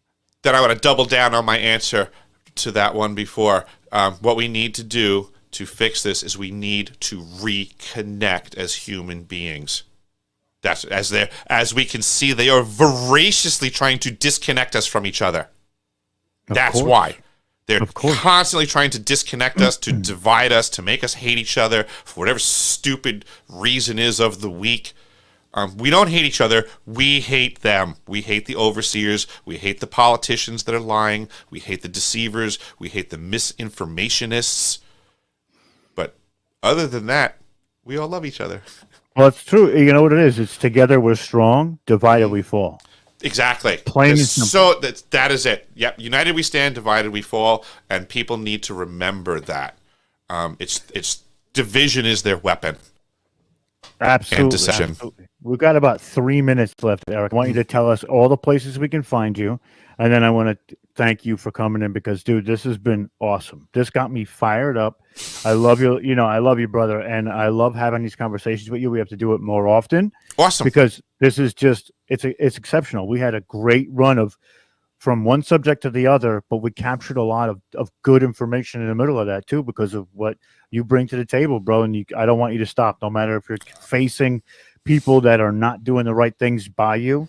Keep doing what you're doing, because it is making a difference. Awesome, Rob. Thank you so much. I really do appreciate the time here and the energy that you guys give me, that you reach out to help me get my information out. So thank you so much. And thank everybody on your team for me too, please. Absolutely. But as you said, people can get a hold of me. The best place, please go to deciphering.tv. That's my actual home website platform. That is where you're going to get all of the real, uncensored truth as I can find it. I am also on YouTube as Deciphering My Experience, but obviously you're going to have to deal with the censors over there. I am on Facebook. I am on MeWe. And if you want to help me out with what I'm trying to do, because I am building a studio and trying to get the truth out there, because I'm tired of the mass media. So Deciphering.tv is going to grow and be a behemoth in the truth in the future. So if you can hit me up on PayPal or Patreon, or purchase merch at the merch store at the website, or I also have a CBD product that I use, adore, and love. And if you're into health and harmony and balance in your life, and you're into CBD products, you can purchase some, and it helps me out. Excellent.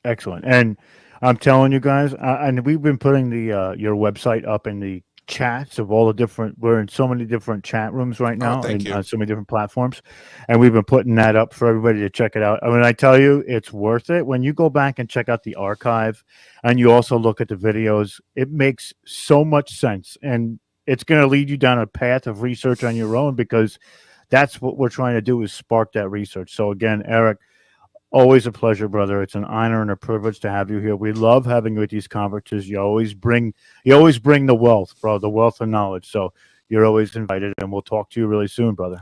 Awesome. Thank you so much. Awesome. You're muted, Omar. You're muted. Unmute. Right? Yep. Again. Thank you, Eric. I truly appreciate your contribution into Humanity Unplugged, brother. That was an amazing talk. Raised a lot of awareness, and I got your back. I support you, and I love you like a brother. And I'm looking forward to doing some more talks with you in the future. Thank you so much. Oh, and I just thought if you guys could send me a shareable link of some sort, I would love to post it on my website as well, just to put this up even further and farther. Cool. Got you right now, brother. I'll send you a link. Awesome. Thank you so much. I appreciate it. Thank you, brother. Have a wonderful We day. appreciate you, brother. Awesome. I'm gonna go to bed now.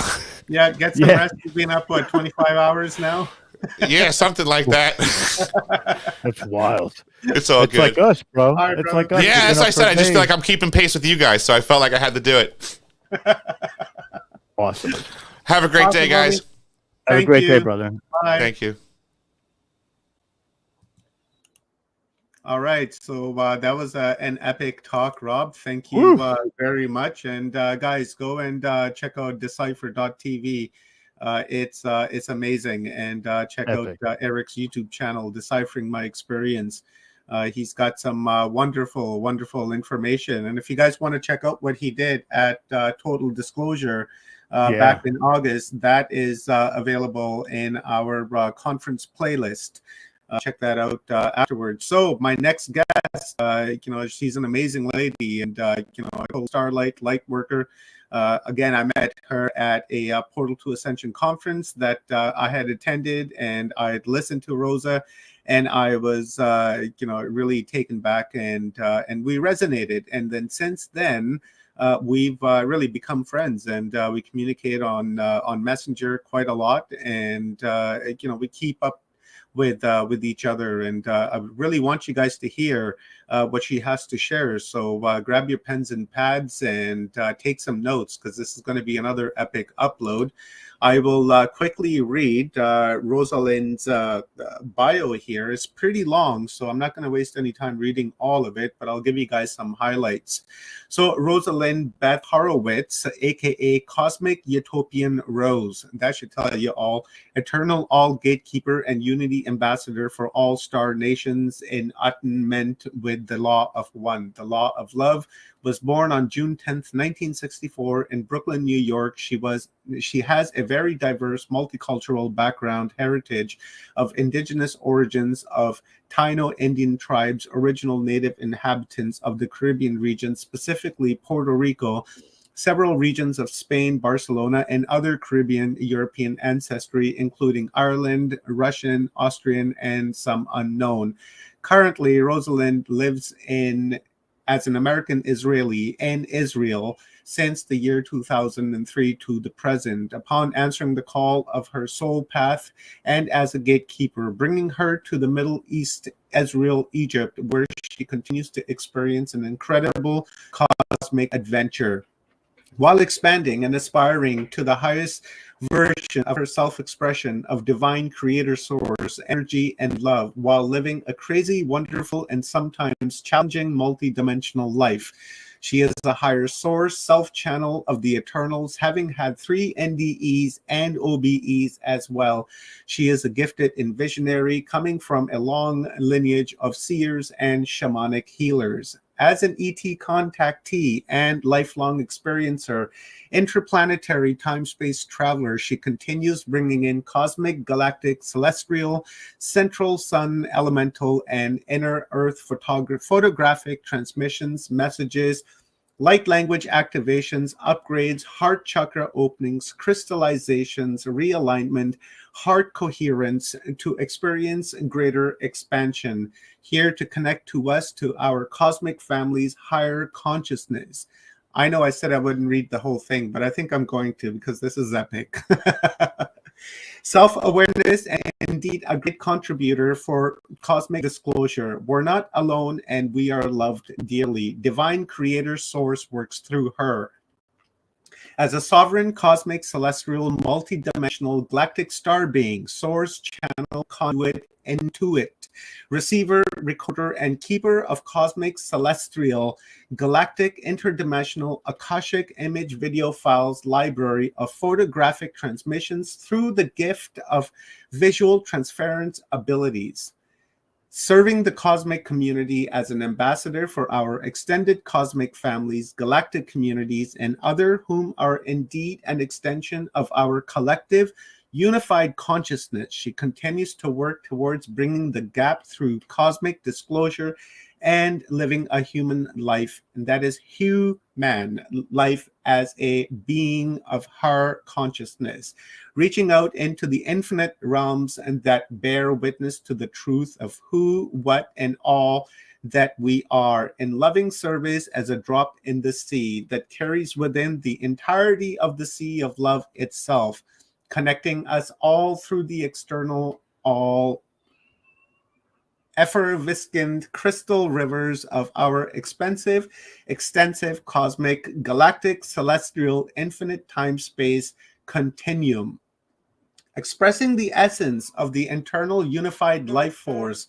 field of God, source, Christ, consciousness, Rosalind Beth Horowitz, aka Cosmic Utopian Rose, serving the community as an envisionary cosmic time traveler, being a lifelong experiencer, ET contactee, poet, cosmic commissioned artist, writer, musician, singer, songwriter of cosmic utopian chill out and indie music transmissions, video productions, and other creative works through her home-based production studio Fuse as an FUSE, full unity signal earth, also providing service through energy transference, vibrational healing, energy work, light language activation, attunement, heart coherence, conductions, and expansion, challenging her source self to assist others through conscious counseling. Those who feel guided by contact Rosalind through the links provided. Sessions are booked through Zoom, Skype, or other on basis availability and intuitive guidance. Sessions also provide one-to-one, discreet, compassionate space for discussion, consultation, advising inner child core, wound healing, energetic realignment, heart coherence, conduction, high vibrational resonator, soul gazing for deeper connection, realignment, coherence, and streaming of consciousness for deeper insight. I am into it. Energy work is real. Together we'll open a conscious, connective awareness gateway for healing, expansion, and exploration. I am here to help you. All energy exchange donations are accepted with gratitude. Now that was epic. I loved it. Okay, well, we learned everything that we could. Thanks for being here, Rosalind. Bye now. You're fantastic. You took my breath away, and I'm honored. I'm really so honored to be here. I don't know. That was amazing. I was not going to read the entirety of it, but then as I was reading it, I was like, oh my God, this is like epic. How could I have forgotten? I'm just going to read the whole thing. And now I people have like this deep understanding of who you are and little bit more. what you're about to do for us, and the upload that you're about to give us, because it's not only local, but it's a non-local message as well. Yeah. As we descend, into this new timeline, and having purified ourselves with this equinox of 2022, those sacred numbers, we're like creating this new timeline in which we're about to kick ass and really take no names and just create something of love and abundance and acceptance, right, Rosalind? That's what you're seeing. That is so absolutely true. And the funny thing is that it's how these things happen, because I do channel whom I call a collective called the Eternals. And I think I've been doing this for some time now. And that is how I know them, as the Eternals, because it is the eternal kingdom of the God source field. And in that realm, we would be considered an eternal, which we are all of this place, the same. So that's what we are expanding ourselves into, our eternal souls. Beautiful. And I really was sitting, and I really just came, and it just was, I prepared. No, this is never happening like that. We're not just prepared. So what happens is I'm knowing that this is coming up, because it seemed quite sudden that I'm realizing I'm added to this, and I was segued into coming. What day I didn't know, but found out very soon. Here we are. I have brought a message through, as it happens, just before, specially channeled and coming through. So we'll probably have a bit of what feels like a meditation and messages coming through, and maybe some conscious music that I can share from my SoundCloud channel, because it's late at night here in Israel. So I probably won't start singing at this hour because of my neighbors. So let's get on with the show. And I'm so grateful to Omar, Kathy, Rob Yox, Stone, everyone who's participated and made this amazing Humanity Unplugged conference possible. So many amazing gifts have been shared here. And I just honor you all, and I'm grateful to be a part of it. So let's just start with how it came through. And I just want to, there. All right. So greetings, everyone. Let me just move this a little bit. There we go. So greetings, beloved, all as one.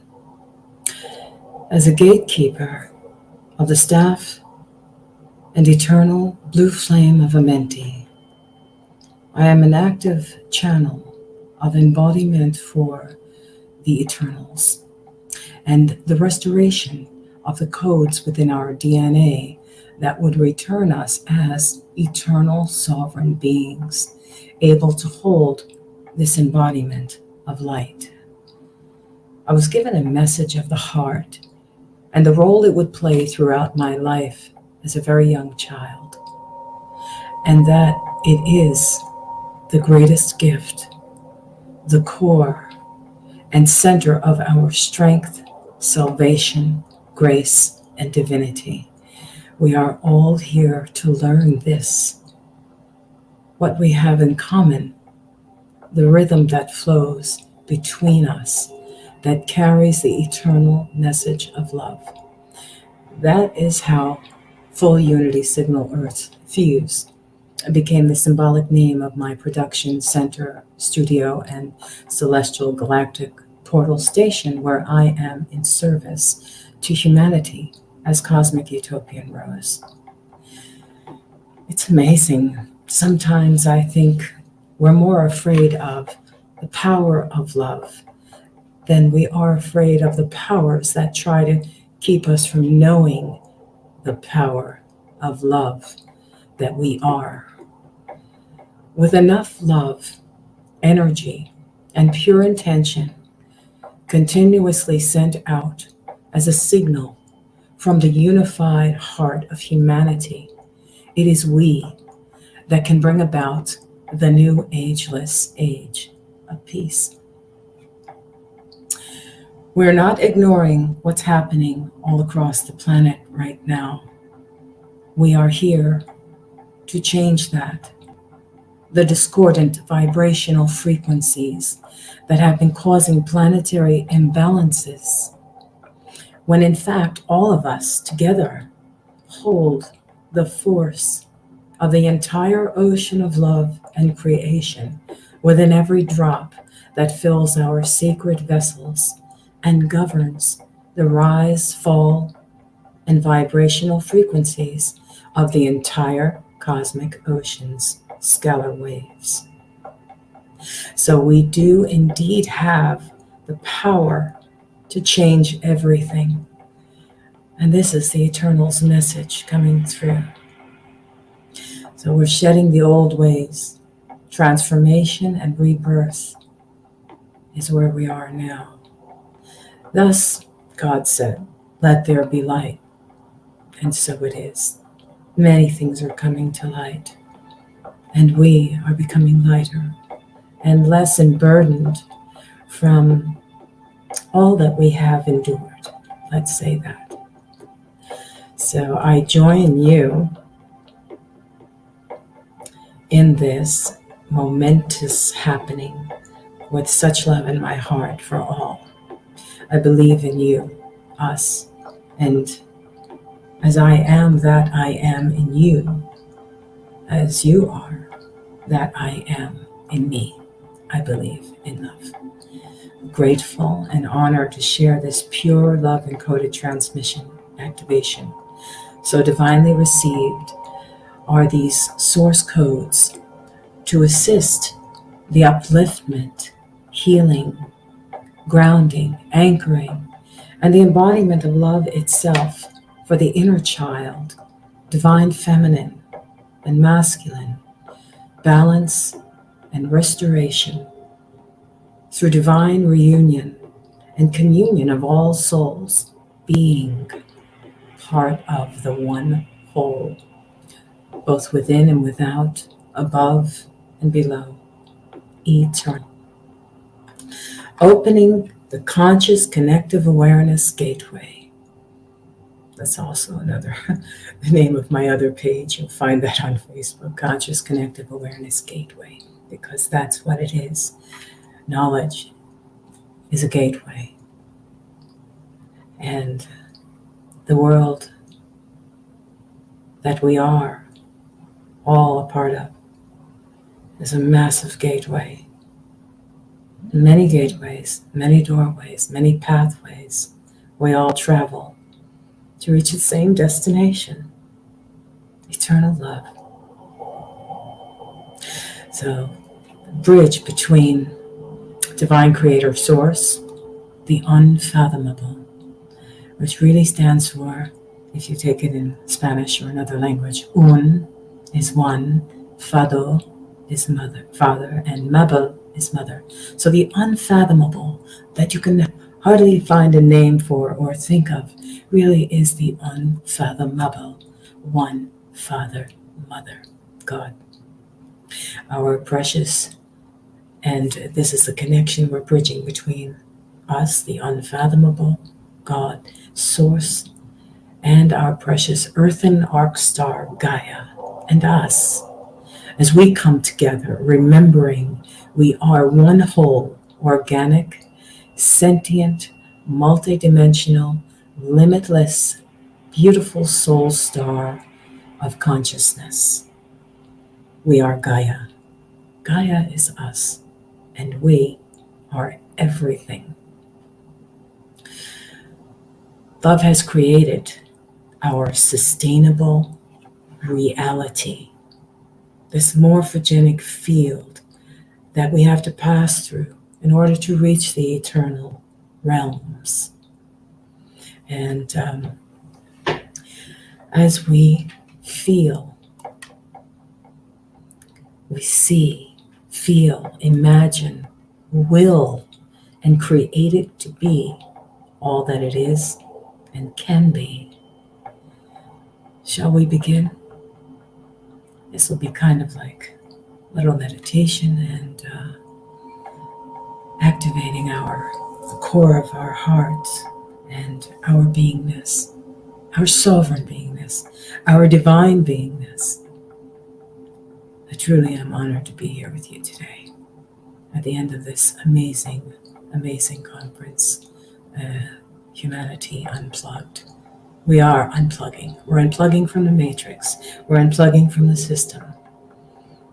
And as we awaken more and more to knowing who we are, not afraid to be that, to speak that out, things are changing in every moment. So let's take a deep breath.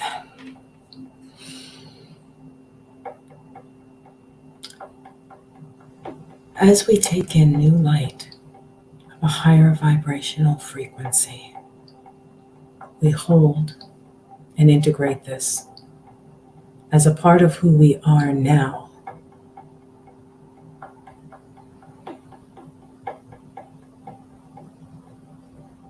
And now slowly breathe out, releasing everything. And just feel.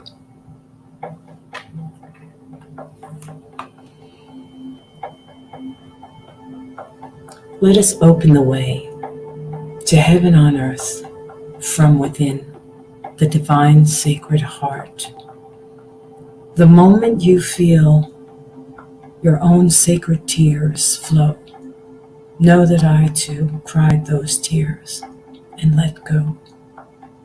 Let the waters be purified inside and out throughout all waters of creation itself. Have faith, beloved, all as one, for I have no doubt we hold the light, we light the dark. We are divine creator's spark, and so it is, and so it is, and so it is.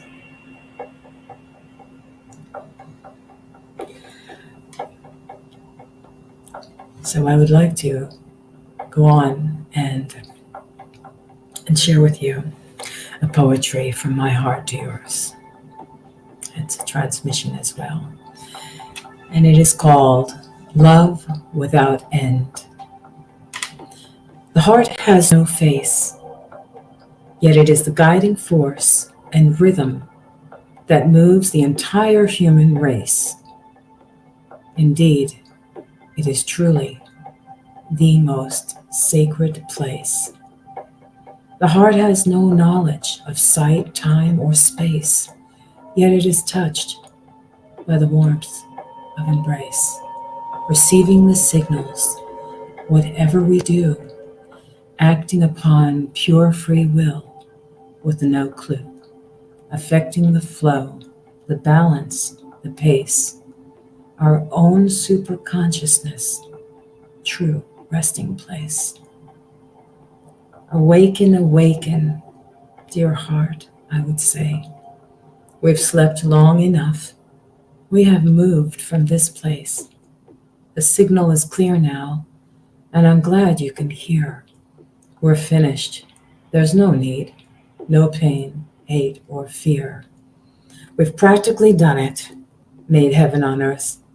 If only we'd spoken more often of how to rebirth. I'm grateful, dear heart. You're my whole universe. We'll soon find there's no need for hunger and thirst. The world's getting better. We're much more refined, more grateful, loving, gracious, and kind. How could it ever have been otherwise? Look at us now. Humanity Unplugged. As we go hand in hand, and those who do not will soon find that they can. We face the unspeakable, thought we would end, and found with at one minute, we're starting again. Let's keep it simple. Like children, make friends with everything, everyone. Love without end. And so it is. So it is. So it is. Love. Thank you.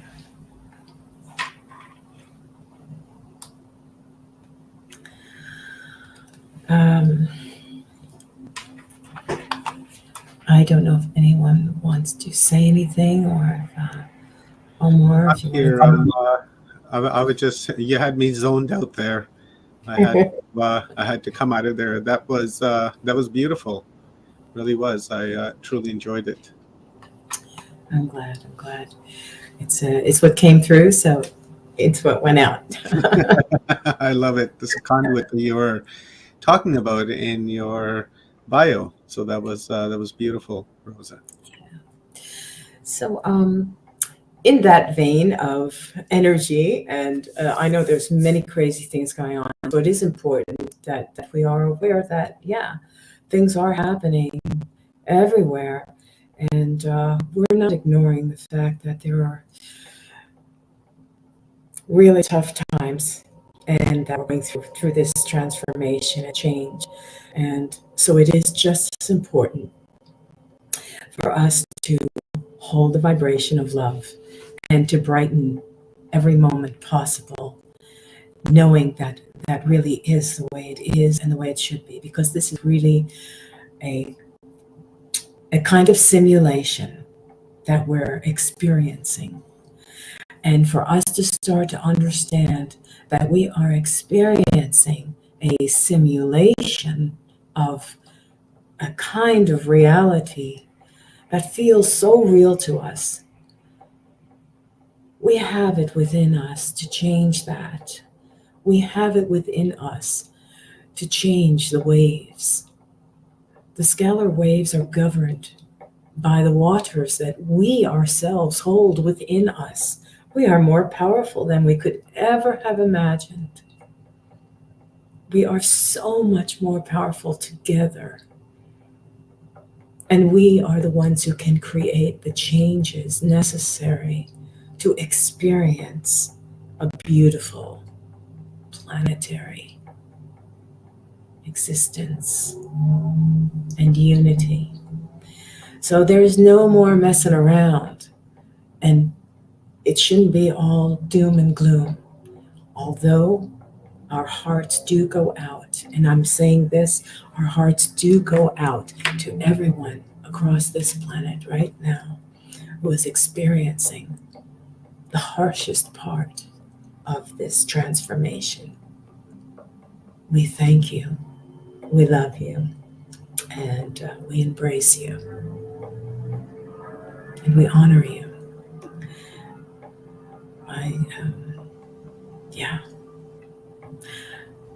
There's nothing like just being authentic. So whatever's coming through, we're just going to let it flow. Thank you, Kathy. And thank you, everyone, for your amazing comments and messages. And my makeup's running, and that's okay. We're here to be real. I like that. I love the raw emotion.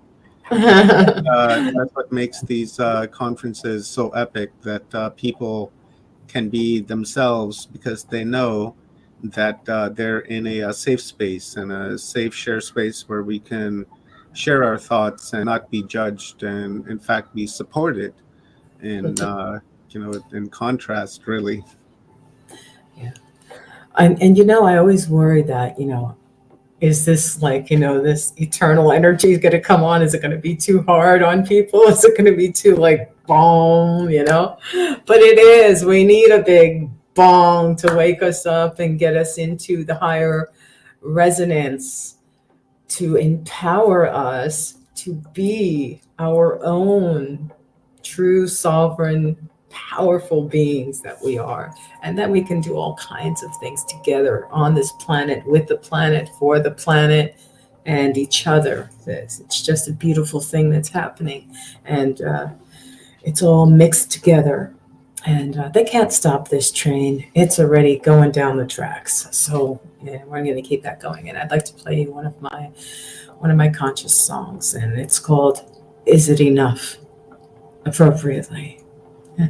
So how do I do this, Omar? Do I have like a share sound? Because basically, you just have to share a sound, because I'll have to do it internally in here because. Do you have it open in the background?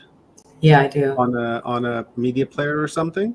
Yeah, but that's not the same. It will be like trying to pick up sound in the room, which would sound awful. No, go to Right. share down below. Oh yes, that's Right? that's And then go to share screen. okay. And then you'll see up top it says it's highlighted in blue. It says Yep. entire screen and window. You want to click window. Wait a minute. No, share screen works best on a. Okay, so the share screen. Oh, there we go. And window. Yeah, and then window, and you'll see your app open in the background there. Hey, look at that. It really is. Okay. Sorry, it's going to be stuck with my face, but you're going to hear the song. It's called "Is It Enough?" We love your face. It's the All vibe. right. So let's see how this plays out. All right, so I got it up here on. Can you hear that? Yep.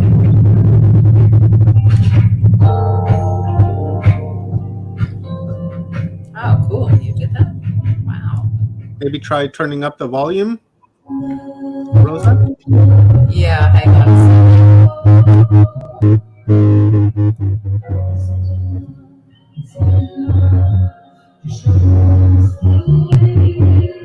Try your system volume in your taskbar. Okay, I'm going to pause it. What happened? Try the volume in your taskbar, your system volume. Try turning that up. Okay.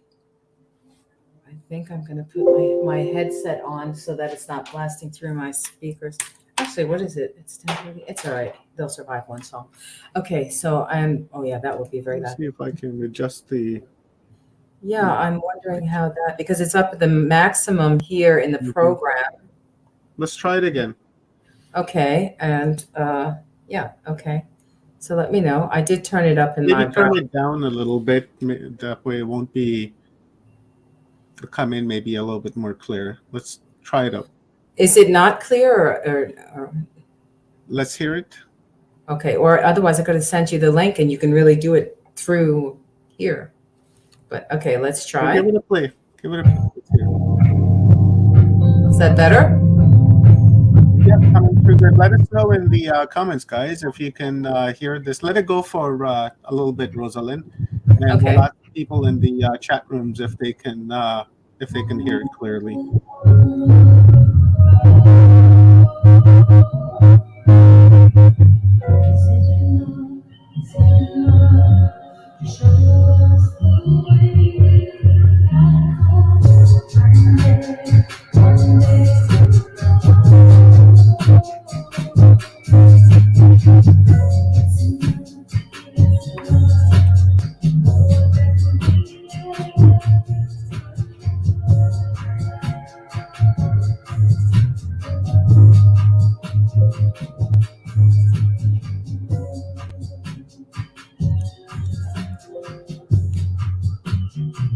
I got it open here on my end as well. Yeah, they're saying they can't hear. Oh, Rosa. They're saying they can't hear. So I got it here in the okay. background here. So I'll share my screen if you want to just stop sharing your screen. Okay. Great. Then I'll bring it up here on my end. Maybe we'll be able to get something.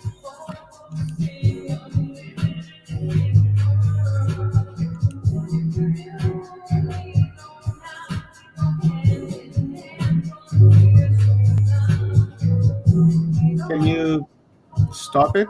Are you able to stop sharing screen, Rosa? There we go. Okay, so I'll add my screen. There we go.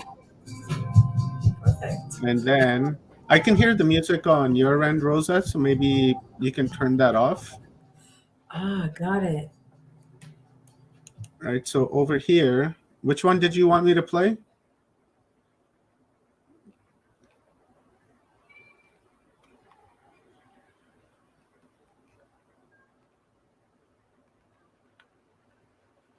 You still with me? Yes. It's called Is It Enough? Is it enough? Okay. Yes.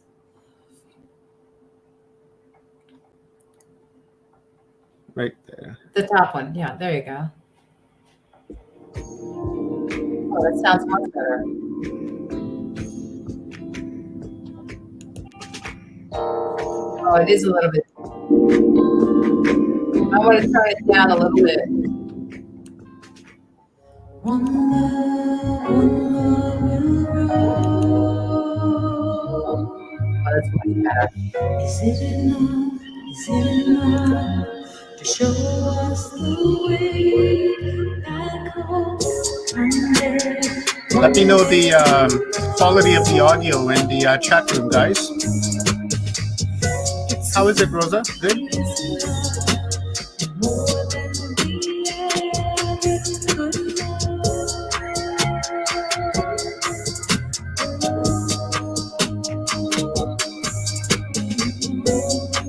You have to mute your microphone, though, so it doesn't echo.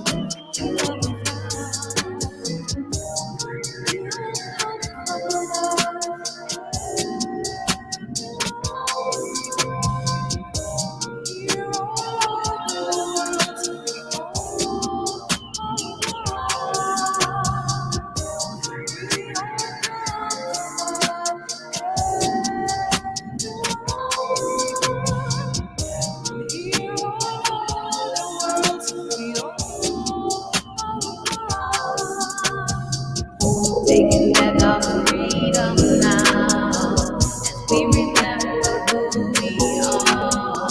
So keep your broken promises, 'cause you can't dim the lights on a ray of love. I know it's been a long, hard road of tested hearts for everyone, but one another, heart and soul, to feel alright and healed by love.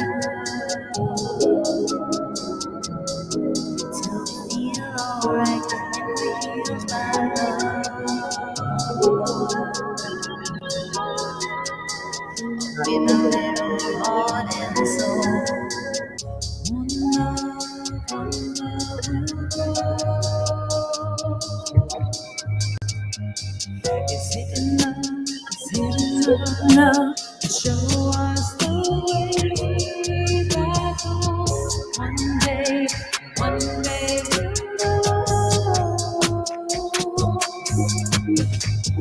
it's enough, and more than we ever could know.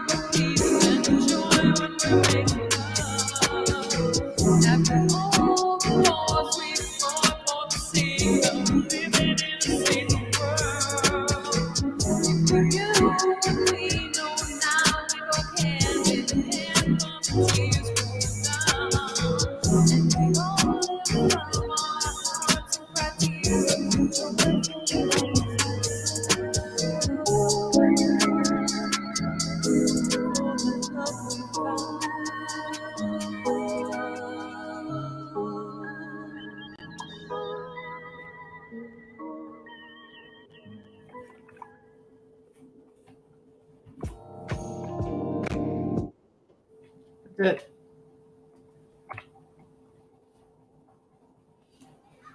That's some good stuff. I haven't listened to that one particular one, but I have listened to the other ones. It's good stuff. I enjoy it. I've been actually listening to this when after I'm done my streams here, and when you sent me your bio, and I seen the links, I went and looked, and then usually after like these 12-hour streams, right, they can be very taxing on the old brain, all the uploads they're taking. So what I found is I was going there and just listening to your music and to put it off in the background and enjoying the extreme silence that I like. But I like to have that conscious music in the background as well, because it allows me to process really everything that I've listened to. It's good playlist, guys. I've shared the link in the comments up above. You guys should check that out and bookmark it, as I have. Thank you so much. And I really appreciate, because I don't know how I share it on the Facebook, but people might be listening some and some just seeing it that it's there, and they don't hear anything because they have to actually go to SoundCloud. Not everyone has SoundCloud downloaded. So I appreciate anyone who will actually go to the SoundCloud and click the likes instead of on my Facebook, well, also on my Facebook, but actually click the likes on the that would be a great loving support. Just anybody that would let me know that they were there and listened, and just put likes on the SoundCloud links themselves, and you can comment and like there, and that would really be. I'm guilty for that, Rosa. I apologize. I'm guilty for that. I just listen, go. I'm not really thinking about that. But now that you've raised my awareness on it, for sure, next time I'm there listening, more than likely tonight. Let me go and hit a like on there right now. Yeah, I love that. Thank you. And they do the same thing on my YouTube channel. I still also, that the movie that was in the last conference, Neon Star, where I shared all the beings and UFOs, ships, everything. It's like I'm in Israel, and seems like that YouTube has closed me off to the Israel thing, and I'm not going out so only people that know of my sharing the link will even ever see Neon Star, other than that it was in the walk-in conference with Sheila and Alan, and the last conference. Yeah, it was also amazing, and this one is also absolutely amazing. So, yeah, if I get up to let me see, 1,000 people on my YouTube channel, eventually I'll be able to go live on there, and I don't know, we can all keep swapping and mixing and showing on each other's channels. And I really want to find out. I do share in my suggested sites to suggest to come to Watchers Talk and see some of these awesome shows as well. Such an amazing time we're in. Is there any topics? It sure is, isn't it, Rosalind? This transition that we're going through is it truly is amazing. And as all the our ancestors have said, and as all the elders have been telling us, that this next transition, this next phase, is going to happen from the heart. Right, we're not coming from the root anymore. We're going to respond with the heart. We're going to respond with love, and that's what's happening in right time. Now. Yeah, that's an eternal freeze, or are you coming back? I'm or here. Maybe it's my computer. No. Yeah, Rosa, I think it's your computer. You might be frozen. Here, let me do this. Okay. You're okay. I'm not frozen. You're not frozen anymore. We're okay. Let me. Oh no, actually, they're also doing the cyber attacks, the internet stuff. Like I said, things are happening. Things are happening all over. It's all out of the box. What they're calling this Pandora's box. It's sprung open, and everything, anything, and everything.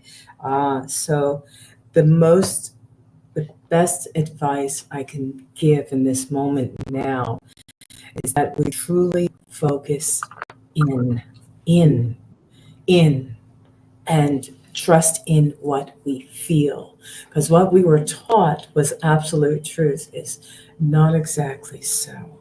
And so we have to learn to trust our feeling and go there.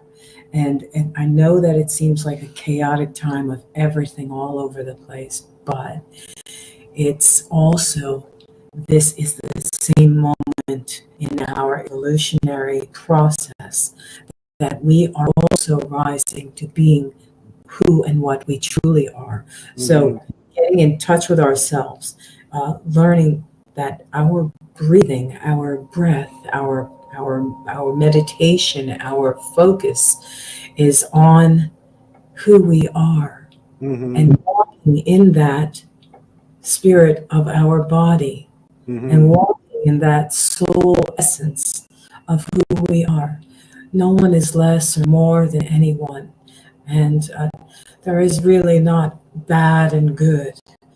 There is, let's say, a polarity of energies going on that might be clashing and trying to get through this transitional period. And so it seems like the visibility of the difference of these functions of these energies at work are becoming so outstanding in their presence that we have the choice to focus one or the other.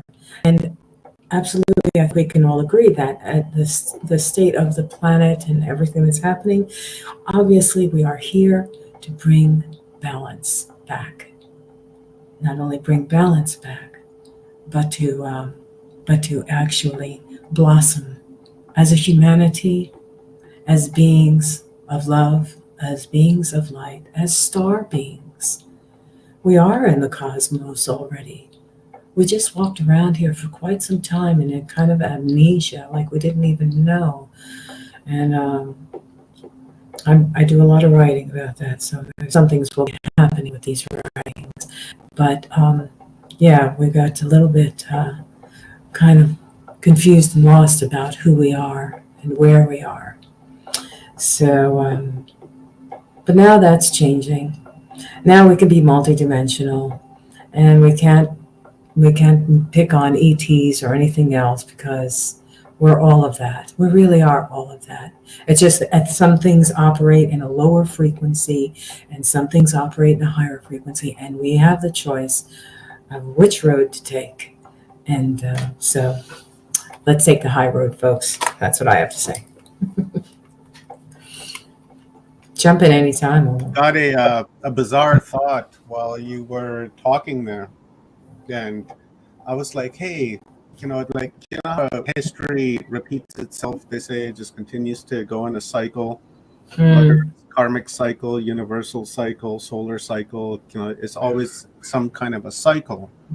So I wonder if the reason why we are in the mess that we are for the last, past several thousand years, is that what if a few thousand years ago, their ancestors told them the same prophecy that the Aborigines in Australia and the Anasazi and the Hopi are telling us today, that, hey, there will come a time when there will be a great change and you'll have to make a choice. And if you make the right choice, you will have abundance and love and acceptance and, all the groovy stuff that we want.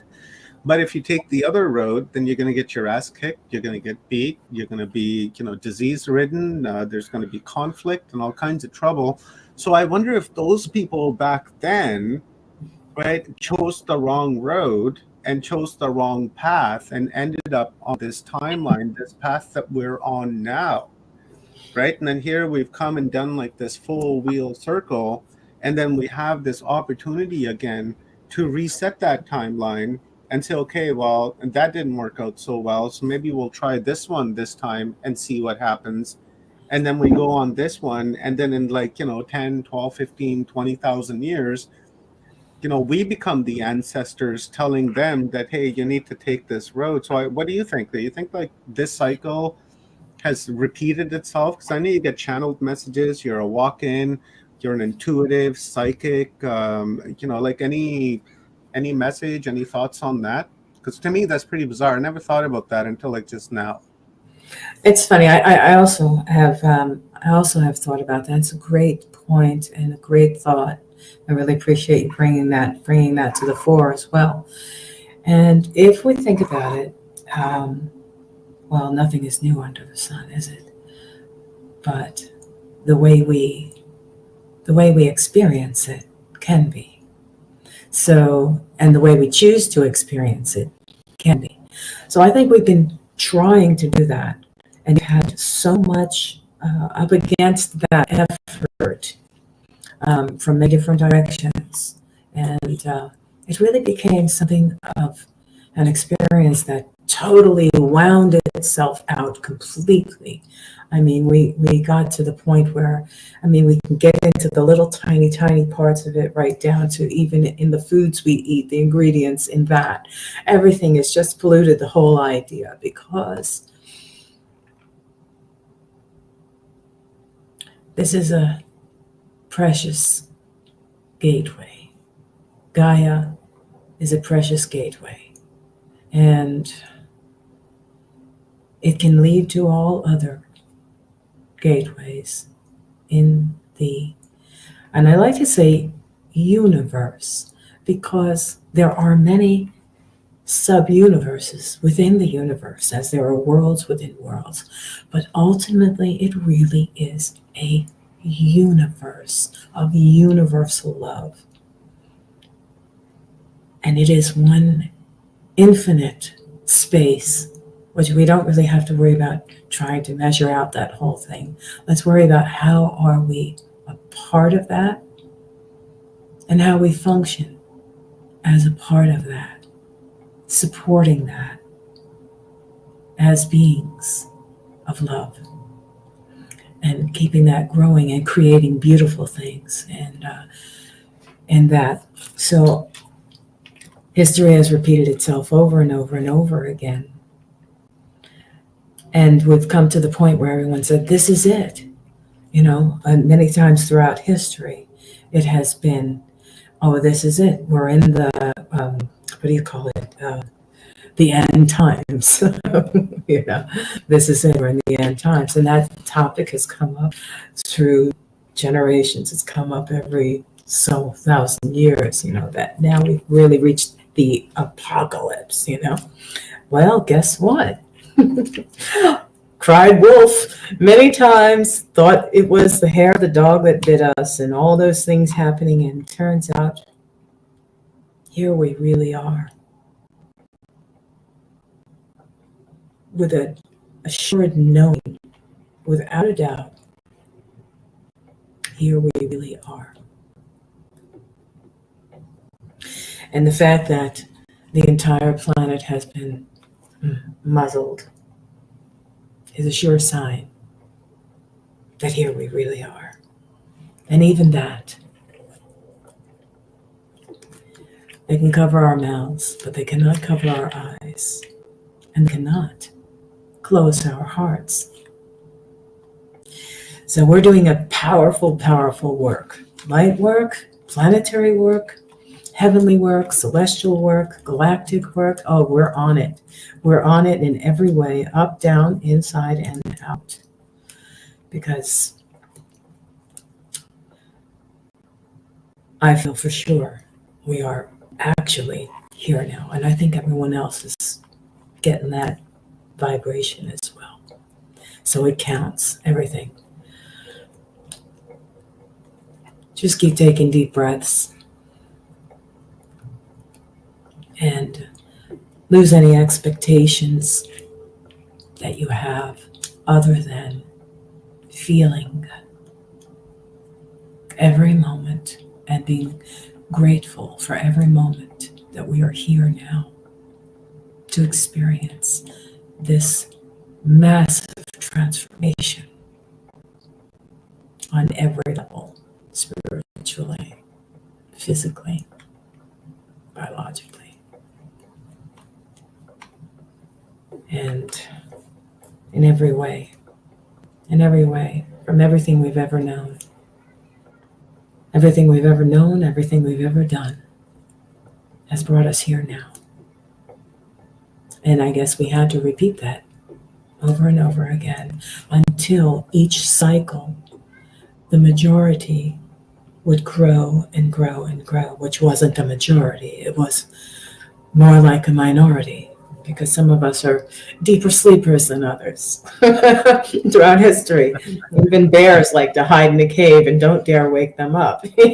So because they're quite comfortable, the honey was good, and they were happy with that, and they're going to have a nice long snooze. And I think we had a nice long snooze ourselves. And sometimes it's easier to go to sleep and sleep on it, and then face the music and wake up early enough to feed the birds and give them seeds and to really realize what's around us. So now here we are. It's right in our face. And I think it's cracking our hearts wide open through the experience of the traumas that are going on all around us. I think it's deepening that sensitivity. It's deepening that connection to each other as a humanity, as souls. So sometimes you could just stop all the words and look at another and just feel. Look at a tree and just feel it. Look at the water. I look at my window.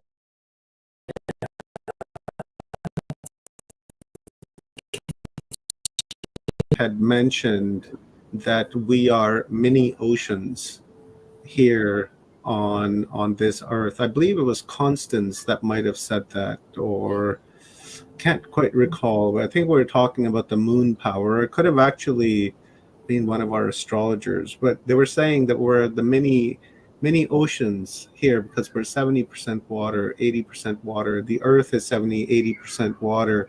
So when the moon and the cosmic tidal effects and gravity is pulling at the earth, it's pulling at our water too, and it's affecting us just as deeply as it's affecting the earth.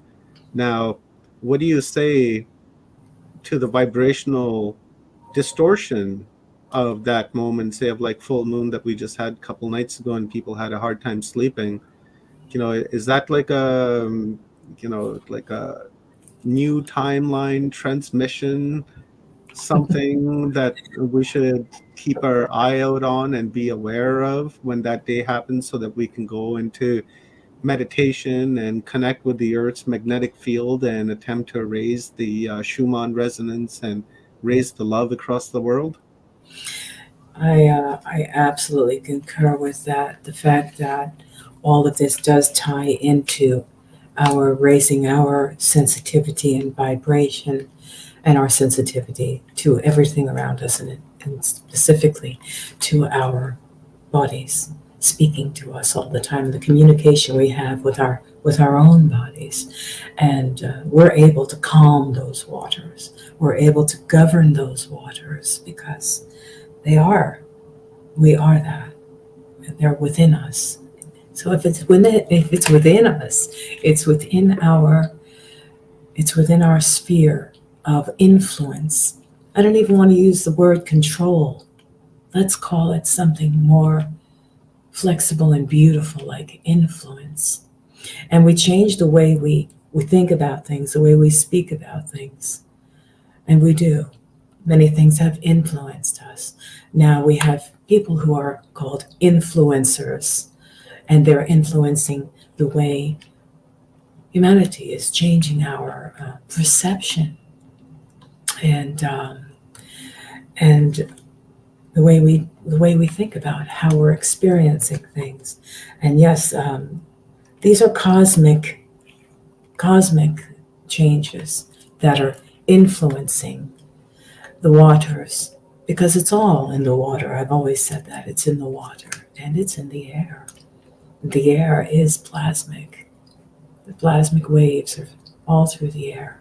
The information is all through the air. It's in the waters, and the waters are within us.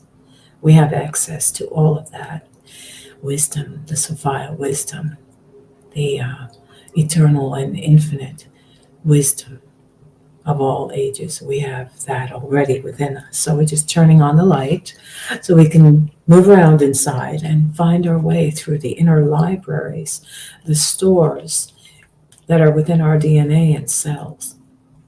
and all the infusions we're receiving from Central Sun and from Alcyone and from the divine heavenly realms. All those infusions we're receiving are indeed revitalizing, reforming, rebirthing us, and reigniting our fire letters and turning on some of those switches within we have this whole system working here. So the system's getting booted. Yeah, we're getting rebooted. There you go. So yeah, that's a good matrix terminology, right? Because we've been saying uploading, and are we processing these uploads? And definitely we could use a reboot, right? Because our computer went to sleep there for a while, and you got to shake that mouse around a little bit to wake up. Yeah. Yes. And you know what happens when you do a reboot? Everything shuts down. Yeah. But when it comes back up, all your new software begins to work, and you know all the upgrades go in, and everything begins to work on a much smoother, faster, and higher level. Mm-hmm. So we're experiencing that too, and it can feel like, I don't want to say hell, but yeah, it can feel like it can feel like hell. You can feel it. You can really, really feel it. But if we didn't feel it, we wouldn't know it was happening. Mm-hmm. If we didn't have darkness, we wouldn't know it was light. That's right. You need to have the balance of the both. I say light doesn't negotiate with darkness, but the paradox of that is that darkness doesn't negotiate with light either, right? So you got to have that balance between the two, the polarity of it, because that's very important. We can be nice. We can be nice as a person, right? But being over nice can be destructive, just as being rude and being an asshole, because then people take advantage of you, and then you feel bad about yourself, thinking that you're doing something wrong. So if you have the balance, and when to say no and when to say yes is very key and very, very important in life. Let me hit you with a question there, my divine sister, is coming from our other star sister, Stone Hobbit. Hi, Stone. She asks, what can you tell us, Rosalind, about familiar number patterns that show themselves, like 1001, 1111, 444, etc.? And there was somebody else I believe it was Mick, that had said the same thing, that he sees numerous different numbers. Yeah, it was Mick. Right here it goes 111, 1111, and yes, that's the one that's been coming up a lot. The 111111, and I've been seeing it as well. And that sounds like a reboot, right?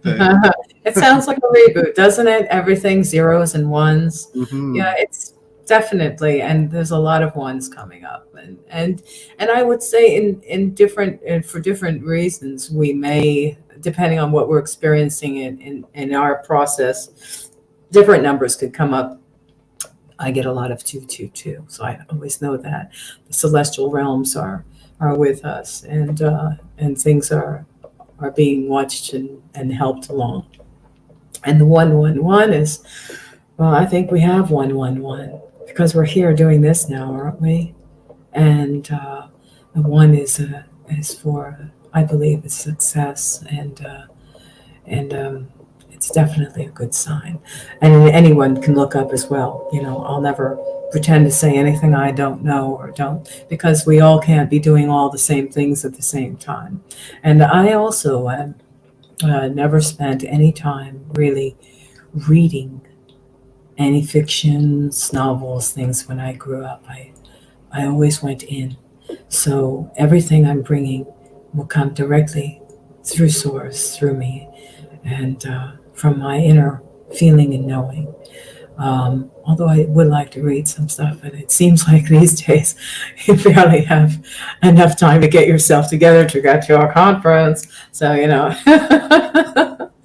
but yes, we can look them up. The angel numbers, they call them angel numbers, but numbers definitely correlate to the the system that functions like a computer. Everything is ones and zeros, and I believe it has to do with the balance of things and how they function. It's communication. Mm-hmm. Everything is a communication. It's a communication. It's a language. Everything is run by numbers. Numbers are 111. Yeah, 111 was it was an influence in this conference. We started off with 111 speakers, and I think we actually met our 111 speakers. We aimed for like 122, 123, but I think that was more based out of ego, and the universe didn't like that, and created some cancellations so that we would fall back into our original intention. And so this conference really was inspired by the number 111. It was, and indeed it did, and indeed it did return. Mm-hmm. Uh, Figure, right? You try to, that speaks loudly. That speaks yeah. quite loudly, and in a beautiful way. Mm-hmm. Nothing is ever bad, and we're not being reprimanded ever. No, There's not nothing. at There's nothing good or bad. It's speaking. It's Yeah. speaking to us, listening to everything around us. Mm-hmm. I'm very well aware of what's happening, right? Very acute to my environment and ecosystem, and being involved in the playground. It's like playing a basketball game or a hockey game. You're in the game, so you don't actually get to see the game. And while I'm in this game and I'm seeing all of this and what we just mentioned, that lesson hasn't been lost on me, to the idea that I began with an original intention, and then I tried to change that intention as I was progressing forward in organizing this event, and the universe just let that happen, perhaps to teach me a lesson, and then to bring me back to the 111 to show me that when you create an intention, you stay with that intention, and you don't change that intention or doctor that intention or manipulate that intention. You put it into the universe because that's the language that you've given it, and then that's how it's going to come back. Not what you want is going to give you what you need. Yeah, it's funny you say that, and that's absolutely true. I remember as a really a little girl in school, and I'm sure many people have experienced this. You're about to take an exam or something, and you're like, it's a multiple choice. It's a multiple choice, and then you're like, okay, and pretty much you know which is the answer, but yet you stop and you pause. That pause, and then you select you select C instead of D or A, which you knew. And A was your original choice, and you just knew that right away, but you didn't take it. And I've told myself many times, see, you did it again. Yeah. And the same thing is happening with history, repeating itself over and over and over again. Mm-hmm. See, you didn't learn because you didn't listen. You didn't listen to your inner voice. So humanity as a whole now is hearing that unified voice. And that's the voice where we're really needing to heed that call now. Mm-hmm. And listen to that one voice and speak to the waters in that one voice. And that's how we can change the wave and turn it into a wave of love. Man, your voice, Star Sister, is gonna make me fall asleep. Such a sweet, calming voice. I keep saying I have to go to meditations, do meditations, but life is a meditation. Yeah, I just loved it. I love your voice and the poem you read and the meditation. I was like I said, I was just zoned out. I was sitting here. I was like, look, it wouldn't take much. I can go like that, and you'd fall over like a feather after doing this whole conference, Omar. I don't even think it's my voice. Oh, totally. I think it's your voice. It's your divine audio. It really, I resonate with it. Not only this time, but all the other times that we've spoken. I just, I love you very much, and I have huge respect for you. And appreciate the light work that you're doing and the cosmic work that that you're doing. You know, we're running. I sit here talk with you for hours, but we got to bring our next guest on. And you know, and this was a great session. But not only that, but this was a great segue leading into our next speaker, right? Because we need to understand our history, and we need to understand where we came from and what we are. We know deep inside in our heart that we don't come from this world, right? We may be connected to this world at this particular time, but this is not our real true home, and that we come from elsewhere. Maybe along the way we made stops on other worlds and other galaxies and what have you to eventually end up where we are today. And in our next session, we're going to explore that on where we come from and see some evidence to show the fact that we too are extraterrestrials and possibly even ultra-terrestrials to this world. And that's perhaps why because we've forgotten that, and because of that, we're not harmonious with the ecosystem of this world. You can tell when man has been around, no matter where you go. It could be camping out in the middle of the bush. You're walking along.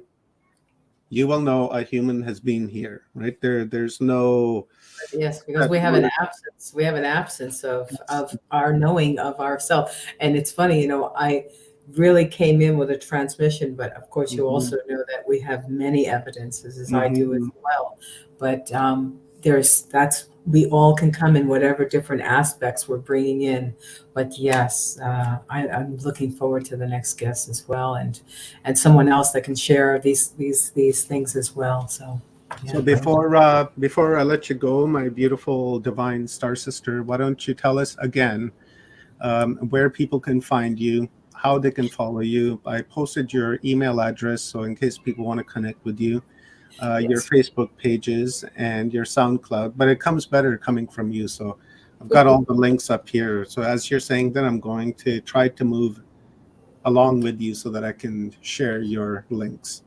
Great, appreciating that so much. Really, my links are there. You know, it's funny. I'm like one of those walking old shamans that, you know, people get to know you by what you do and from knowing you. So if you want to find me, I don't even have a website set up. I'm welcoming any assistance from any direction, but I have one, but it's not set up. But anyway, find me. You can find me on Facebook. You can find me on Cosmic Utopian Rose page. You can find me on YouTube. My name, Rosalind Beth Horowitz, will come up in the internet with lots of things. But here's the links here. And thank you so much, Omar, for putting those up.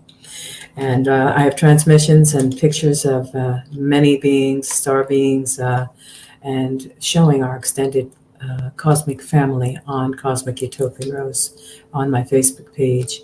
And in some film I did, and other transmissions that I've done on my YouTube channel, which I will be getting back to, fortifying that channel and uploading more things there. And I'm available for consultation, and we are all going through so much. And if there's anyone who wants to reach out, you can reach out to me. And I really appreciate it. And I'm sending so much love back to everyone who was here and who's here for this conference, and sending that love also, and putting it all out to Omar and Stone and everyone who's made this possible, and Rob and Kathy, and just, it's been fantastic. And I think we have nowhere to go but to keep moving up. And that's it. Yeah. That's it. We can't go any further down than where we've been, right? Like, Yeah, look what we've done to ourselves, right? So it's time to heal that, and it's time to fix that.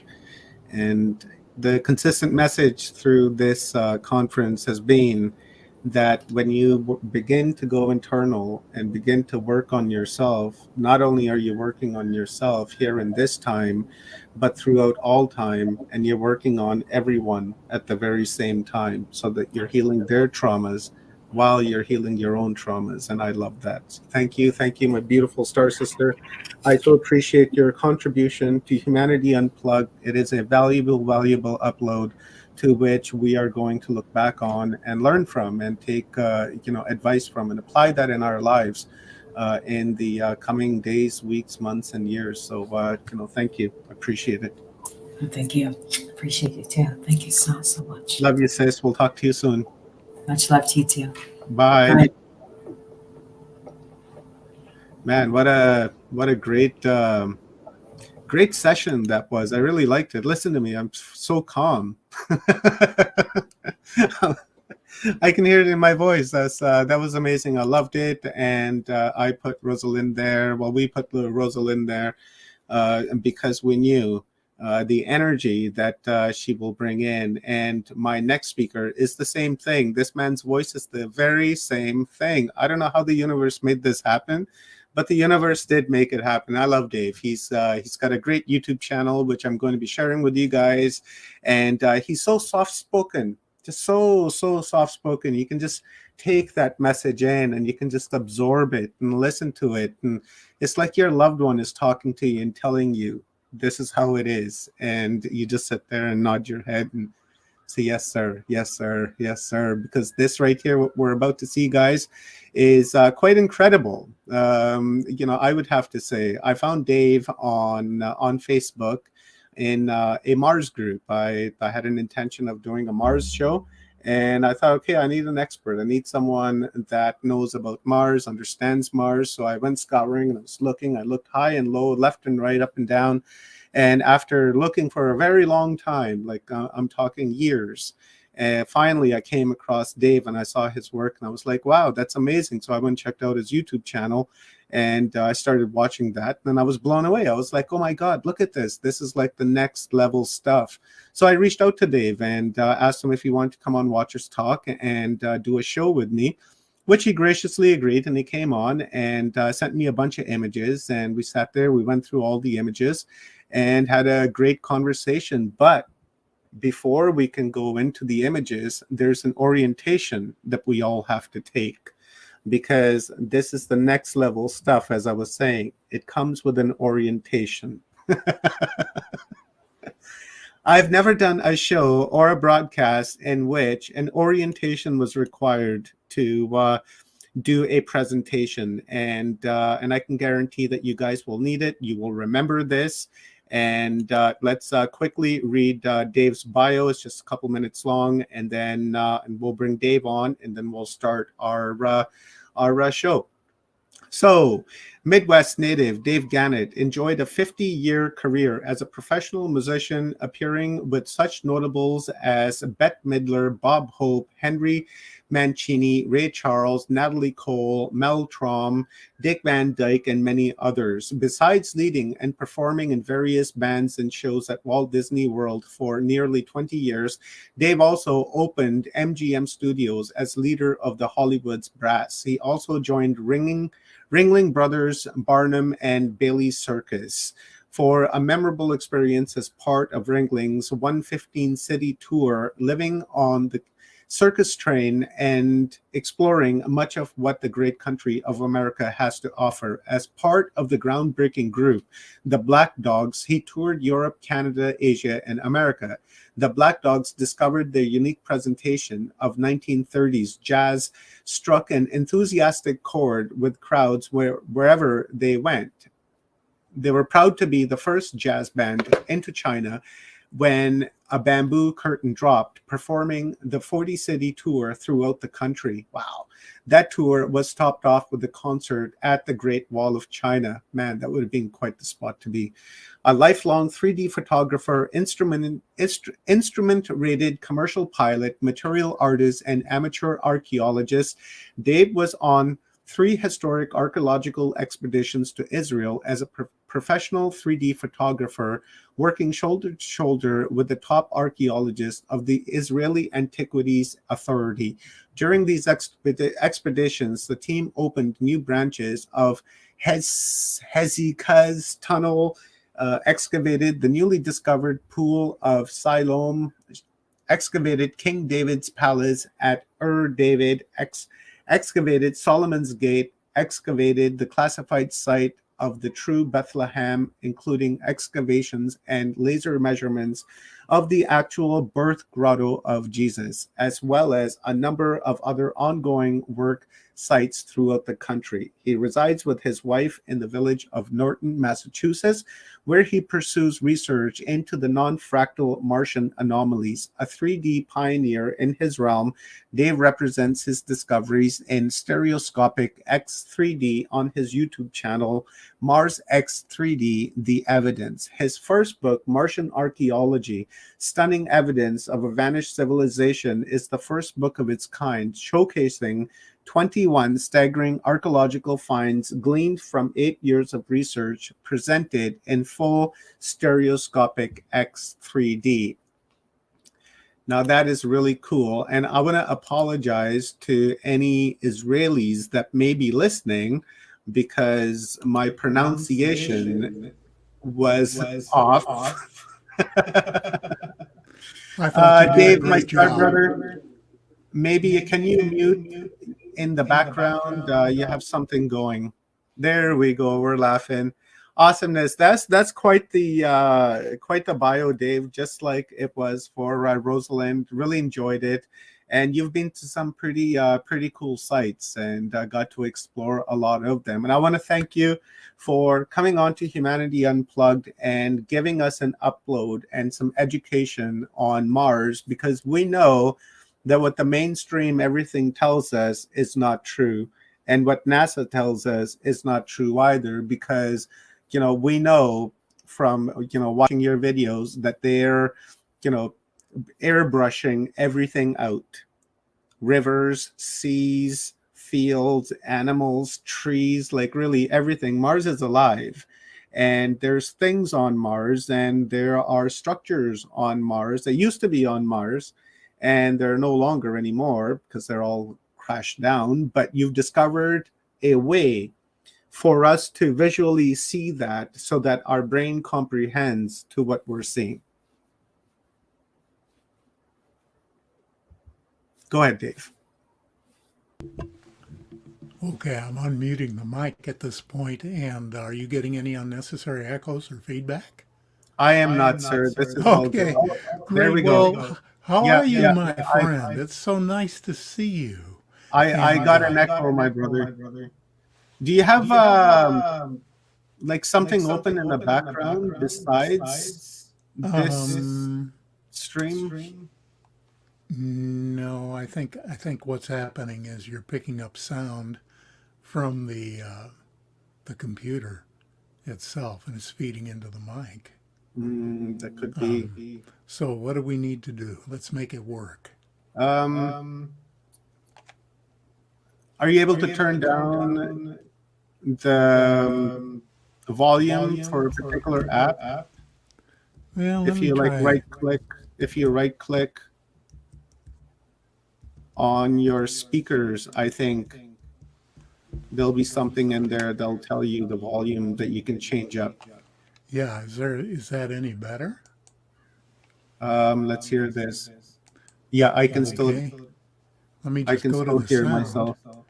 If I Or is can it somebody else in turn the? off the speakers.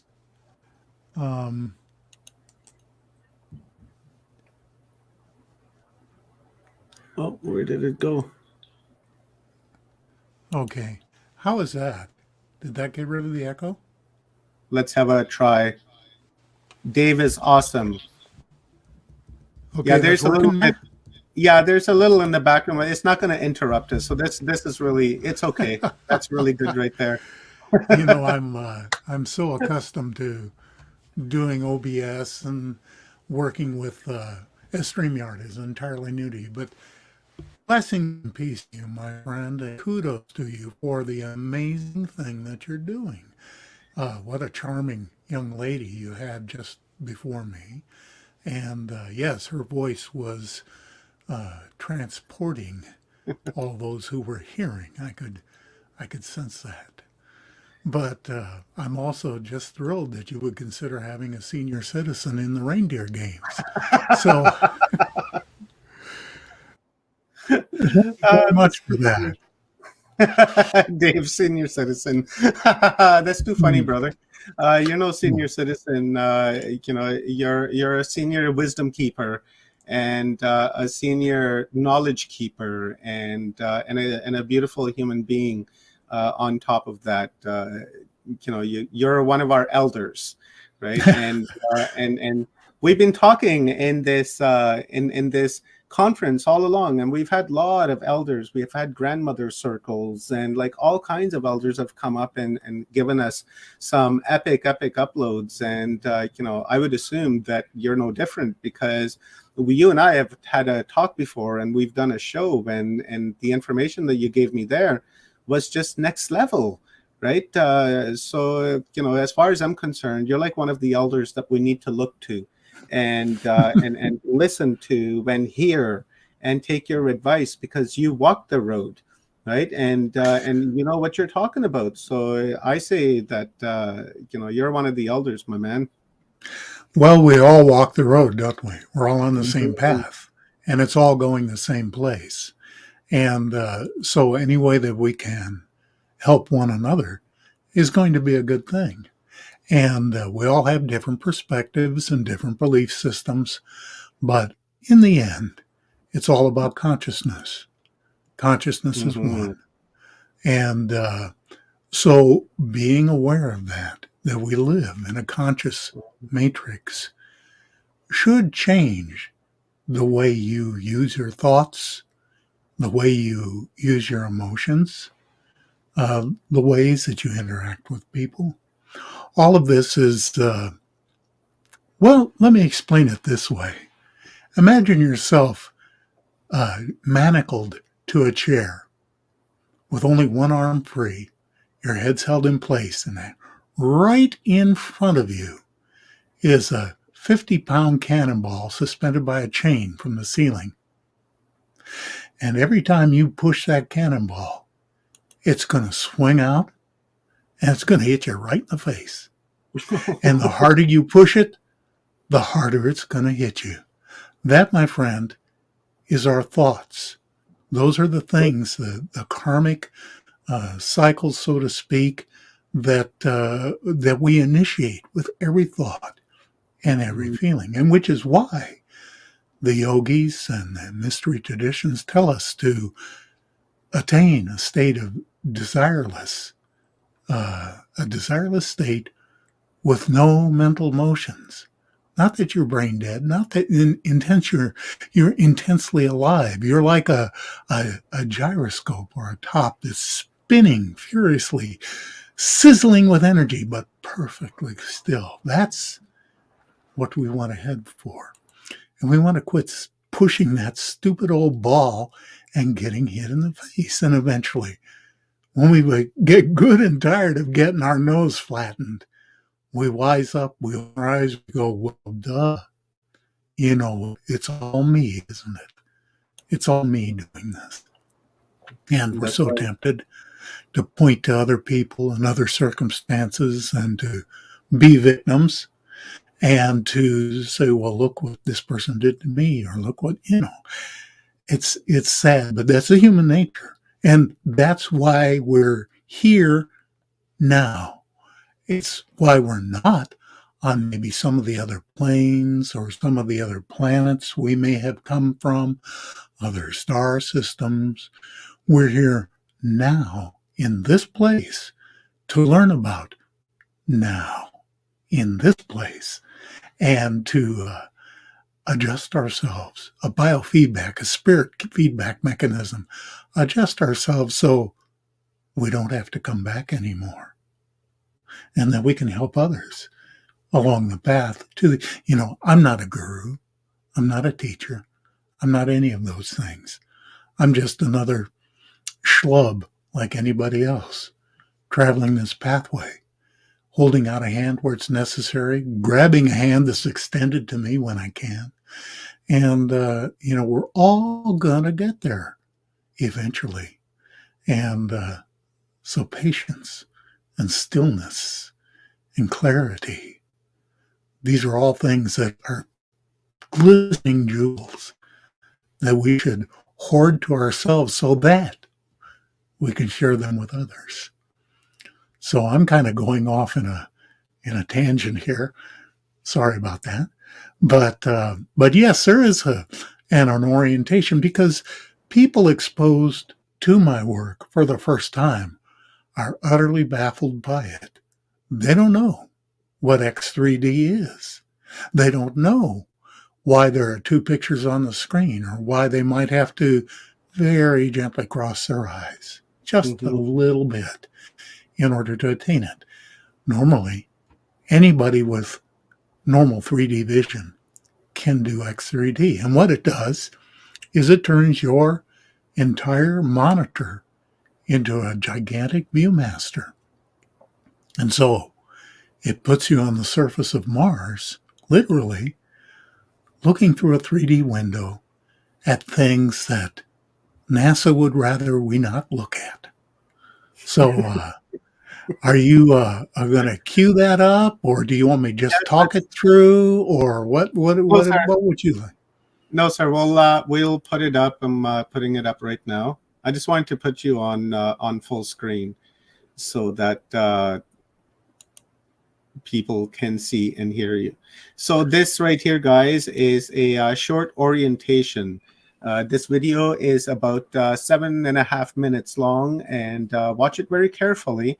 And then after this, we're going to go through some images, because you will have learned through this orientation on how to focus your eyes on the image, and then how we can bring that into a 3D format so that we can experience being on Mars. So this right here is Dave's logo.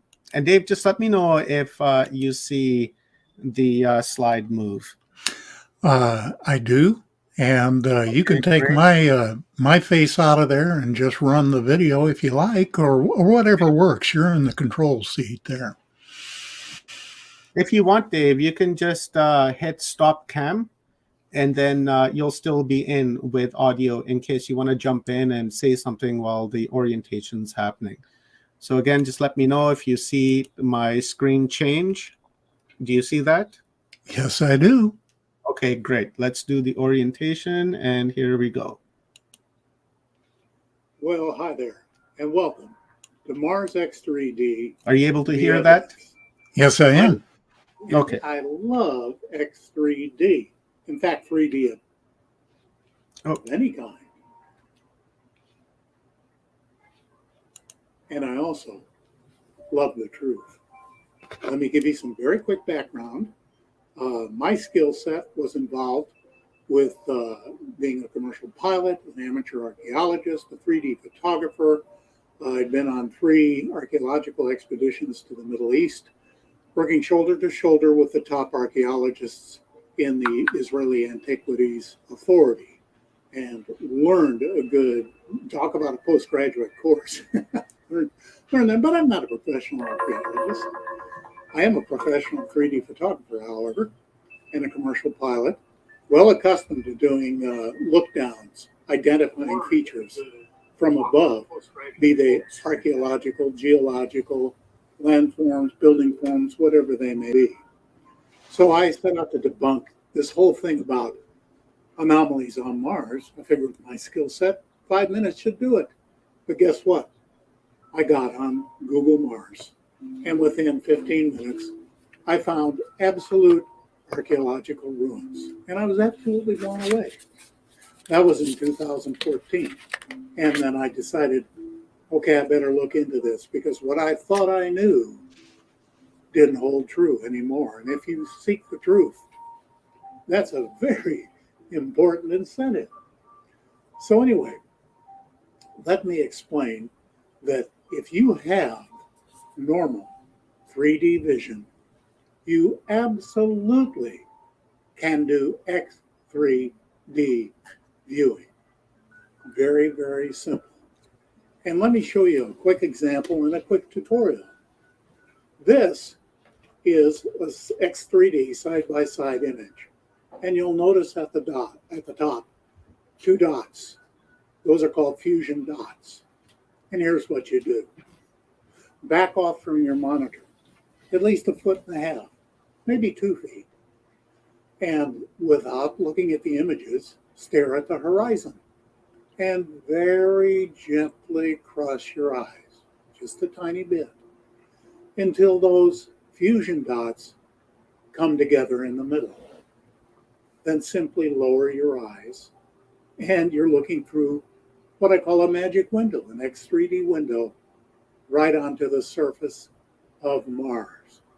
This is a simple skill. It's used in design and engineering and science and a host of other different industries on a daily basis. And now you can do it too. Most people learn in 2 minutes, and they're almost always delighted and thrilled to find out how really simple it really is. And here's the thing, very quickly, my 3D background. I grew up with 3D from the age of 2 onwards. My dad was on the development team for the True View viewer, which was the first commercially available so-called modern 3D viewer. The patents on this and rights were picked up by GAF, and it became the Viewmaster. Many of you will remember the Viewmaster. So 3D has been a part of my life since a very early age. And X3D viewing turns your monitor into the world's largest Viewmaster.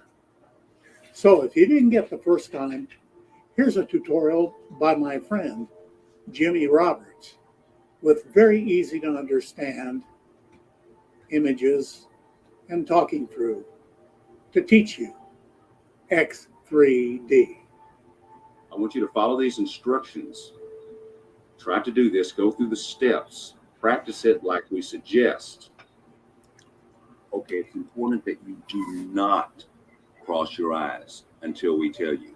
What we're about to show you is a simulation of how this should look when done properly. Now watch this. Okay, did you notice how 2 images became 4 for a second and then became 3? Now please observe that as we do it again. And the 2 images will lock together in the middle. They will lock together. That is what will be in 3D when you do this for real, not now. And yes, it's a little strange. You wind up with 3 images, but the 2 on the outside, just ignore them. The most common mistake people make is doing this too quickly, thus overshooting in the middle and having trouble correcting. So keep it under control. Notice the speed of this. One more time.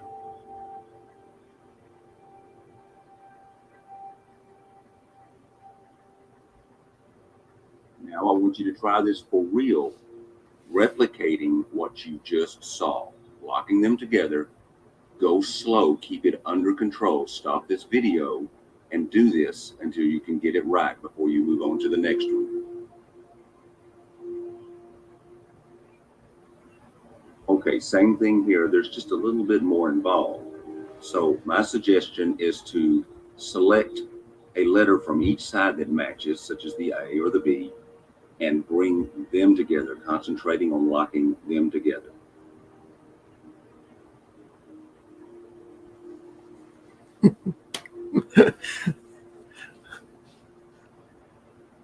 Okay, so hopefully most of you can do X3D after a fashion. And believe me, it does get easier the more you do it. I like to say it's like riding a bicycle. Once you've got it forever. And it does open an entirely new world of magic windows on the internet, not only on Mars, but also all over with terrestrial photography as well. Anyway, this is the first channel of its kind on any platform where we examine 3D anomalies, what are called non-fractal anomalies, and that'll be explained in further videos. Thanks for coming aboard. Give it a try. And hey, even if you can't for some reason do X3D, you can still look at the flat pictures, 20th century style. And that's okay. Thanks for stopping by and enjoy our library of Mars X3D the evidence.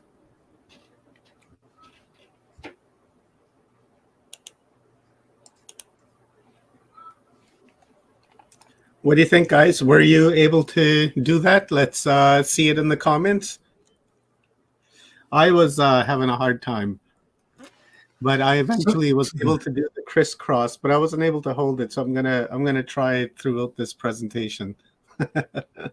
Well, the thing to do is just to give it a gentle effort. It's a very minimal effort, and there's a sweet spot in the distance from the screen where only the tiniest movement of your eyes achieves it. And most people think when they hear about crossing your eyes, they think about kids when you crossed your eyes and about killed yourself with your eyeballs and you get a headache and all that. That's not what this is. It's not what this is. It's just changing the lines of parallax. That's a technical term, but, it's all okay. So anyway, well, let's dive right in, huh?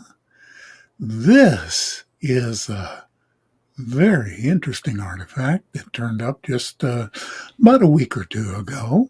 And it's from Curiosity, and it's odd to me, Omar, that NASA is beginning to show more and more items close to the rover.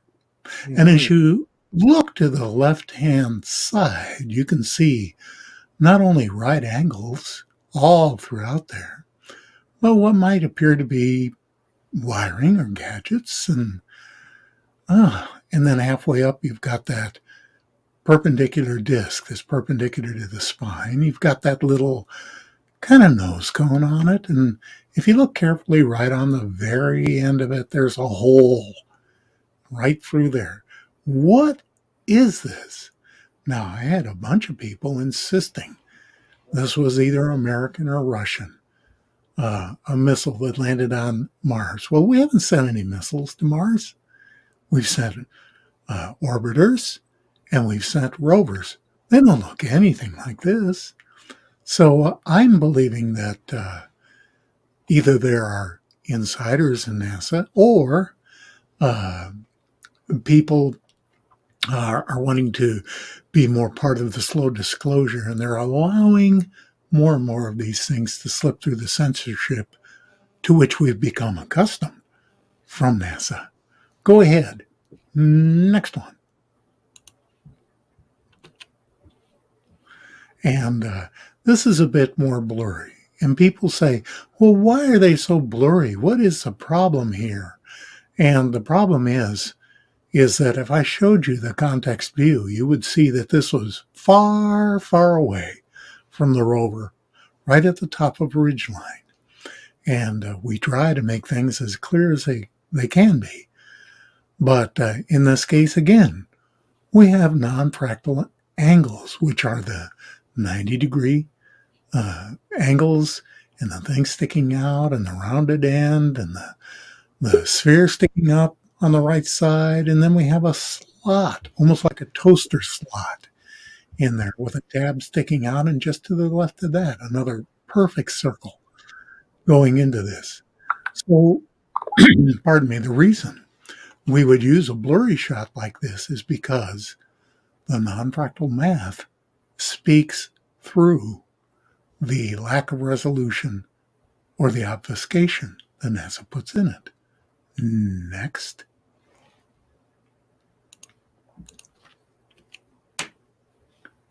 And here we find something that's not actually entirely non-fractal, but it does look like a section of a bowl. You'll notice that rim is equally thick all the way around, that it's hollow, and that it has what appears to be markings or layers to it, striations around the outside. Could erosion account for this? Yes, it probably could. But this is one of those things that I call an artifact candidate. Next.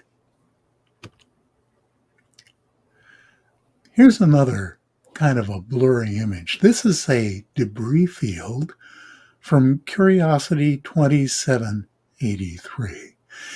And I should point out that usually, in fact, always, I include a context view before we go to detailed views. But for the interest of brevity, we haven't included those.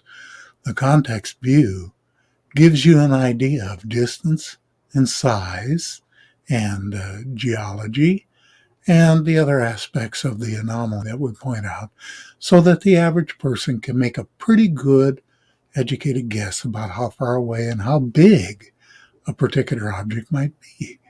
The interesting thing about this, Omar, is that this appears to be a cube, almost like a computer enclosure that's been divided almost into a window pane inside with 4 sections dividing it into 4. And then you look on the left and you have 2 knobs on the side of the box, on the side of the edge. So this is definitely non-fractal, and it qualifies as an artifact. Go ahead to the next one. This is one, people are very inclined to see faces and trying to make sense out of chaos. And so if you look at the very top, inside, you see 2 big kind of square eyes and kind of a nose that hangs down and a big open mouth and some other stuff going on and a bunch of stuff that looks like carvings going into this cave and, all around it, really. In fact, this entire cliffside is covered with material. But this, I don't think it's a face so much, but it appears to be an entrance into a tunnel. And there again, this is definitely non-fractal. Next. And I just threw this in for fun. This is what I call a rooster rock.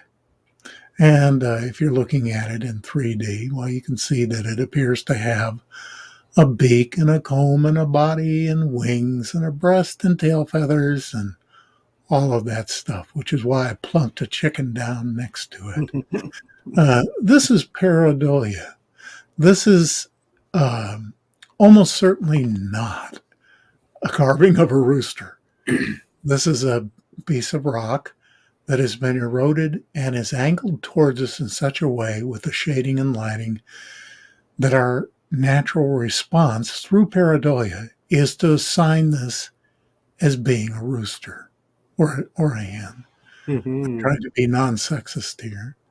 But this is simply pareidolia. It's not an anomaly. It's just an interesting geological formation. Next. However, wow.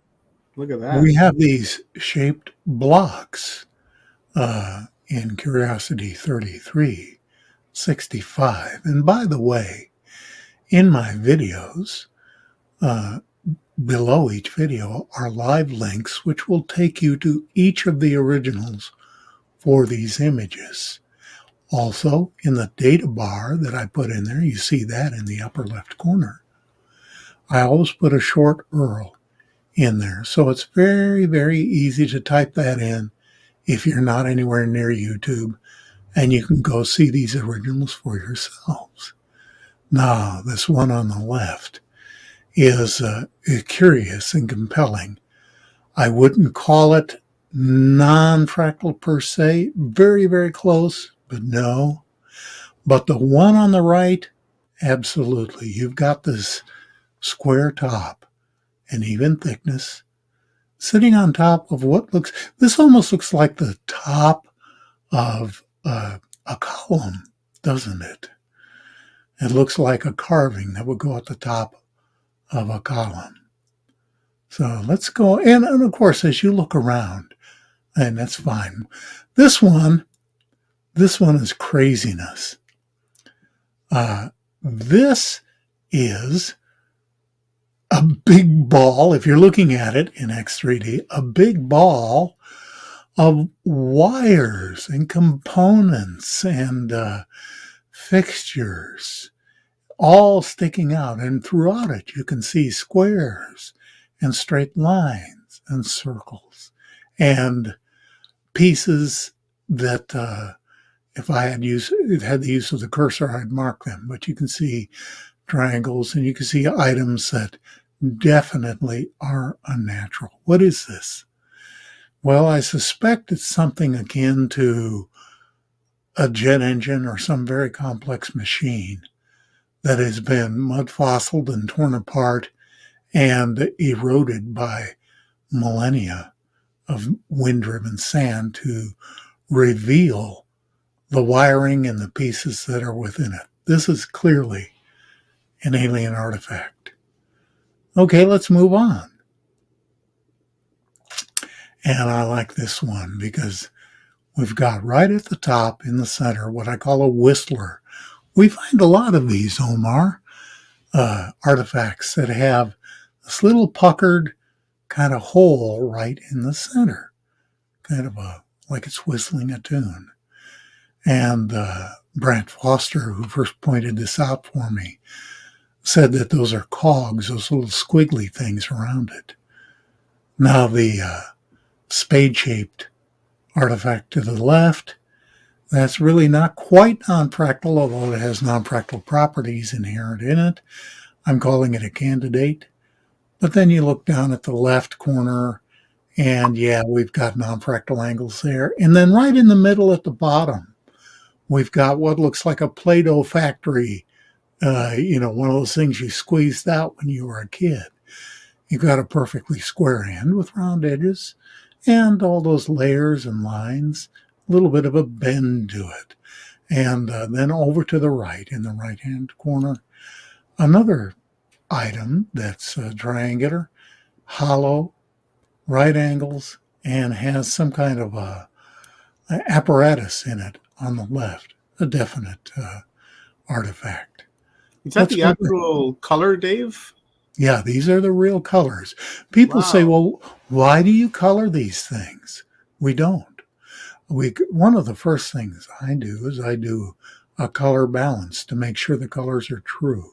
Mm-hmm. And then I do a number of other technical things, which I won't bore you with. But this item, particularly the ones that look bluish, but the one at the top in particular, are what is called Martian bluestone.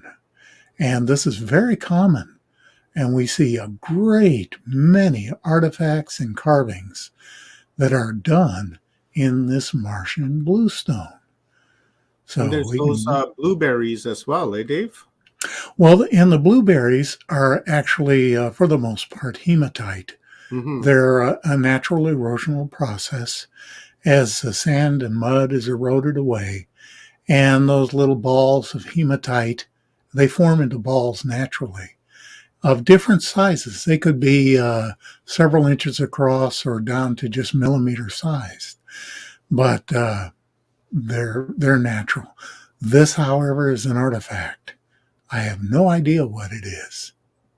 But if you look on the left-hand side, you see that circular enclosure that's been eroded away, the rivets below it, in the middle and to the right. And then in between that and the middle section, a very clear square with a very clear circle within it.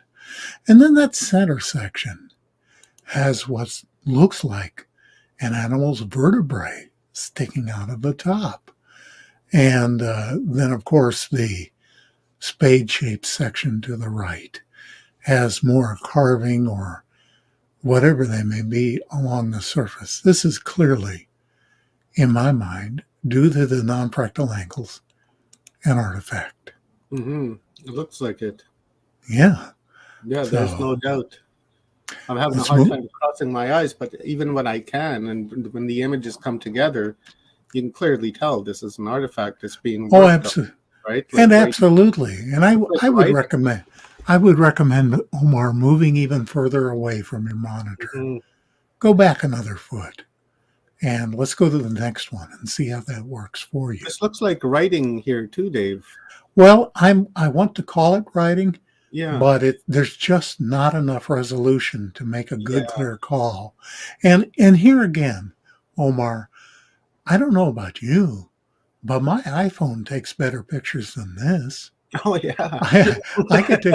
I could take pictures and then zoom in on smaller objects, and this thing is about 6 feet across. Okay, Yeah. I can zoom in on things, and they're much more clear than this. Yeah, my wife So does that with clouds all the time. She's like, "Look, there's a UFO in it," and she just zooms right in, and it's clear as day. yeah, and so they're messing around with the images. Now, here is something which many people would say, "Oh, well, that's just erosion, or that's natural." No, it's not. Look at all the right angles. It's a hollow box. And look at all of the right angles on the top surface and the fact that it has all of this striation revealed. This has been heavily eroded and corroded over who knows how many thousands of years. And this is the remains of what I believe a housing of some kind for either a machine or maybe part of a structure. It's not at all natural, and in fact, being non-fractal, it is in fact an artifact. And also, it looks like it's underwater, Dave. Well, Right? Like the sky is reflecting in the water there, and then the waves themselves looks like they're reflecting the light. Right? Of course, in 3D, you can see that it's sitting on top of the sand, and it's a very common thing for people to consider this sand to be water. Mm-hmm. But when you examine the context image, which isn't available right now, you can see that it's sand. Now, there are definitely images that do have in what I believe to be water in them. And I have images of water, not in this selection that we've had for this interview, but yes, there is standing water on Mars. And of course, NASA has announced that they've found water on Mars, both standing, running, and seeping about 2.5 years ago.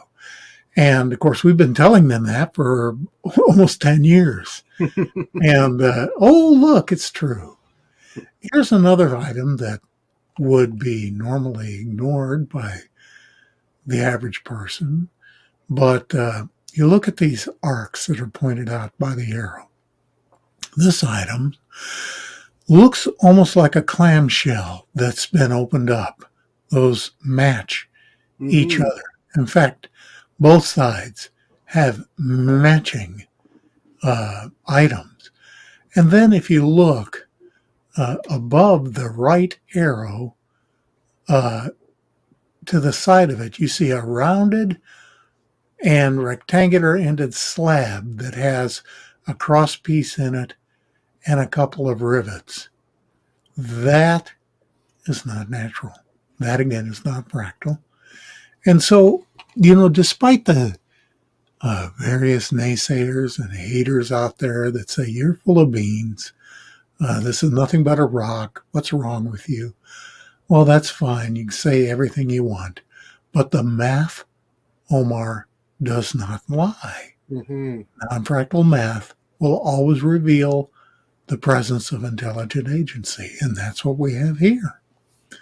So I don't give those haters any energy. They don't know what they're talking about. They're just like what they heard on the news, and that's it. And they're always going to be present. And, you just think, okay, well, second density, third density, whatever. And now this, Omar, is an orbital image of something that my friend Jean Ward pointed out. This is from probably about 100 miles out in orbit. Of course, it's been zoomed in a great deal, and I've made it as clear as I can. But this appears to be some kind of craft sitting on top of the surface.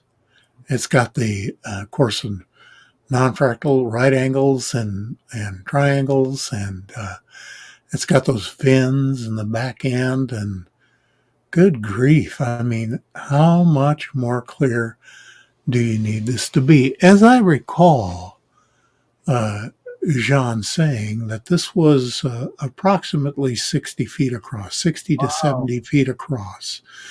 So this is a good sized object and entirely not natural. Almost So like the it's a, size of our airplanes. yeah, actually, it almost looks like if you cut this out of cardboard and you could throw it and it'd fly, you know. Looks like there's a cave here as well, like a mega cave, like right there.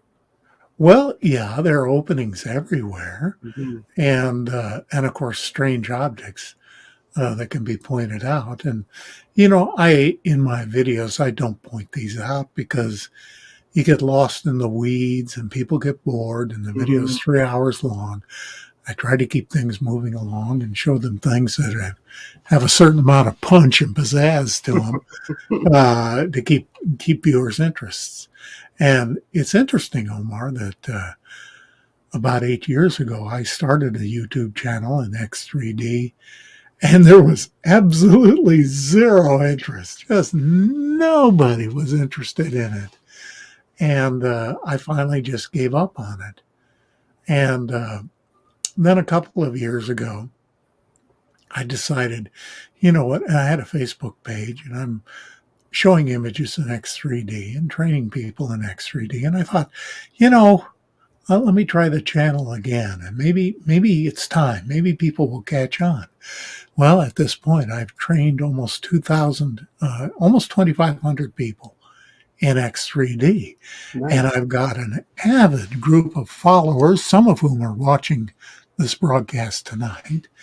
And they wait avidly for each video, and they have all kinds of great comments, and we do our live hangs, and you know, it's catching on. People are beginning to realize that this is a tool that you can't, you know, NASA can't hide the truth anymore. If you're looking at things in X3D and you're looking at non-fractal items, you can't hide it. There they are in front of you. Anyway, let's move ahead. Yeah, dude, I wish I would have found you like 8 years ago. I was showing intense interest 8 years ago. Like I was saying in the beginning, I was looking for a speaker for Mars for years. Well, right? You know, everything everything is in its own time, isn't it? Its own sequence. Yeah, it sure is. And I still have some big name haters attacking me, and I just let them go, and I just move ahead. I just keep doing the work, because when I cack, there's going to be a legacy left behind of stuff. When we get boots on the ground, maybe 30-40% of my stuff will be disproved in the long run. That's fine. There's still a body of work that's legitimate, including this one. This is, to my way of thinking, intelligent writing or carving along the top edge of this boulder. And especially when you look at it in X3D, it really pops. But the interesting thing, Omar, is that the boulder from which it's carved looks like it's been exposed to water for a very long time. This is what we call alluvial erosion or water erosion. So it tells me that maybe just this portion of the boulder was underwater, or maybe the boulder was turned so that the writing was buried, but the rest of the boulder was eroded, and then it eventually, you know, got tumbled out somehow. I don't know. This is 4 or 5 feet across. And by the way, if you look around this image, you're going to see squares and, you know, round objects and other carving and other things that are anomalous. There's always all kinds of things. Like this piece right here. Well, sure. Currently it has writing on it. You know, this right here. Yeah, that's more. It looks like it's been worn away. Yeah, just like this part right here, right? And then the rest is sticking out. Yeah. Pretty far out. And you know, an object here, like a pot. Yeah. Right, like a clay pot. Very interesting. There's all kinds of stuff in this image. And, you know, it's like I tell my viewers, Omar, that when I grew up on the Mississippi, and we did a lot of fishing out in the sloughs. And one thing I learned early on is that when you see one water moccasin, you can bet there's another one nearby because they mate for life. And so you might be busy trying to avoid the one that's on the bank, and the other one is in the tree right over your boat, So you just got to always be aware. And it's the same with Martian anomalies. If you find one, most of the time there's another one or several right nearby. I don't know if this is pareidolia, Dave, but this guy right here, this is elongated. This is not the first time I've seen this on Mars. Like, it looks like it's got two eyes and nose, nice big nose with the mouth, round and face. that's a temptation. That's a temptation, isn't it, to call it a face. But generally speaking, unless you're seeing something that's really super clear, like Mount Rushmore, where there's just no arguing that those are faces right there. Some will argue. And we do have a couple of items that qualify as statues. But I would say let's push it up to 97% of the faces that people see are pareidolia. And it's wishful thinking. Here's some more lettering of the same kind from a different day and a different camera. And but the same lettering along the top side. And if you look to the left side, you see this long, extruded triangular piece that's non-fractal. It almost looks like something that's been manufactured. It makes me think that these two pieces were part of a building that were, of course, shattered, broken, and tumbled in the global cataclysm. But anyway, we can move ahead if you like. And more lettering of the same, exactly the same lettering. Now, we either have the identical erosional process creating figures in parallel lines with squares and circles and slanted objects and angles, or we have what I think is writing. I'm pretty well convinced that all of the last three images we've looked at are actually carved writing in the stone. And these are just remnants, bits and pieces. We know, Omar, that the global cataclysm that hit Mars was nuclear in nature, that it bubbled all the oceans sloshed out of their basins and eradicated everything along with the nuclear blasts and the windstorms, and the oceans boiled off into space and nothing was left. Everything was jumbled into a blender and buried in mud fossils, mud and water, sinking into the ground and gradually gravitating towards the poles. And we now know that there are vast underground pools and reserves of water on Mars. And we see seepage, and we see small lakes, and we see even small waterfalls. But the remains are so badly broken up, and so badly eroded and corroded, that it's tempting to say, well, those are just rocks. But when you look at them with even an amateur archaeologist's eye and with an eye towards non-fractal angles, these are definitely artifacts that are being revealed. Let's move ahead.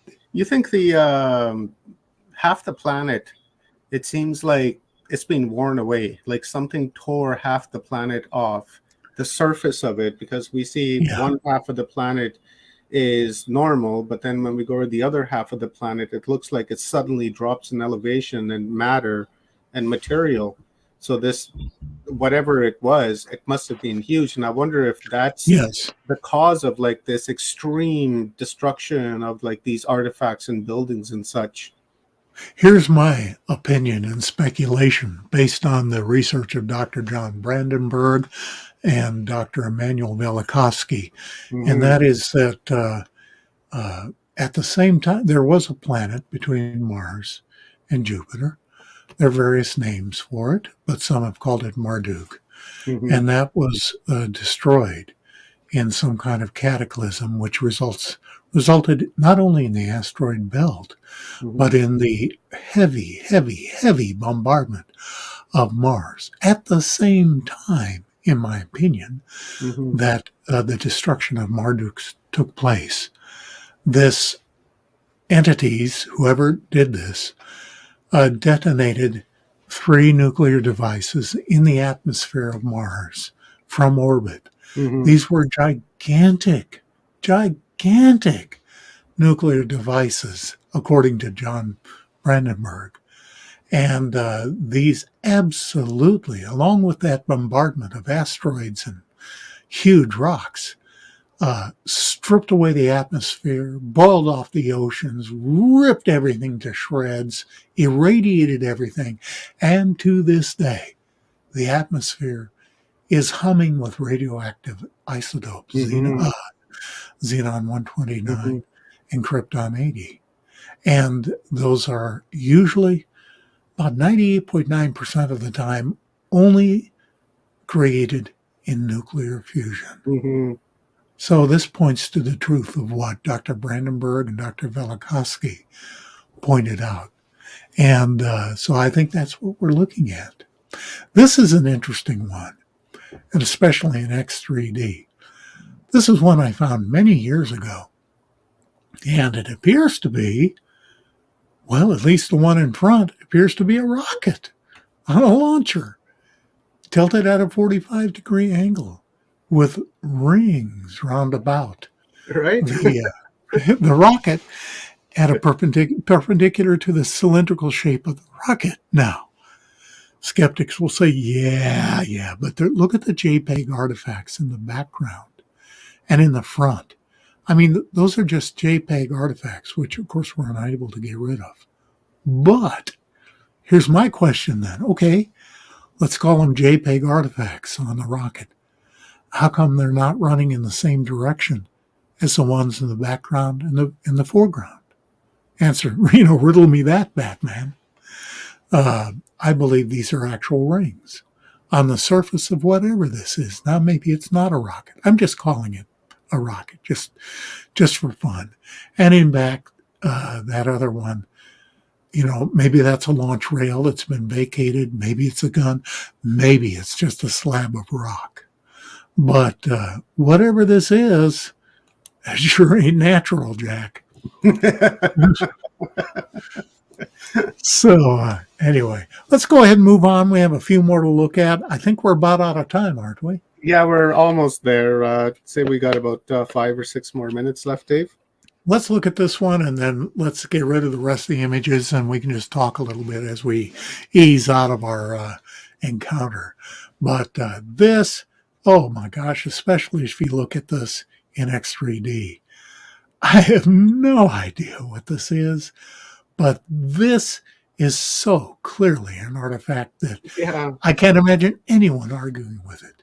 It's sitting on a square base with a rim, equidistant rim. It's got those triangular openings, almost like vents on a car or a cooling system. Then it tapers off into these conical structures that come to a point. I mean, all we can do is speculate. But what I do know for sure is that this is an artifact. There are too many non-fractal angles to call it anything but. Yeah, look at those angles. Oh, yeah. Geez, look at that.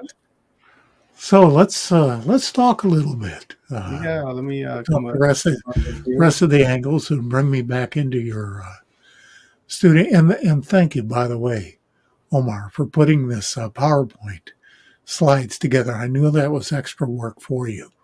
And I appreciate you doing that because I know you have your hands full with this epic project that you're creating. And this is one for the centuries Sure is. This is something that I think people will be watching in bits and snippets and in maybe even the entire thing for decades to come. You've had a lot of wonderful people, wonderful souls contributing to this.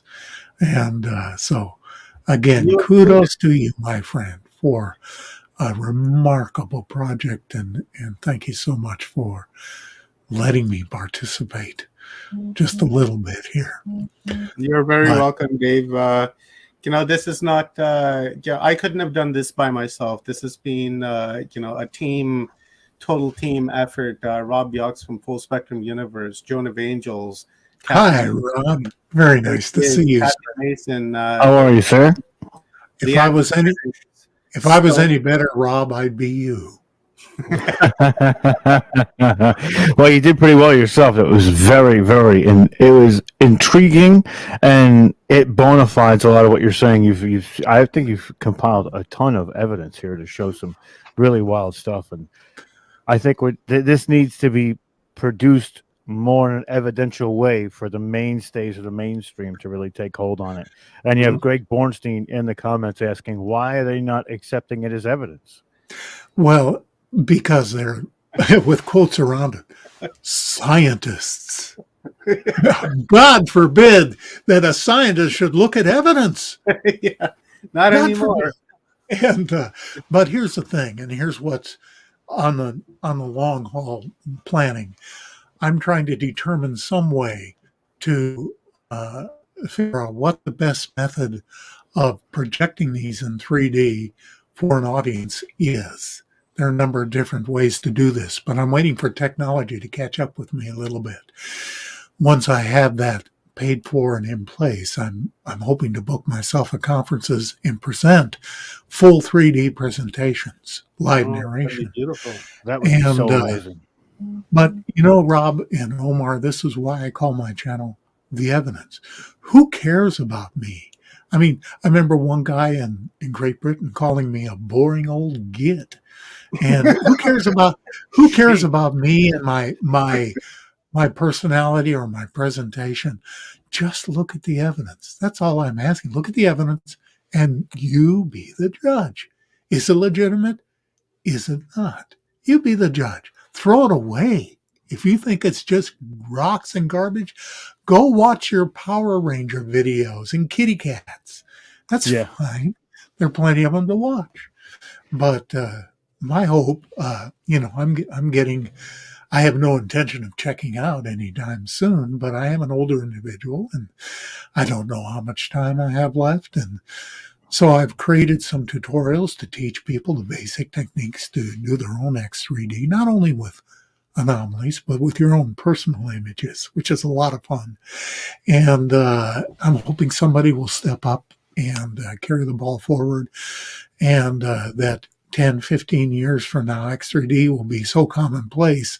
In fact, it'll be old hat. They'll have full holographic viewing screens where it'll be entirely moot to learn X3D. Like Star Trek and a holodeck. That would be intense. Exactly. And I'm thinking that. And they can turn that D into David. Yep. Well, they could, maybe I'll have an avatar that'll appear at that time in some distant future. But again, thank you so much, Omar. You need to bring a Rob on. I know that.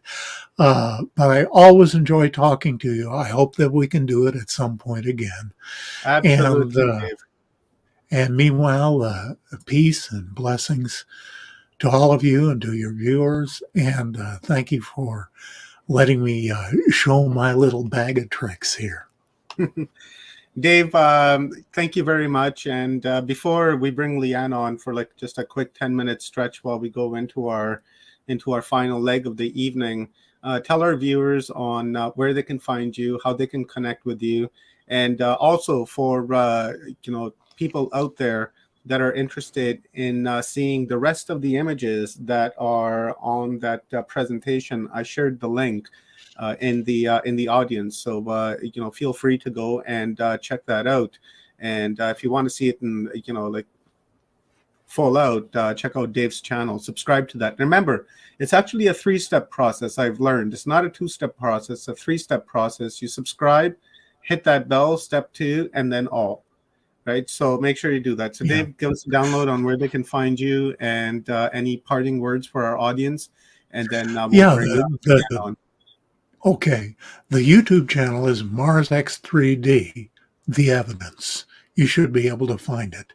There we have at this point over 120 X3D videos of artifacts where we've presented well over 1,500 very compelling finds. And come over and join us for one of our live hangs. We have a lot of fun. We give you sneak peeks.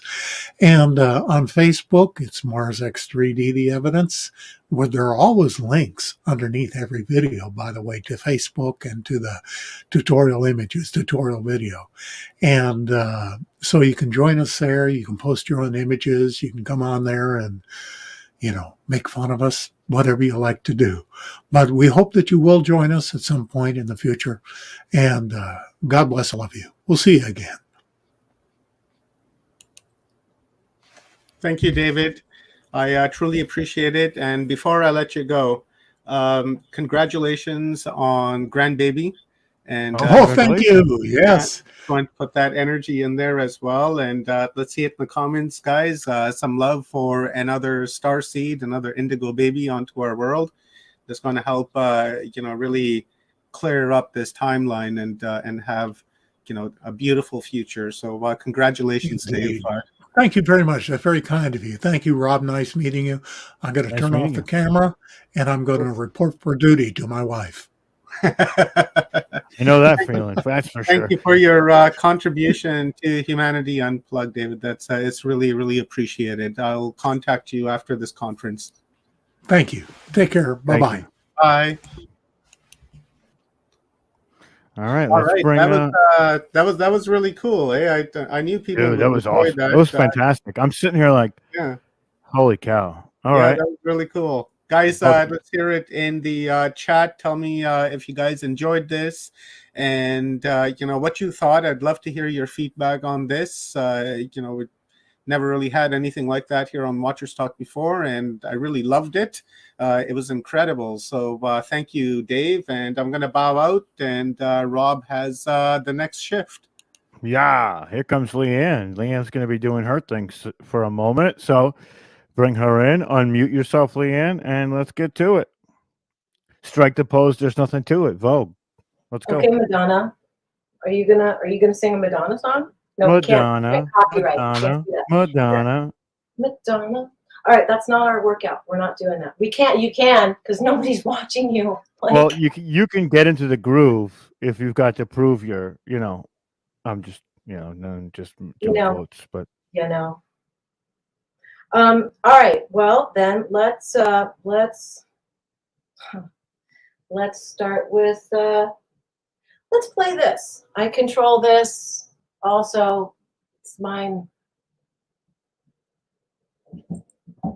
It's my daughter, but I control it. Okay.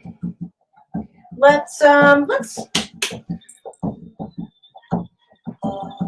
do some cat cows.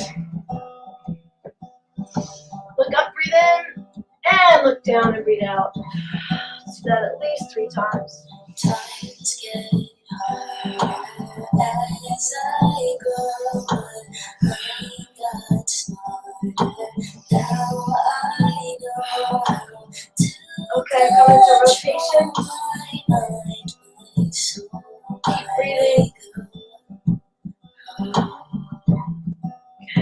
Go the other direction. Trying to spread good vibes only.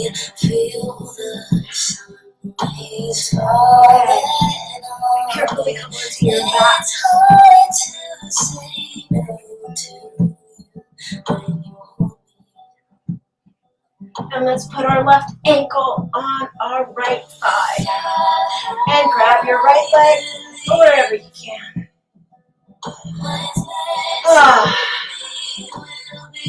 That feels good.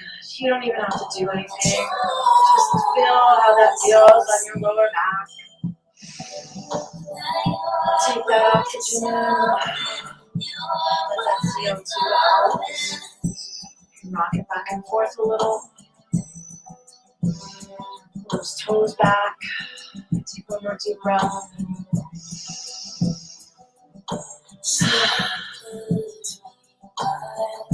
Start bending our knee. Grab the back of your thigh. Bend your knee. Straighten your legs. Bend it a couple times. And then start doing rotations with your feet. Just paint a big circle on the ceiling. Make as big a rotation as you can. And then go on the other direction. Give those ankles some room.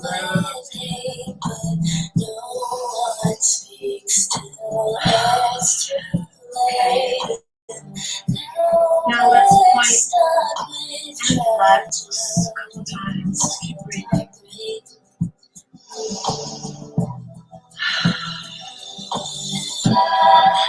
Now grab your legs wherever you can. I like to take it a little closer to my ankle. And try to put your shoulders flat or your back flat. Breathe into that.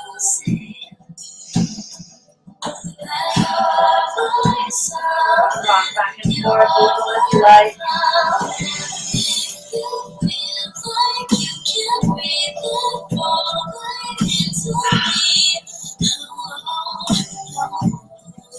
Okay, carefully come out of that. Come into a neutral position.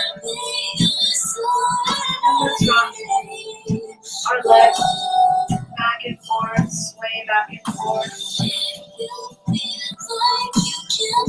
Keep breathing.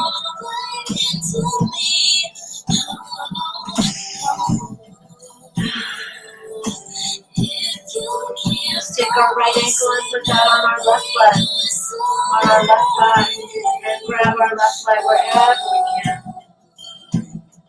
Pull those toes back and take some more deep breaths here.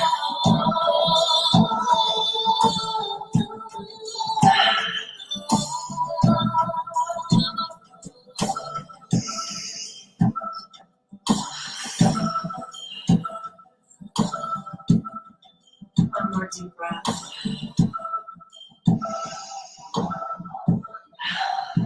And then let's grab the back of our thigh, straighten, and bend our leg a couple times.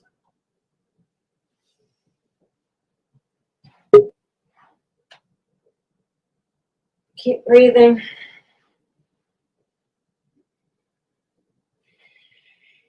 And then straighten your leg and walk your hands up a little maybe.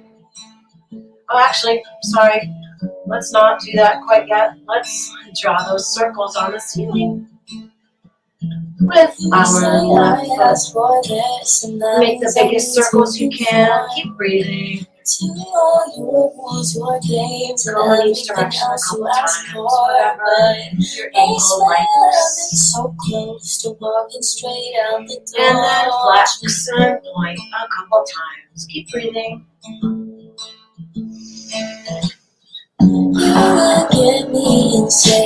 Okay.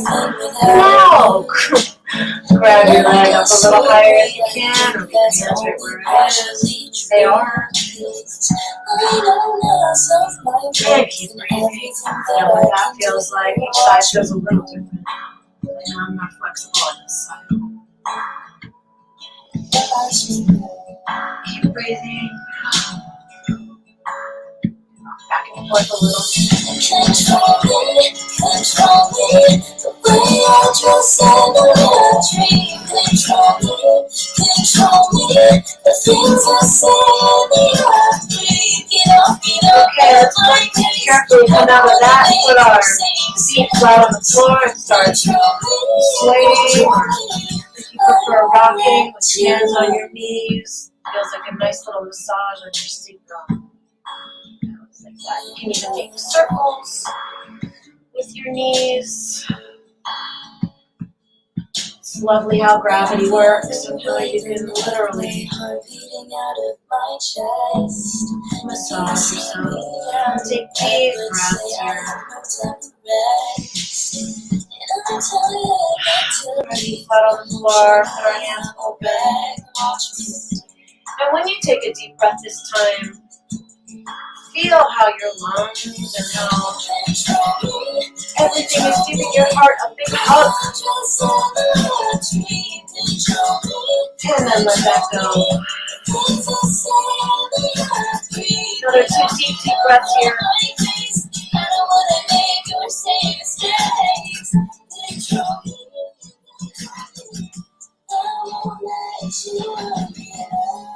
Okay. Let's carefully roll onto our sides and push ourselves up. And bring your left foot in and put your right foot out. And let's lift way, way up with our right hand.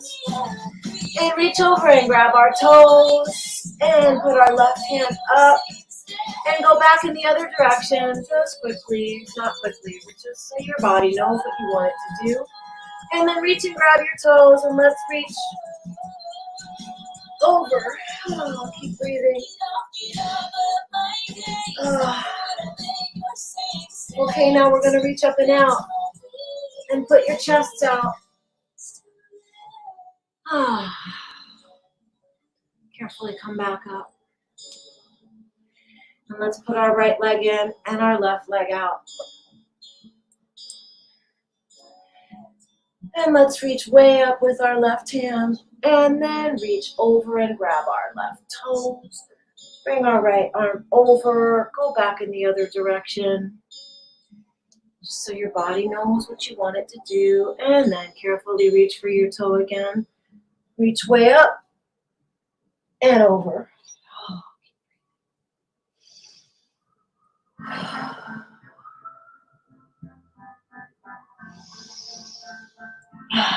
Oddly enough, the song is called Body Heat. Right now, my body's pretty heated up with all these stretchings. Little stretches are good, but it's a little fire too, you know? Reach up and out. What are we all reaching for? Be different for all of us. And carefully come back up. And let's sit cross-legged for a quick little twist from your twisted system in a good way. Put our left hand on our right leg, put our right hands behind our bodies and sit up straight. Take a deep breath in. And as we exhale, let's twist a little from our lower belly and sit with that for a minute. Take a breath. And let's take a nice deep breath in. And on the exhale, twist a little more. And do whatever you need to do with your necks. One more breath in and come back to center. Deep breath in. Exhale. Right hand on left leg or left knee. Put left hand behind your body. Deep inhale. And as you exhale, twist from your lower belly. Another deep breath in. And as you exhale, twist a little more.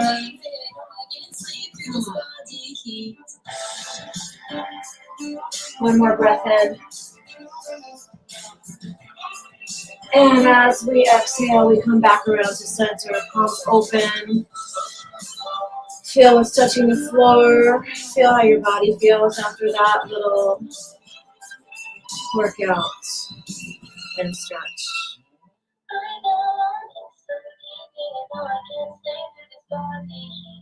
Nice deep inhale. And an exhale. One more inhale, and we'll all hold it at the top and know that we're all in this collective together, here, now, in oneness. Hold it. And let's all exhale as we do. Silently or not. Thanks for the opportunity. to give you a little body heat.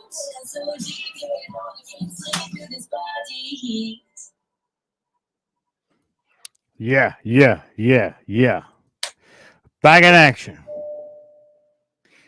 Leanne Curtis stretching us out. And at least it's not stretching to the oldies like what's his face? Simmons, Richard Simmons. No, it's stretching with an oldie, not oldie. Same. Those are all Same. actually my daughter's songs, and she recorded all those and produced them all herself, wrote them all herself. She's quite talented. That's excellent. I mean, I went to school for music. I went to school for audio engineering. A lot of people don't know that. We but, should collaborate, man. We should do some stuff. I mean, I haven't touched Pro Tools or Logic in a long time, Well, but Pro I'm still Tools- really good at it.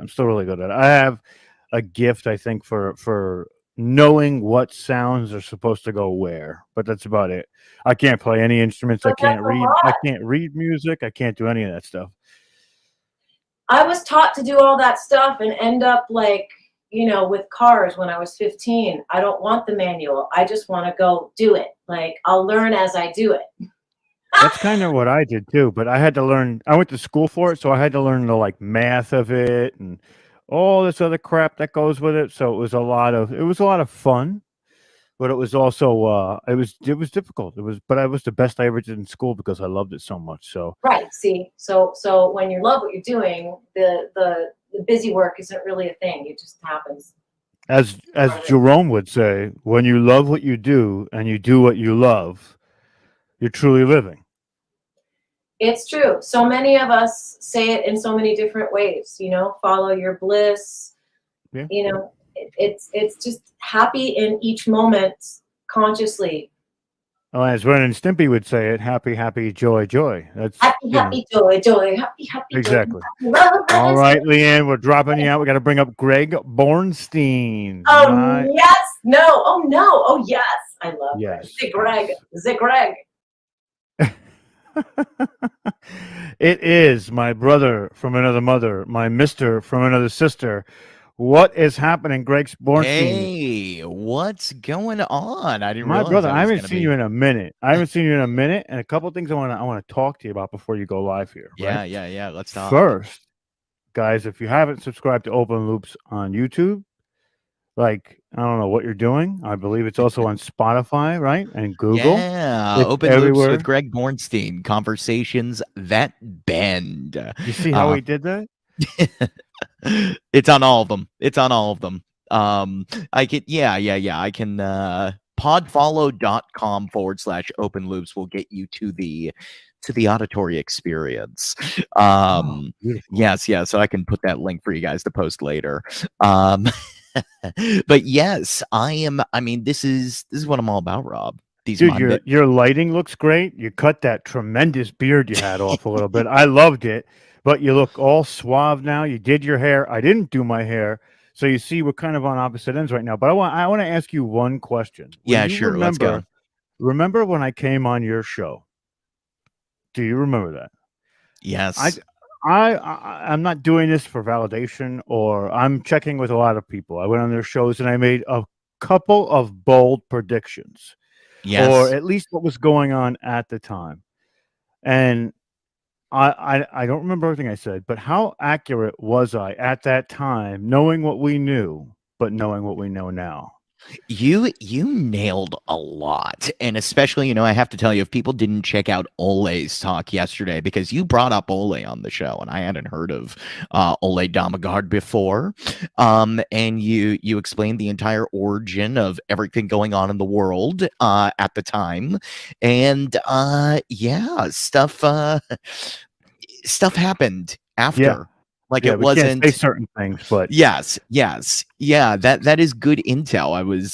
It was so awesome to see him talk yesterday, and Rob, I know he's one of your key sources. I know he taught me how to do it. His method of investigation is why I was able to figure out a lot of that stuff. That's interesting. It's a lot of follow the money. But yeah, when you examine their playbook for so long, I can send you something from 2014 that literally maps this out. And that's what I talked about in your podcast as well, from the specific foundation that essentially Yeah. puts it all out there for everybody and how they're going to do it. But I'm gonna alleviate myself. We hadn't had a chance to really talk about that because I know. it was. I remember saying specific things, and I was like, you know what? I think I called that. What was that like? It was probably last year, March. It was right before the forgery on mass, so probably like February, March time. Yeah, right before the Yeah. lock-in. Right before the locky. I was like, something's coming. Something's coming, guys. Yeah. No, you nailed it, man. And you are also one of the few, and this still is very close to my heart, that agreed to do a debate with an outright skeptic on my show. Yeah. And I mean, that guy, I have not heard from him for a while. He thinks, I'm not even sure what he thinks. I think he not thinks he making won. content. I've checked his channel. I haven't seen anything go up. And when he started cutting up the debate, Yeah. he was not putting in what I was saying. I'll tell you Yes. And he definitely doesn't want to debate Omar, for the record. He's more afraid of Omar than he is afraid of you. Really? Even after the fact? Just yeah. But I haven't talked to him in a long time. I haven't talked too much about any of this stuff. But yeah, I mean, how do you argue away some of the things we've seen over these past 9 days? I mean, it's can't. insane. And with the way that they've deceived on a lot of levels, more people should be more open to that being the truth, because there is evidential based stuff that people are gauging these critiques and this information on. And if this time over the last 2 years taught you anything, it's to keep your eyes open and listen to what you're hearing, because what they've all said every time, like even what's going on in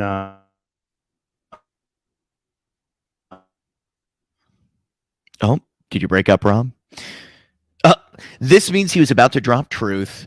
You knew he was about to drop truth, and they always do it. Yeah, it's been happening to him all day, Greg.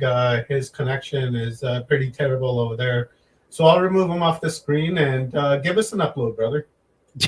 Oh, okay. Well, Rob, I want to pick up with that later. But yes, everybody. So, look, I'm going to do a hodgepodge kind of talk here of different things that fill the niche, something that has been explored a little bit here, but I kind of want to go into it in a different way. And that is this concept of exploring the internal. That's what it is. What exactly does it mean to explore the internal? It's something I'm still trying to figure out myself. And it's interesting because a lot of the time, and we've heard it here, right? We've heard people say, oh, just meditate. It's a great first step. Close your eyes and be one with your breath and go inside. And that's something that is very helpful for people, can take a long time to master, to get to. I mean, there are different kinds of meditation, right? There's the walking meditation where you're just present in general.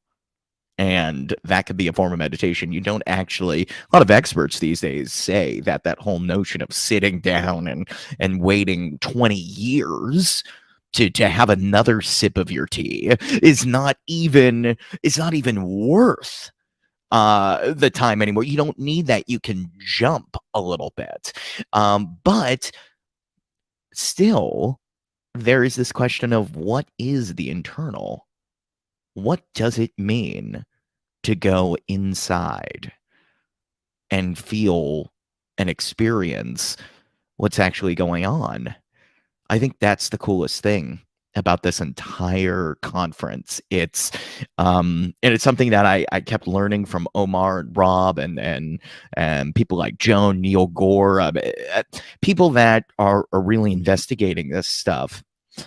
It's fascinating at the timeless nature of some of the history we've been shown, because so much of that history is directly tied, Paul Anthony Wallace was saying this last night, to abilities of the mind. that we don't have access to anymore. Now, here's the interesting thing about time and what goes on the inside. When you go inside, there is a timelessness. The internal experience, I might argue, brings you to a point that defies linear time. Exploring the internal is one of those things that precognitive abilities, lucid dreams, the ability to communicate telepathically with others, psychic powers, whatever people are bringing up from inside of themselves. Notice it's nothing that is, it's not like, oh, we learned to communicate and then we learned to have these amazing internal experiences. This has been going on before people were codifying language. This is the true experience. This is the timeless experience. It's why you get so many people, you may have heard of in manifestation and all this stuff, which, hey, maybe I'm speaking Luciferian talk based on some of the things we talked about earlier today with Pim, but what I mean is the manifestation, the idea of bringing something from within your consciousness and the rate at which you can create it, making it manifest in real life from inside to reality. Some call that magic, with a K, if you will. The ability to do that and to do it quickly. Do you know how many stories there are of people that have said, well, I thought it was going to take 12 months for me to bring in $5,000 for this business. And then I sat down and did it, and I made $25K 3 months in. That to me speaks of a timelessness in a way. It's an access to an internal alignment. See, that's really what I'm taking away from all this. That ability to go inside and align with what's happening in your inside. It's almost like on my show, Open Loops. And by the way, this talk is going to be about hypnosis in a little bit. I know we haven't really talked about that yet, though. We have been. I had a guy on Open Loops who is, he claims he's a time traveler.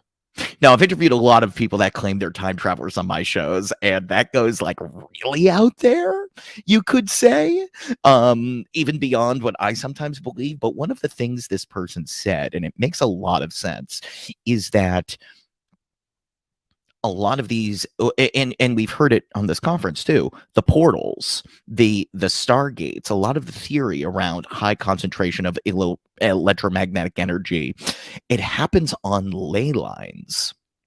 And this guy was even claiming when he was part of this government sanctioned time travel program that you had to put the machine on the ley line in order to jump to the location that you wanted. Now, if that's not a metaphor for self-achievement, I don't know what is. Because I would like you to just imagine you have an internal ley line of where you want to go, what you want to create. And when you give focus to that and you build on top of it, who says you're not going to jump 20 to 35 years in the future all of a sudden? All of a sudden, because you're aligned. That's what excites me about exploring the internal. The internal is the Stargate. That's what intrigues. That's what's amazing. The internal, you are the Stargate. You are the time machine. You are the UFO. This is what keeps blowing my mind. And these outside structures, Stonehenge, pyramids, all these things are a direct reflection of what's going on in there. So, why don't we go in there a little bit and let's talk about the internal, because the internal is, well, it's different for everybody. For instance, I want you to think of the last happy memory you had. The last amazing, why don't we do this? Let's do this. Think of we'll do it. Think of a memory that brought you a lot of joy. Where were you? Experience it. That's it. You can close your eyes if you want. Just imagine you are at that location now. What are you seeing? Are there people? Or is it just you? Imagine what you smell. That's it. Taste what you taste. This memory, are you inside the memory, experiencing it through your own eyes? Or are you outside looking at it almost like you're watching a movie? Or is it a still image? Are you looking at this memory? When I said experience a memory or go back, what was it first? You can put your thoughts in the comments. Now, here's the interesting thing. We're going to go back to that a little bit and revivify it even more. But every single person here had a different experience. And not in content. That's the interesting thing about exploring the internal. Oftentimes we're fed, oh, well, you're just thinking sad thoughts, therefore you're sad. Or yeah, you're angry. There's something you're angry about, therefore you're showing up as anger. Think about all the problems in the world right now. I mean, right? We're very upset about the geopolitical situation. Even the things we were talking about today, we're upset at them rubbing the lack of our control in our faces. Yes, this is terrible. It's a process of waking up. I'm not going to say that you shouldn't explore these things, but I'm going to tell you, there are a lot of people in the spiritual community that just hate post all the time. And guess why? Because they have a lot of hateful images and articles they're consuming. They're actually filling this pyramid, this energetic center, this Stargate with the negative energy. And I will tell you right now, if you were somewhere in a desert island that you wanted to be at, or wherever you took yourself on the happy memory and you just stayed there, you wouldn't even want to go on Facebook. We are consciously creating our reality. The internal is it's all we have. Explore the internal. Let me tell you something. It's not even just the thoughts. It's the way you think about the thoughts. It's the way the thoughts are formed. See, that's what I thought was interesting about that experiment, and that's what blew my mind about hypnosis and NLP. Now, a lot of you may have heard of neurolinguistic programming. It's often associated with mind control. I've even heard people use it. People say, "Oh, they're planting neurolinguistic patterns in speech." I'm sure some people are. I'm sure some people are naturally persuasive as well. But I prefer to think of it as what it originally was, which is the subjective. It's the study of subjective experience. If you want to play with exploring the internal, I recommend every single person purchase a book on NLP or neurolinguistic programming, because this is the cool stuff. See, what neurolinguistic programming promises, and sometimes they live up to it better than others, but what they promise is that if you can codify certain aspects of the human experience, i.e. what someone thinks when they're about to hit a grand slam at Yankee Stadium, or what they're imagining the moment they're about to go into a complex gymnastics move. It doesn't even have to be that. It could be how you go about solving a problem, your product, your process management, your time management. If you can go inside and break down the way somebody processes thoughts, you can duplicate it. Certain people see things a certain way. They hear things a different way. One of the best examples of this, how many of you have a voice in your head that just tells you you're not good enough? I challenge all of you right now to change that voice. If you have a voice that says, oh, you're stupid, you're lazy, you're not good, you're a failure. Next time you think of that, become aware of that voice and change it to Mickey Mouse. And imagine Mickey. Ha-ha! Oh, you're a failure. Imagine Mickey saying the same thing to you. Guess what? It's a little bit of a different experience, isn't it? To me, exploring the internal is looking at the depths of the way we construct reality. And neurolinguistic programming does this. See, when I said happy experience, first thing to note is that all of you thought of something different. Some of you probably thought of making love. Some of you thought of a vacation. Some of you maybe thought about being on this conference. Whatever it is, everybody has a unique experience. And as a matter of fact, you could even flip that. Let me give you something very practical, everybody. One of the best ways to build rapport with someone with these techniques is to be specifically vague. Great hypnotists do this all the time. As a matter of fact, great politicians are doing this. You could say to someone, let's say you want to, well, let's use an example of, say you're trying to plan a vacation with someone, your spouse, and you always disagree about things. And it's going to be a stressful conversation. It's going to, you want to get your spouse in a good mood. You want to, anyone, a coworker, your boss, you want to get a raise, job, whatever it is. All you need to do is what they call an elicitation statement. It's very simple. You can say, hey, so this vacation, honey, I want you to just imagine it's the most perfect vacation you've ever had. I want you to just, wherever we go, I just want you to imagine it's going to be perfect. It's going to feel just right. It's going to really be something that we can both share in together, and that would bring you joy. What do you think? What comes to mind when you think of something like that?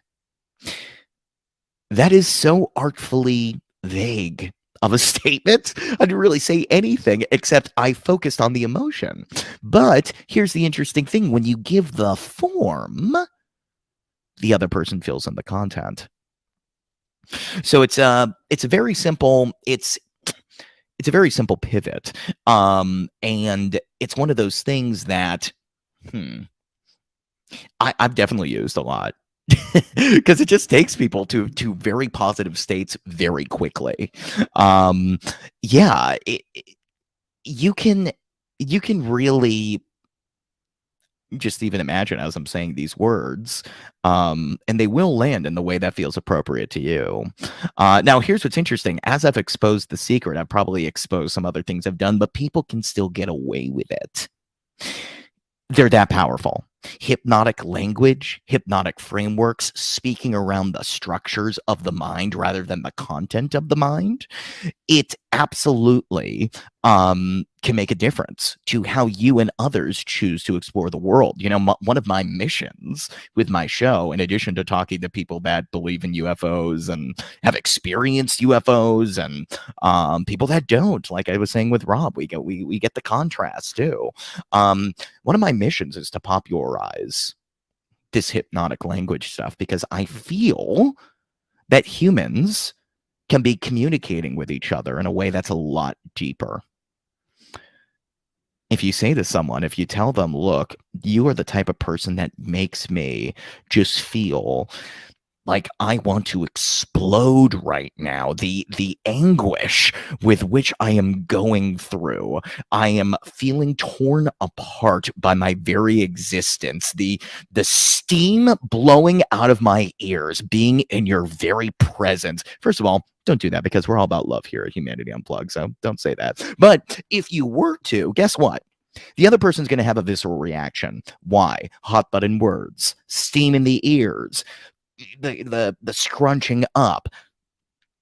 That said, I'm a naturally expressive person, right? I'm an actor, but I also know that certain people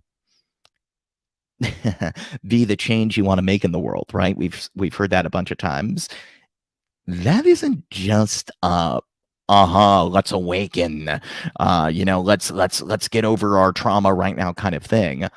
That's conversational. See, if I want to lull you into a trance state, well, the first thing I'm going to do is I'm not going to be like, oh, you're getting so sleepy and sleepy and sleepy. I mean, maybe that would do it for some of you, but I would actually have to go into trance myself. You can do this. You can play around with this with people that you're with. You just kind of start going into peripheral vision. And as you listen to the words that I'm saying, just let each sound reverberate inside your body in that perfect way. That's it. And let the information from Humanity Unplugged go somewhere deep inside you now as you begin to embody the learnings. I don't know when, I'm not sure how, but as you sit there with your feet on the ground, or maybe they're not, maybe you're sitting back, you can feel the bottom of the sofa, the chair, the bed, as you breathe in and begin to absorb every single word, except each word goes in a different way, but still stays with you now. And as you hear each word, you will begin to feel even more inspired by this content. You will be able to feel yourself beginning to move into the world in a new way. That's it. Now, let me kind of stay in this trance state as I continue talking to you. One of the weirdest things, I studied with this woman, Dr. Yvonne Oswald, in near Niagara Falls, Canada. Masterful NLP teacher, timeline therapy. She's also a medium. She's a hypnosis trainer. Wrote a great book called Every Word Has Power. Highly recommend it. She did, during our hypnosis training, she did this thing where she said, for lunch today, I want each of you to put each other into trance and then open your eyes and stay there for the entire lunch. I have to tell you, that was, we do not need, if there's supply chain issues with alcohol right now, forget that. Supply chain in trance never disappears.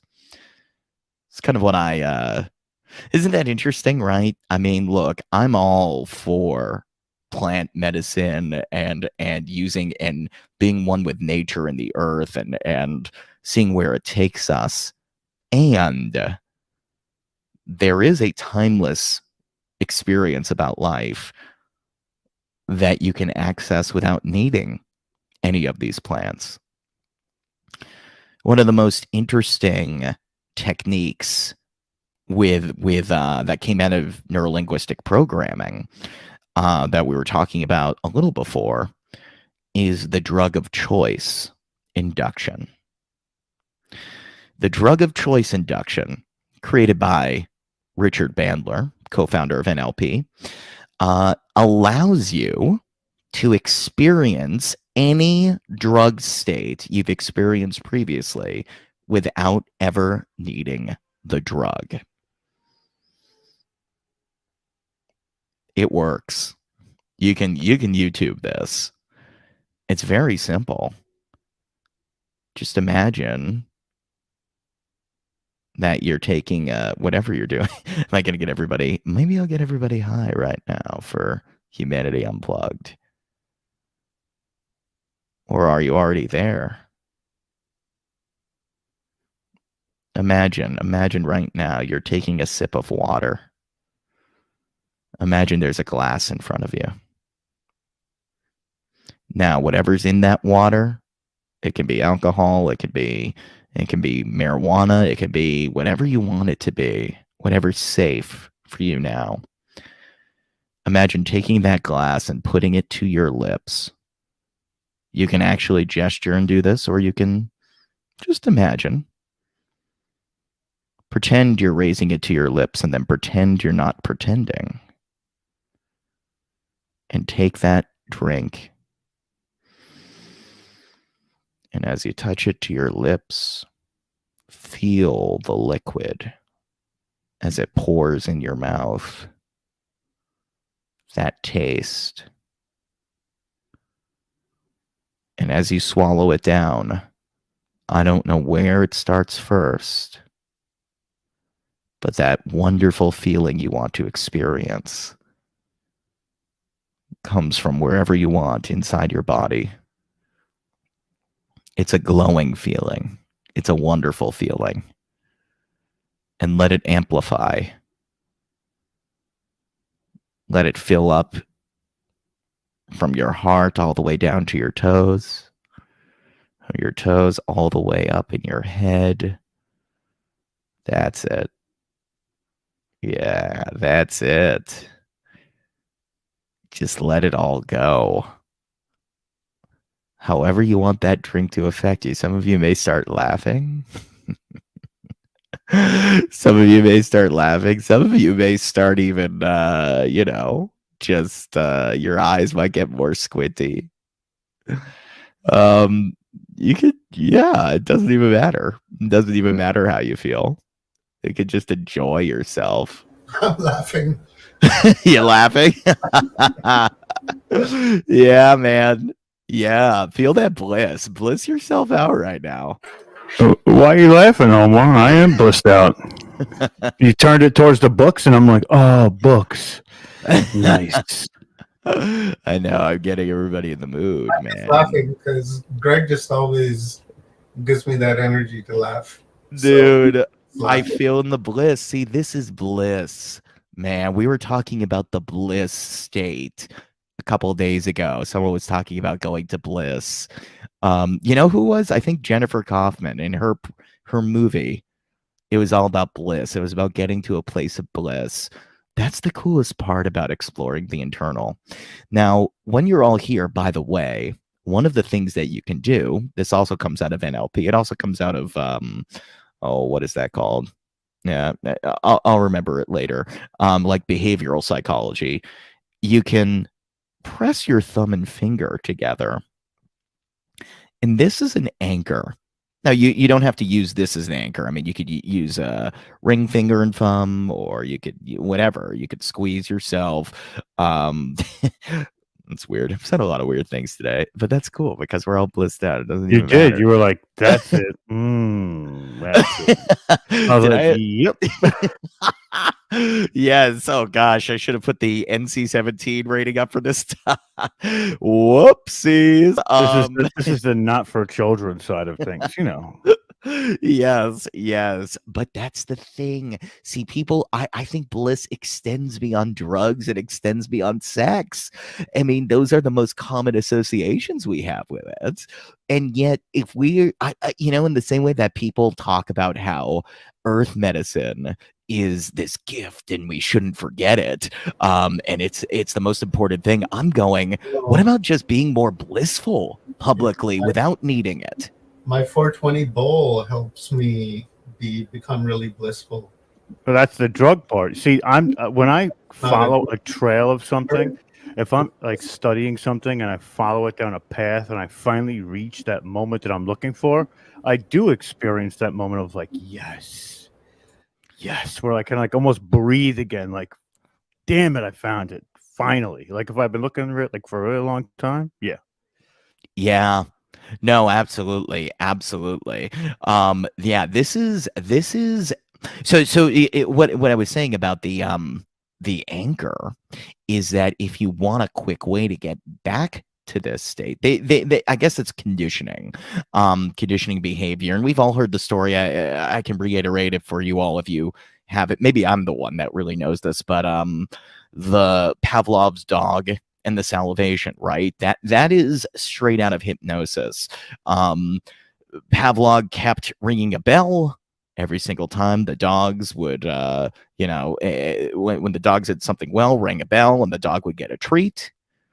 Then one day, Pavlov didn't even have them do anything good. They didn't even earn their treat. He just rang the bell and the dog started salivating. So the treat wasn't even earned anymore, but the dog already made the associative conditioning with the bell ringing. You can do this for yourself.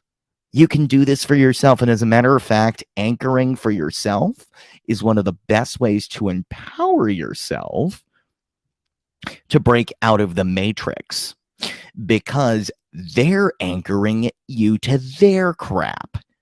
That's the problem. You see these images all the time. You hear these words. I'm still in this bliss state. Everybody, stay with me. Stay with me. You see them anchor all these words and ideas, and it's really a shame that there's so many anchors out there that you have. That, I mean, look, I had to read the word mind control. I remember I got in trouble last year. Now, not really real trouble, but like during Forgery Unmasked, I was raving about hypnosis and being like, yes, this is cool mind control. I was speaking positively about mind control because to me, mind control is not necessarily associated with torturing, raping, dissociative personality disorder, MK Ultra, all the things that are terrible and have been documented and are bad. To me, mind control is about the potential, human potential. It's about how cool hypnosis is. I anchored that word to being hypnosis positive. But I remember somebody in the chat room last year was like, started going off on me and saying, mind control's evil, da-da-da-da-da. How could this speaker say that?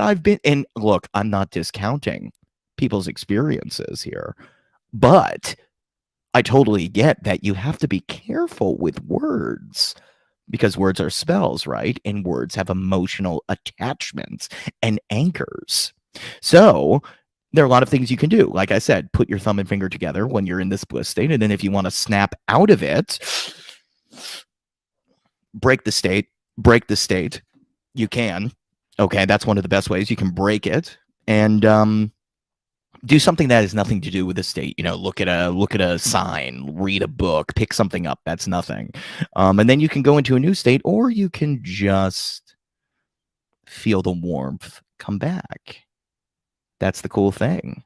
If you have a positive, if you notice yourself experiencing something positive, next time you do this, really at the peak of that positivity, some people debate about this, whether you should anchor yourself at the peak or you should anchor yourself as you're reaching the peak, it's very interesting. Process energy. In a weird way, I think it makes more sense to set an anchor for yourself when you're moving towards the positive emotion, because in general, everything's in motion. Emotion, right? That's the thing we hear. So to peak yourself at the amp state, I mean, you never know. You could be sitting in a movie theater and then all of a sudden you're like, oh, why did I just bliss out in front of everybody? But then you can have a little more control over the process. If you're moving in that direction. Now, interestingly enough, let's flip this around again for influence. When you're talking to somebody else and they're yeah, this is like practical spell casting, if you will. It breaks it down. That's why I love hypnosis so much. It was the bridge for me. As somebody that, and Omar and Rob know, I came in as very much more skeptically minded about a lot of these topics than I am now.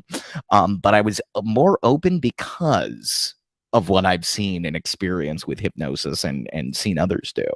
But yeah, I think it is spellcasting. I mean, for you to be able to talk to someone and go, hey, you know what it's like when you hire somebody that you really want to have on your team. You know, when you have somebody on your team and you're going, I can't believe I didn't hire, I haven't had someone like this before. This person's irreplaceable. What are the things that that person normally has? Now, you've already, as you see them, now look, this is the key here. You can't just say spells. This is what hypnotists get so wrong. This is what people who learn this NLP stuff, they mess up all the time. They think it's the words. They think it's the words. They think it's the technique. It's not. It's not. It's the embodiment. It's the be the change you want to see in the world always. So you have to get excited about who that employee would be that you want to keep. You have to be excited about that vacation. You have to transfer. It's transferable. We're talking about tuning forks, right? Again, it's the same stuff. Egyptians, sound frequency. This is the human to human communication. We have to, we do entrain ourselves by being in an emotional state first and being with others. So it is so important to develop your own emotional flexibility. As a matter of fact, forget, I've been talking to you about bliss on this chat, and you can always put your fingers together when you want to experience that state. But I would encourage any of you in general to play with emotional flexibility. I think that is part of this whole 5D thing. The ability to experience more, go more inside of yourself, to really embody the world as opposed to just being like a viewer, a passenger. That requires a full body experience of life, and it requires great emotions, and it also requires sad ones. Why is it that people are in therapy for years, someone says something, it triggers them, they cry it out, and then all of a sudden maybe they feel better? Perhaps it's an unprocessed emotion. One of the very practical gifts that I can give you is telling you this message. Follow and experience the emotions fully. Experience them, the worst of the worst and the best of the best. This is the way to have a fully human experience, a fully subjective, transcendental experience. It's all very easy to go up there. So many people, Jerome kind of mentioned it the other night too. They do the emotional bypass thing. Very, very, very difficult. I mean, it's tough because once you start getting into the spirituality stuff, you want to go right up. You want to move up. You want to go right to the top. But the spiritual bypass is I've met people in this community that it just doesn't seem like they've really experienced all the things they need to experience as a living entity being in order to fully appreciate what's up here.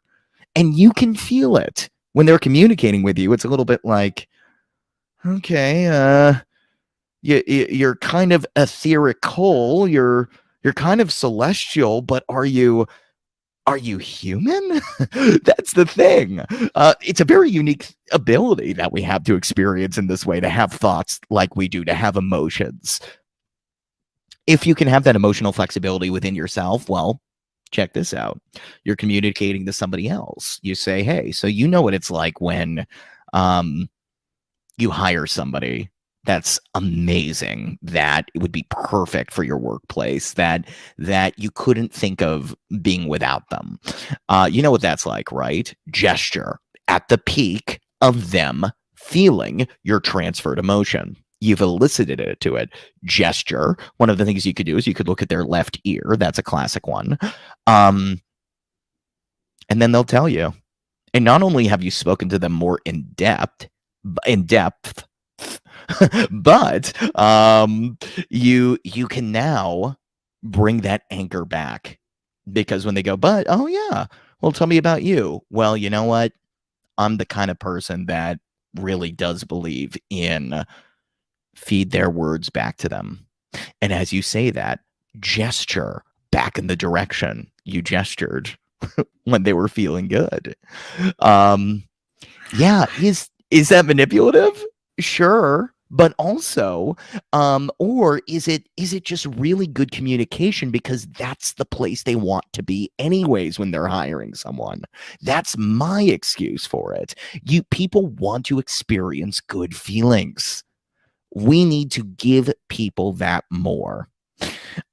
So yes, I know I gonna wrap up in a few minutes, but to get back to this whole notion of exploring the internal and what that means, when I was talking about going to a happy place earlier, and some of you saw pictures, some of you saw still images, some of you saw yourself maybe in a 360 degree, almost like a theater surrounding yourself. Some of you didn't.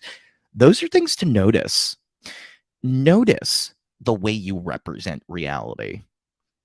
If I say, think of, you remember what it was like to grow up, to when you were in kindergarten. What comes to you first? Do you see a still image? Do you see a movie? Do you see a bright, colorful image, or do you see a dark, black and white, gray image?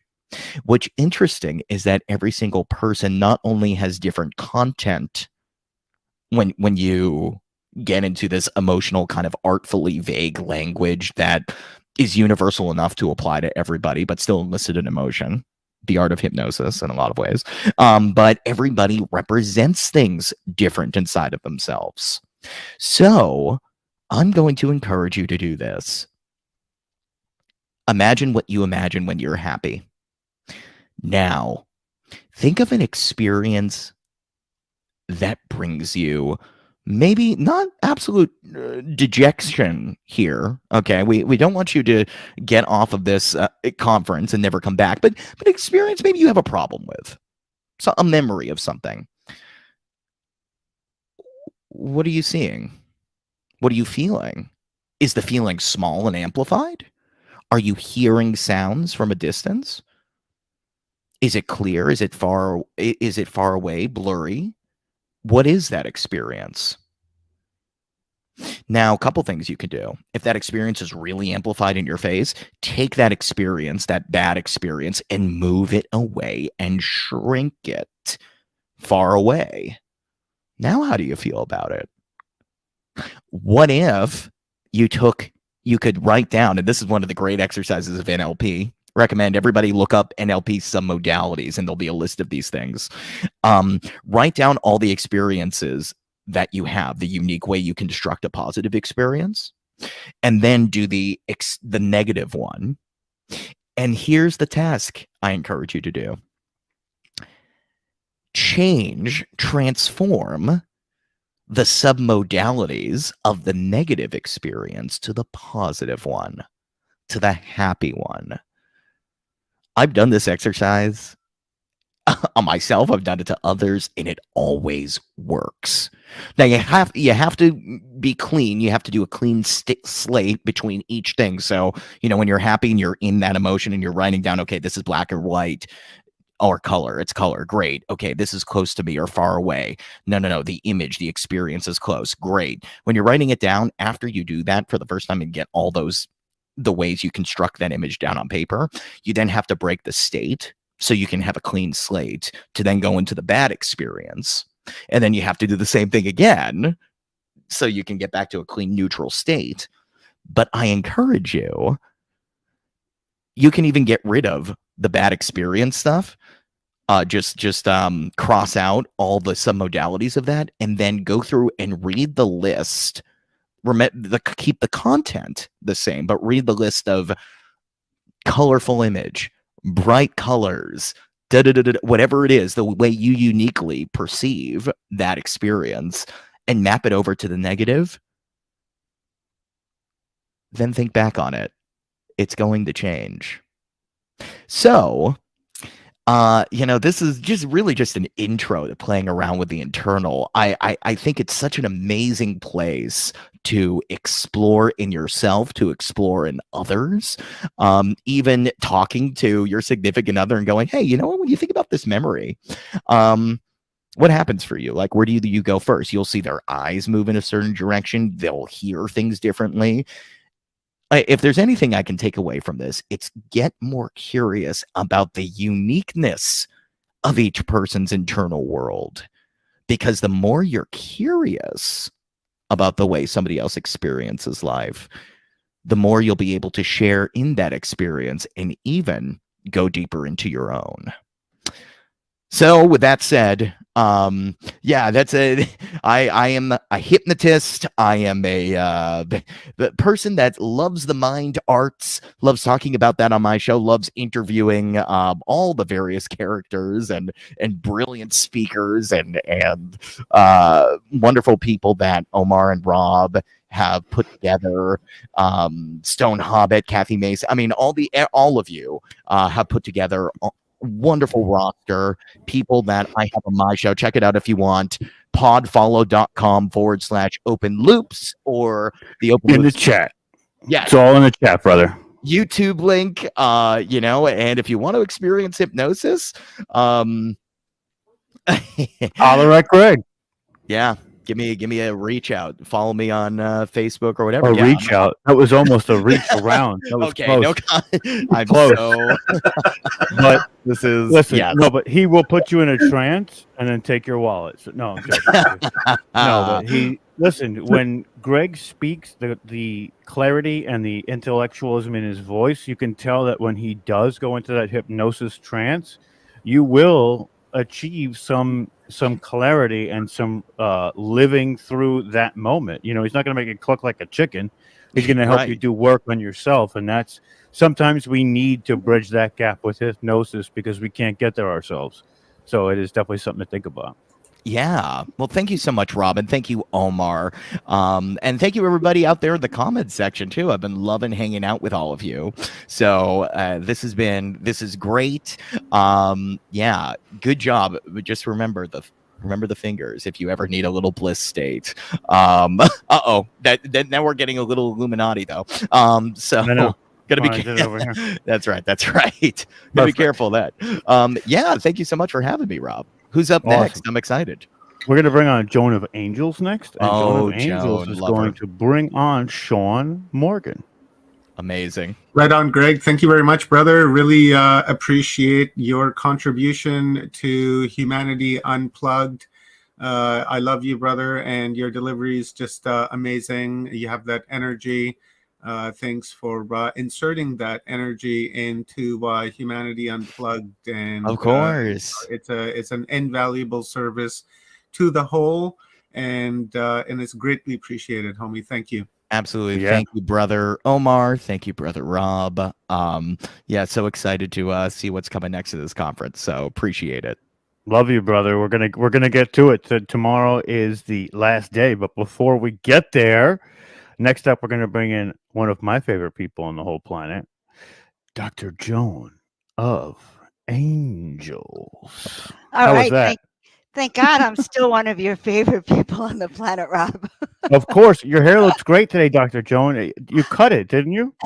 I cut it last week. I just came back from Sedona. Just got in about 30 minutes ago. One of the most profound trips I've experienced. And the most fun, Rob, was seeing some of our speakers from Humanity, from this show. Sure. I have photos with some of the speakers, like Brad Olson. And that's awesome. Brad Olson, half Nephilim, right? He's huge. Half Olson. Oh my God, he's 6'7". All right, and here's our famous Alan Steinfeld. So I got to hang out with them, and I hung out with who else? Let's see, by the tip of my tongue. Well, Victoria Reynolds, who was on, and a few other loved ones. So yeah. Oh, Geraldine as well. So Geraldine Orozco, she's amazing. She's amazing. So I got to hang out with her. I have a cute picture of her and I too. Oh, so I wanted to tell you that. I got to hit the circuit with you guys. I got to come hang out at these conventions and these seminars.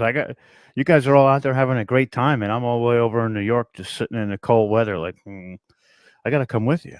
That's what's gonna happen. Oh, are you in New York City? Because No, you're I'm Jody about Sirota there. I'm Okay, about an hour 10 north. Not far. got it. Not far. Yeah, well, But we have to Doctor, hook you up with real people again. All this time on yes. Zoom. It was just amazing to be in the physical presence, to do a lecture, and it was great. Brad was great. I saw him on Saturday morning and then Friday morning, and then I saw him. He gave his presentation yesterday. Just fantastic. So bringing you guys a lot of love, a lot of high energy, and just wanted to tell Greg how much I love him also while he's there. All right. Well, I have a great speaker for you. And he's not our usual genre in terms of consciousness or ancient history, but I will tell you he's a pragmatist, and that's why he's on the show. So I'm going to introduce you to Sean Morgan. He is the author of the Crypto for Beginners course, which I highly recommend, and especially if you're a newbie. And he has been a marketing manager, business developer for several cryptocurrency companies. He's the founder of CoinU.co, which is the first multilingual crypto education app. And he has a weekly show on American Media Periscope.net. He has channels on Telegram and Gab. They are growing. And he says, if you're looking for objective research, alternative perspectives, and rigorous analysis of breaking news, check out his videos, podcasts, and newsletters. And this is really important. No matter what the megalithic institutions try to do to stop the flow of information, he continues to expose corruption and stands up for human rights. We are in the Great Awakening. Nothing can stop humanity from uniting against tyranny. And I'll post his links for everyone as well. So I'm really happy to introduce Sean Morgan. So is Sean in the house? Hello, Sean. I Hello, Jen. agree with you. First of all, I loved what you were saying. I really did, and I like, where you're going. We are aware that we're trying not to get shut down, and keep this open. But I will say this: I was at a conference this weekend, and it was in and there were a lot of people not awake.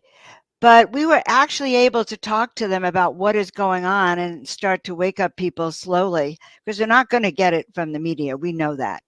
And it's been that way, for years. It's just that people are noticing it now. So I appreciate real that. life interactions are so precious, because you can feel someone's heart, right? It's not just I did. a stranger, I was able to see some of the speakers that we've had on and that I've had on other shows, and run up and hug them and share that. But what we are undergoing in the country is very challenging for everyone and dangerous, and we could lose our country. I mean, I'm proud of you for standing up and for what you've been doing, just so you know that. And it takes a lot, because you risk a lot to speak your truth here in our country. So we are allowed to talk a little bit about that. But I think, Sean, also you have solutions that help empower people. And I want to apologize to you. I had already introduced you, and then it turned out you weren't on yet. And then I realized, oh wait, Sean doesn't even think I introduced him, because he just showed up. So I did introduce you. I just want you to know that. All right. That's just me. But I thought maybe we can now kind of look at, ways to deal with some of what's going to happen in the financial sector, and how crypto, some of the work that you have done in the financial world can help, or other solutions that you might have for us in terms of dealing with all the stuff that we're saying we can't really talk about. Right. And I'm glad we got a little in, though. Yeah, just push the censors to the very, brink. I'm very passionate about economics. I went to graduate school for business, and I've been thinking about this my whole life. And we're living through historic times, not just, we're just covering one institution of the media, but it's all of them, including, the banking system, the economics, the corporate system. And we're going to witness the collapse of the modern financial system and the collapse of every other system, and that's a good thing. It's not easy, for any of you who had big traumas in your life. Those traumas were not easy, but they were the greatest catalyst for growth in your life, and I speak for myself there too. And so, yes, we're going to see the death of the dollar. We're already seeing it happening, unfolding right now, where Saudi Arabia is accepting Chinese currency for oil. That's the death of the petrodollar. We're seeing the United States and Europe and Japan freeze currencies that belong to the Russian bank. And so now all the other countries in the world are watching what the US-led system is doing to Russia, and they're thinking to themselves, well, if you can just freeze all the dollars in my account at any moment, why would I keep dollars in my account? I'm going to switch to something else. And so one of the main things they're going to be switching to is gold. And so I think that's a good hedge for anyone's portfolio. If you have extra money, if you keep it in American dollars, it's losing purchasing power more and more. The inflation is accelerating. But if you keep your savings in physical gold, you're keeping your savings in the same way that these major governments of the world are keeping their savings. What do you think they put in their vaults, right? So I do believe a lot in physical things like gold and silver, but also things that are tangible, that are really helpful for us in our lives, like owning a house instead of renting a house, like having land and growing food, like producing your own energy, like having your own solar panels, for example. So these are great investments, and especially in an inflationary environment where food becomes more expensive, real estate becomes more expensive, the sooner you invest in these things now, then 2 years down the road, when a house costs double and food costs quadruple, then you have those things. Same thing. Look at what energy has done in the last year. People who had invested in solar panels are getting double the return because the cost of electricity or the cost of energy has doubled. You're right. And I think planning ahead, especially even food, supplies, food, everything, to start to stock up at this moment now makes a lot of sense. It's a wise use of resources. Yeah, especially since it probably is not that expensive to, for example, I'm in Brazil, so the most common, and just a really common survival food is rice and beans. So if you can get some vacuum packed rice and beans that will last literally years, and you spend just maybe a couple $100 on a supply of food, that could just really get you through a hard time. When I first came to Brazil 4 years ago, there was a trucker strike. And it scared me because overnight, the whole country was at risk of us not being able to get what we needed. And they were limiting the ability, like the number of things we were allowed to get to the grocery store and everything. Now, luckily, we got through that strike pretty quickly and it all turned out fine. But you just never know. And so it's always good to have food security, water security, energy security. And I'm not feeling so secure these days on a planet Earth. So I appreciate hearing different ways that we can take care of ourselves. So we have some people asking about crypto. I know, what I know about crypto was what I got from you that day in our interview, honestly. So maybe we can talk a little bit about whether that would be a good alternative and option for people too. And because I know you also have I think it is. I don't think it's something to ignore. Because look at what happened to the people who have ignored Bitcoin for the past decade. They've missed out on the highest, performing assets in the last decade. So, and the thing is, Bitcoin's really proving its value now more than ever, because we talked about the death of the dollar. The dollar is the dominant world currency, the reserve currency. And the alternatives, like the Chinese, for example, currency, are not much better. It's the same debt-based system. They print as much as they want. It's backed by nothing. The nice thing about Bitcoin, which is the largest cryptocurrency, is that it is scarce. So it's 21 million Bitcoin maximum can ever be produced through the mining process. And so it is very scarce. And so it's a possibility that these different countries around the world, when they ditch the dollar, ultimately, they might not go for gold as the thing that backs backs the whole global financial system, it might end up being Bitcoin, actually, because it's a lot easier to transfer Bitcoin than to transfer gold. For gold, you have to have a bunch of people with guns guarding it all the time, and then you have to load it up on a plane, and then you have to send it through the air and hope it doesn't crash somewhere. It's just really, really hard to do international, transactions in gold. Now, there are gold-backed cryptocurrencies, but none of them really have it down yet. But so we could end up going in that direction. But Bitcoin is just so simple, fast, efficient, and secure, and so it is a possibility that it could turn into one of the global reserve currency. And so I think it's a really good idea to put like 1% of your net worth in Bitcoin, because if it goes to zero, the maximum you're going to lose is 1% of your net worth. But if it goes up by like 10x, 100x, it can make a really big difference in your life. And those types of gains are possible because we've just got a lot of room to grow. With the Bitcoin market capitalization is less than $1 billion. Less than $1 trillion. And so gold is like around 12 trillion. So if Bitcoin just replaces gold, that's like more than a 10x from here. So I really think Bitcoin more than any others, but certainly any of the top 10 cryptocurrencies are also worth a gamble. Think of it as a gamble, and you could have a really big payoff over the next few years.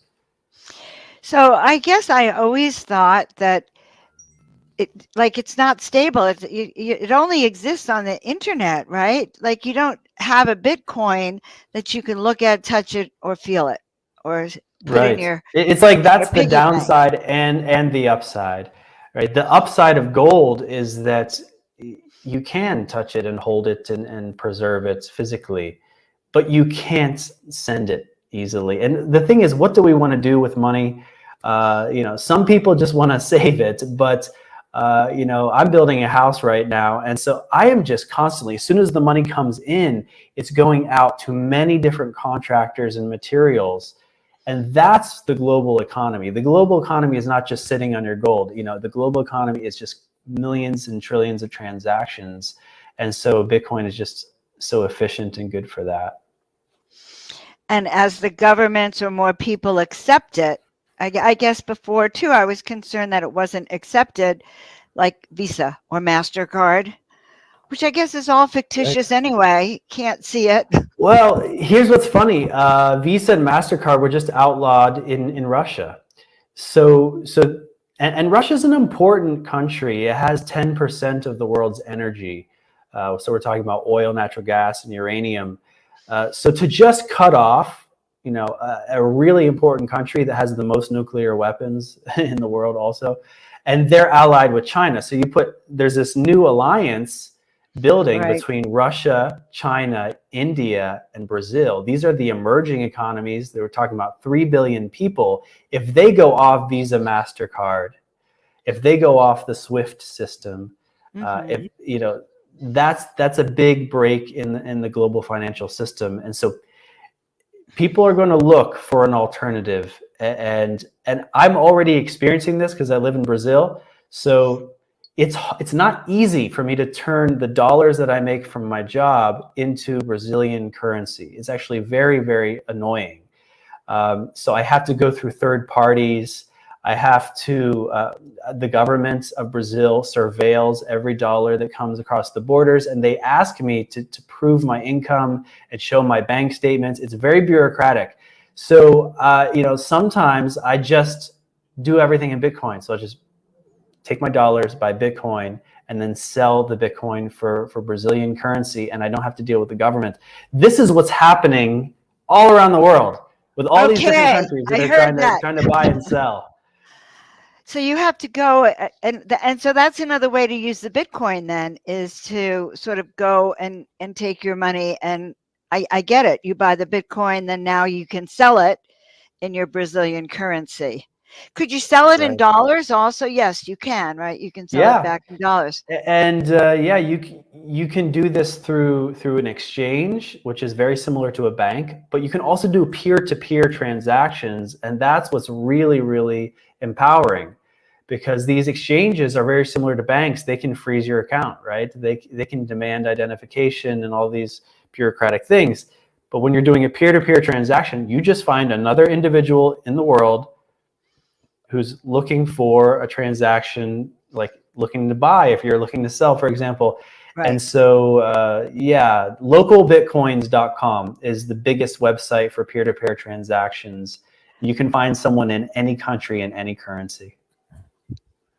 Got it. So just so you know, I'm so un-Bitcoin friendly that I was thinking local peer meant something like Venmo, where I can send money directly to another person without having anything in between us. Well, Bitcoin is already like that. So you can always just send to anyone else who has a Bitcoin address. So let me ask you a question here. We're talking about a global financial reset. We're talking about people, countries going off the petrodollar and a whole new consortium of countries with their own kind of currency. What happens in an everyday life? Like, what can we expect to see as this unravels? Unfortunately, in the short term, like for the West, we're going to see higher prices for our goods and services, and we've already been seeing it, but it's going to start to get really, really obvious, just kind of like how it's become shocking at the gas pump, where it's costing double what it cost before, and it's really affecting your life. That's the kind of thing that you can start to expect with everything in your life, from the grocery store to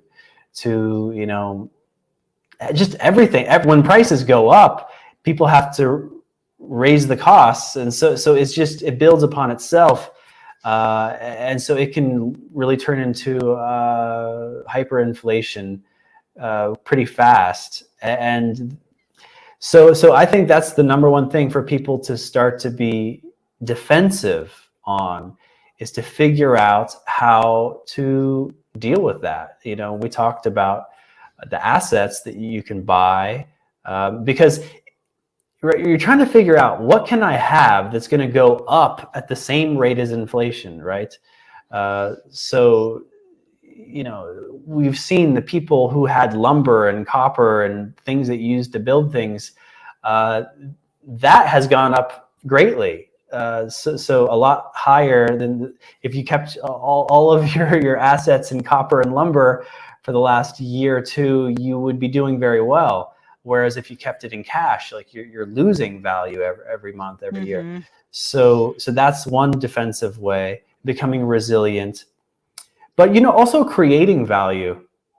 This is a time when people's needs are changing. And so when needs change, then new services need to be created and provided. So there are people who have their gifts, and it's maybe time to stop thinking of yourself as a corporate servant, just trying to just help this one company make money, and think of yourself as an entrepreneur, as someone who can create value by yourself without an organization, and just look around at what the needs are, and start to synergize with your community members, because you might have a neighbor that has chickens, and so they've got like an overabundance of eggs, and you need eggs, but maybe you create clothing, and they need clothing, and you need eggs, and let's get together and barter. It's just returning to community. We're going to find a lot of abundance. I think you're right. Well, I'm a chiropractor, and I'm hearing from Humanity Unplugged. Okay, let's see who's calling me. Hello?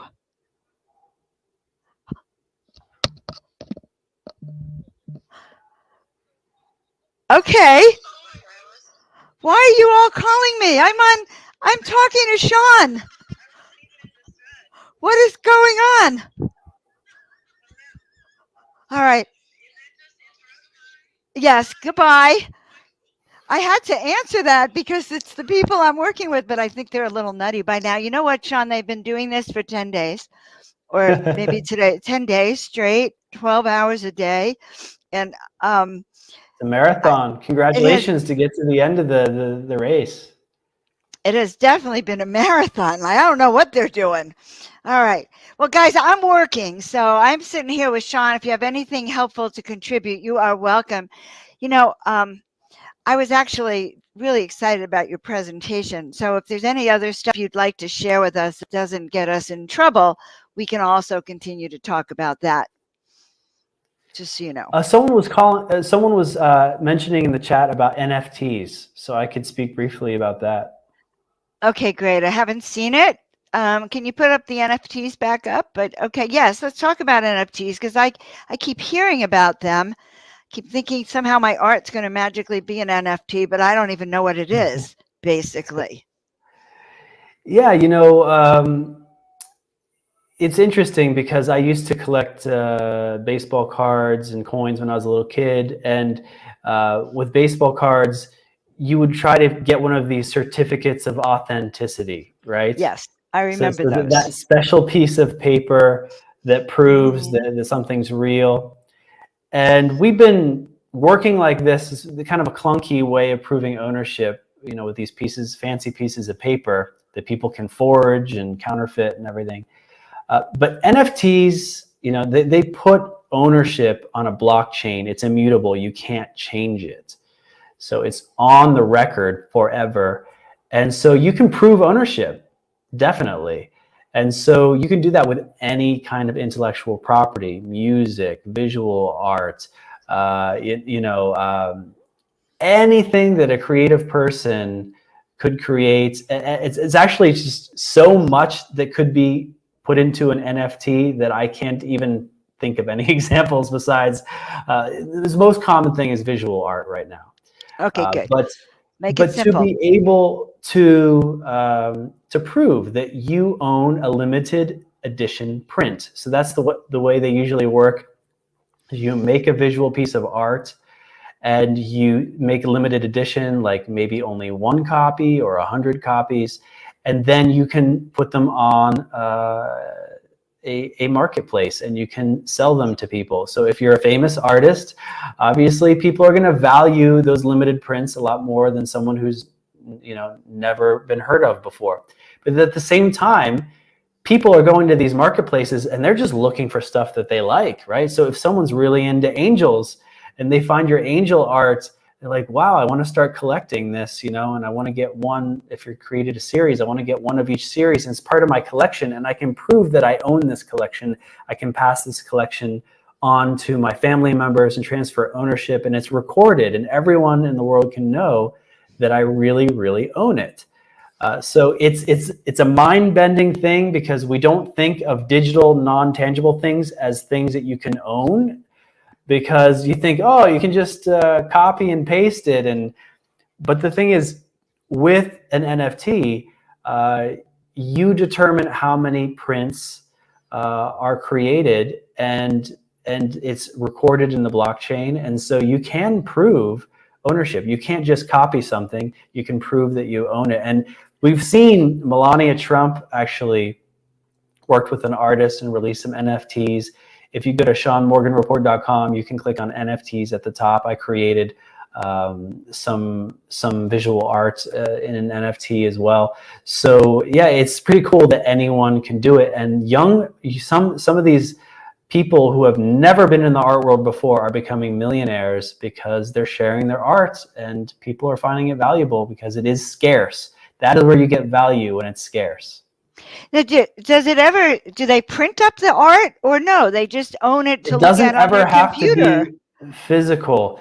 Yeah, it's kind of like more, it's more like a bragging right at this point. Like, yeah, I own this thing and it's scarce and other people wanted it, but I have it. But in the future, you know, our homes and our environment might be more of a digital thing. So you might display your digital art on a digital frame in your house or in your metaverse.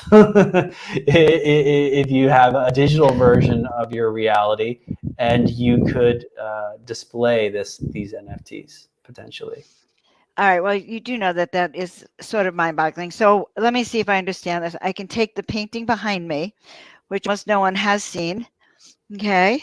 And I could say, okay, I'm going to make 10 reproductions of it and turn it into an NFT and place it on the blockchain. And 10 people can purchase their right to have it digitally in their home. Digitally, they don't ever have to put it in a home. They can basically, it's like keeping it in a wallet. It's like a stock certificate. I think that's the best way I can describe it. Like, you know, it's funny because maybe most of us own stocks in our retirement accounts, but back in the day, you know, you proved that you owned part of a company with one of those certificates of authenticity, those stock certificates. Well, this is just a art certificate that is recorded in a blockchain. So people keep them in a digital wallet, just like people keep their money in PayPal or Venmo and their crypto in the crypto wallet. You keep your crypto intellectual property in your crypto wallet as well. So yeah, that is how you store your art. You store your art in a wallet. Oh, now, okay, now don't laugh at me. Is a wallet digital or is it wallet? Yeah, it's called a wallet, but it's really more of a bank account. So it's like you log in, you can see numbers, so you can see the amount of currency you have. For example, you can see how much Ethereum you have, how much Bitcoin you have. Each type of currency usually has its own wallet, own account, but sometimes if you are on a big exchange, you have kind of a dashboard where you can see your NFTs and your different currencies. So it's very similar to online banking, these wallets. Very, very interesting. And I get that this is actually really important in terms of personal freedom and the freedom to actually have your money intact down the road.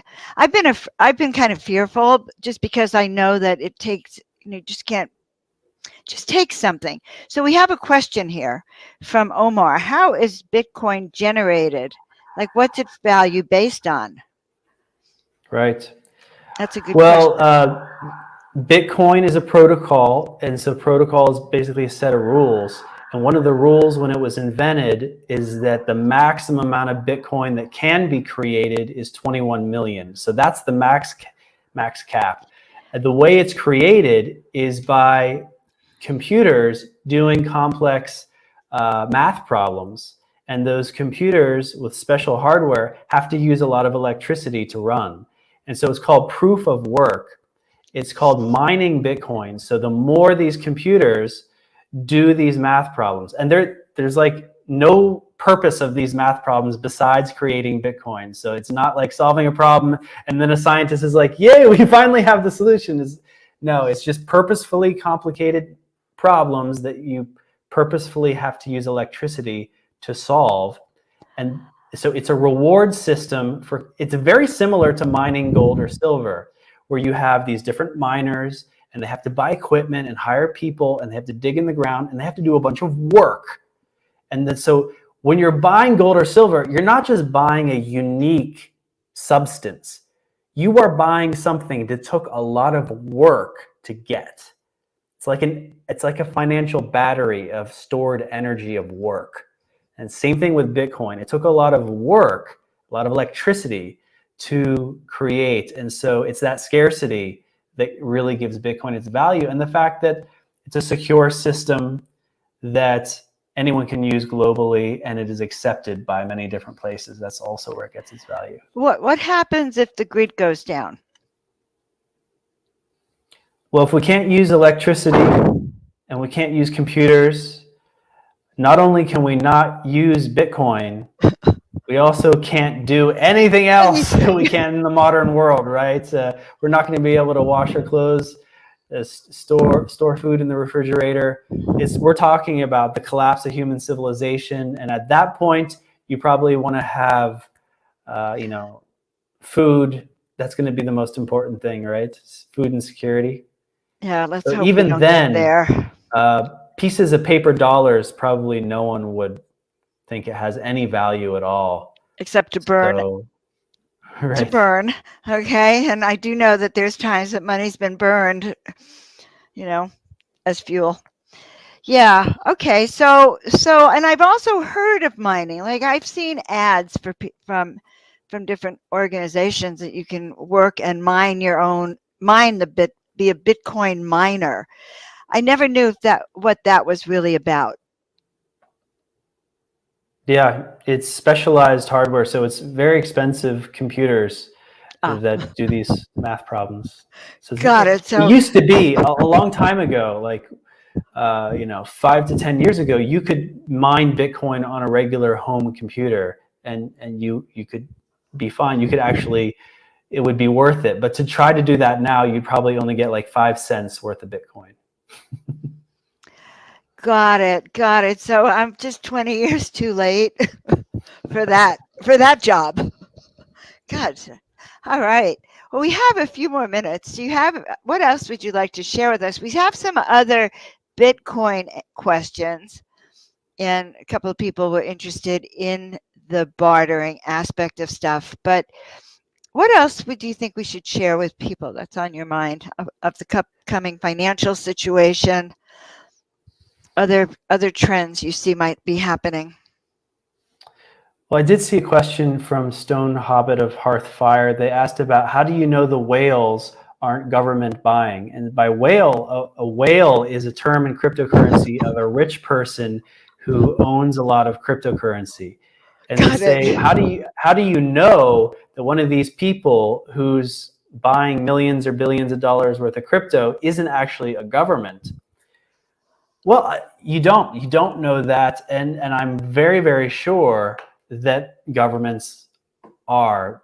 It's confirmed that the government of El Salvador is publicly buying Bitcoin. So that's true. It is happening, and the thing is, that's what's nice about Bitcoin, because it's $1 trillion market. Governments and billionaires, they can go in and they can participate, and yes, it does cause volatility, but it's not crashing it. It's not ruining the situation. So there's enough room for everyone. It's like, how do we know that governments aren't buying a bunch of gold? We know they are, but it's not crashing the gold market. That's when you have a market that's big enough. When a market's really small and there's a billionaire that gets involved, it's very easy to manipulate the market. But when the market's really big, you can have big players and it doesn't manipulate it as much. Got it. I had no idea. So I was looking at her question going, are whales government connected? And I'm thinking, I don't even know what that means. And so I really, it is my ignorance here. So then Stone wants to know, what's the safety guard if the power goes out? It's like, say it goes out for a few days or a few weeks, will they lose our records? No. That's no problem. You shut your computer off every night. You still have all the records on your computer. So no, it's not a problem if we lose power for days. I think the problem is that if the power is out worldwide, then yeah, you can't transact, or you can't buy, sell, and do all the things that you want to do. So let's hope that doesn't happen. And, we're doing the best we can on this planet, I think. So what is your opinion on privacy crypto coins? What are privacy crypto coins? Well, Bitcoin is not a privacy coin because it's on a public ledger. And so although it's not necessarily associated with your name or your identification or anything, like you have a wallet address similar to a bank account number. And so, and you can create many of these. It's easier than creating a bank account. So you can go on, you can go to a Bitcoin wallet website and you can create 100 Bitcoin addresses for free. So it's not completely private because people can know that, hey, one person with this wallet address did this transaction with someone with this wallet address, and this wallet address has been buying real estate in London. Right? So you can start, especially with advanced computer modeling and the type of resources the governments have and intelligence agencies have, they can figure out who has the Bitcoin and who's doing what with the Bitcoin, which is kind of a good thing in some ways, because it lowers the amount of money laundering and human trafficking and things that are done with dark money. But there are people who want privacy, and I think that's important too. And so there are different coins. The biggest two would be Monero and Zcash. Those are the two biggest privacy coins. And they have a technology to prevent people from knowing, where the money is coming from and where it's going, to try to protect your identity, and so people can't know about your financial transactions. So I think there's a big value in that. Now that we're learning we can't trust the banks, we can't trust the governments, then interacting in Bitcoin, people can start to feel vulnerable because they can be surveilled. So yeah, that's what I think about privacy coins. Got it. And what do you think here? So this is kind of interesting with what's coming down the loop, all the talk of digital currency, add that into the passports and social credit scores. Is our Bitcoin able to be separate from this, in a sense? Yes. You know how they shut down? The danger is when governments create their own cryptocurrencies, and then they say, hey, you can't buy or sell unless you have a vaccine, right? That's when they start tying it in to their own system, is when they can control you. Bitcoin is the opposite. I'll give you an example.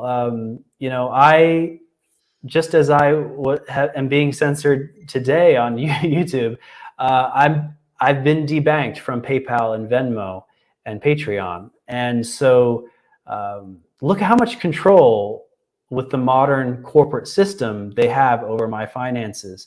But with Bitcoin, it's censorship resistant. So you can say whatever you want and you can still do business around the world without the government interfering and without the government's ability to confiscate. Look at what happened to the truckers protesting in Canada. They had their bank accounts frozen with the donations they got and everything. People donating to the truckers had their bank accounts frozen.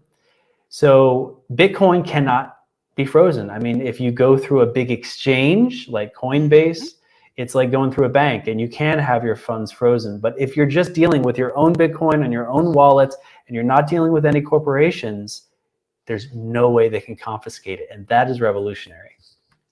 So that's a whole other deep dive on how you get Bitcoin outside of those exchanges. And I remember the last time we spoke on the live stream, you were telling me about when you have some classes also, so we could, I guess, mention them to people, that you teach people how to do the Bitcoin. Right. Yeah. If you go to ascendedmasters.store, you can find my course to learn about all the basics of cryptocurrency. I think I have a link. Oh, you have a link. Yeah, put the link. I do there. have a link. I'll find the link for you guys, and I'll post it up later for all of you under this. Well, Sean, this has really been absolutely wonderful. How can people reach you besides the Ascended Master store for the store? How can people find you and your website and work with you? SeanMorganReport.com. And is your show up on that also? You can find everything, my social media, my shows, contact form, email list, everything is there. I think you're great, Sean. I'm really happy. I'm so pleased you said yes to be on it. I think you had such a unique perspective for us. And, you did do a shining light on this thing called censor, bloom, bloom, boom. And I just really appreciate just knowing you in these times. So thank you so much. Thank you so much, Joan. God bless you. Yeah, glad we had you on. All right. Whoa. All right. So that was a lot of wonderful information, and I'm really happy we had a chance to meet Sean. What say you, Rob? A lot of it was the Bitcoin stuff was great. I mean, we had to jump in there in the beginning, but it's only because I don't want us to end up in the same situation. I You know, it's know. rough. I want to It's keep rough. my We channel. tote the line a lot. We tote the line a lot, and it's difficult. Sometimes it happens. You know, what are you going to do? Well, because we want to hear all of that also. It's not that Of we don't want course. to know what's going out in the world. It's more that you have to do your own research, guys. Because we don't, we have to sort of, because my channel is growing. That's all I can say. I want it to keep growing. Yeah, All right. exactly. No, So I love this. I don't know who we have up next. I'm it's just a guest. I believe Marlon's coming in, but not for another few minutes. And Omar's back there. Stone's back to Stone. Come on, you want to come on with us for a little while? I'm sure you all called me so you could sing happy birthday to me, right? Yeah, it's your birthday, right, Dr. Joan? Happy birthday. Well, I'm gonna celebrate it until I get a real happy birthday from my friends here. No, I You can't ready? sing shit. We're gonna sing it right now. Ready? 1, 2, 3. No. Happy birthday to you. Mike. Happy birthday to you. Cha cha cha. Happy birthday, Dr. Joan. Happy birthday to you. All right, And now many, many more. Exactly. I love it. Now I can continue on with my life. See, we love you, Dr. Joan. We love you. I'm going to send you an MP3 of the happy birthday song that we sang at the Rudolph Steiner School. It has nothing to do with that, but I'll send you an MP3. What happened now? All Is right. it what? Now I you love ask. it. I love it. I love it. All right. Well, I'm going to go and host a Wish Alliance event tonight. So I will see you all tomorrow. I will see you all tomorrow with Shima Moore. Yes. See you tomorrow. Bye. Have a great time, girl. Yeah. Mwah. Love you. Love you all.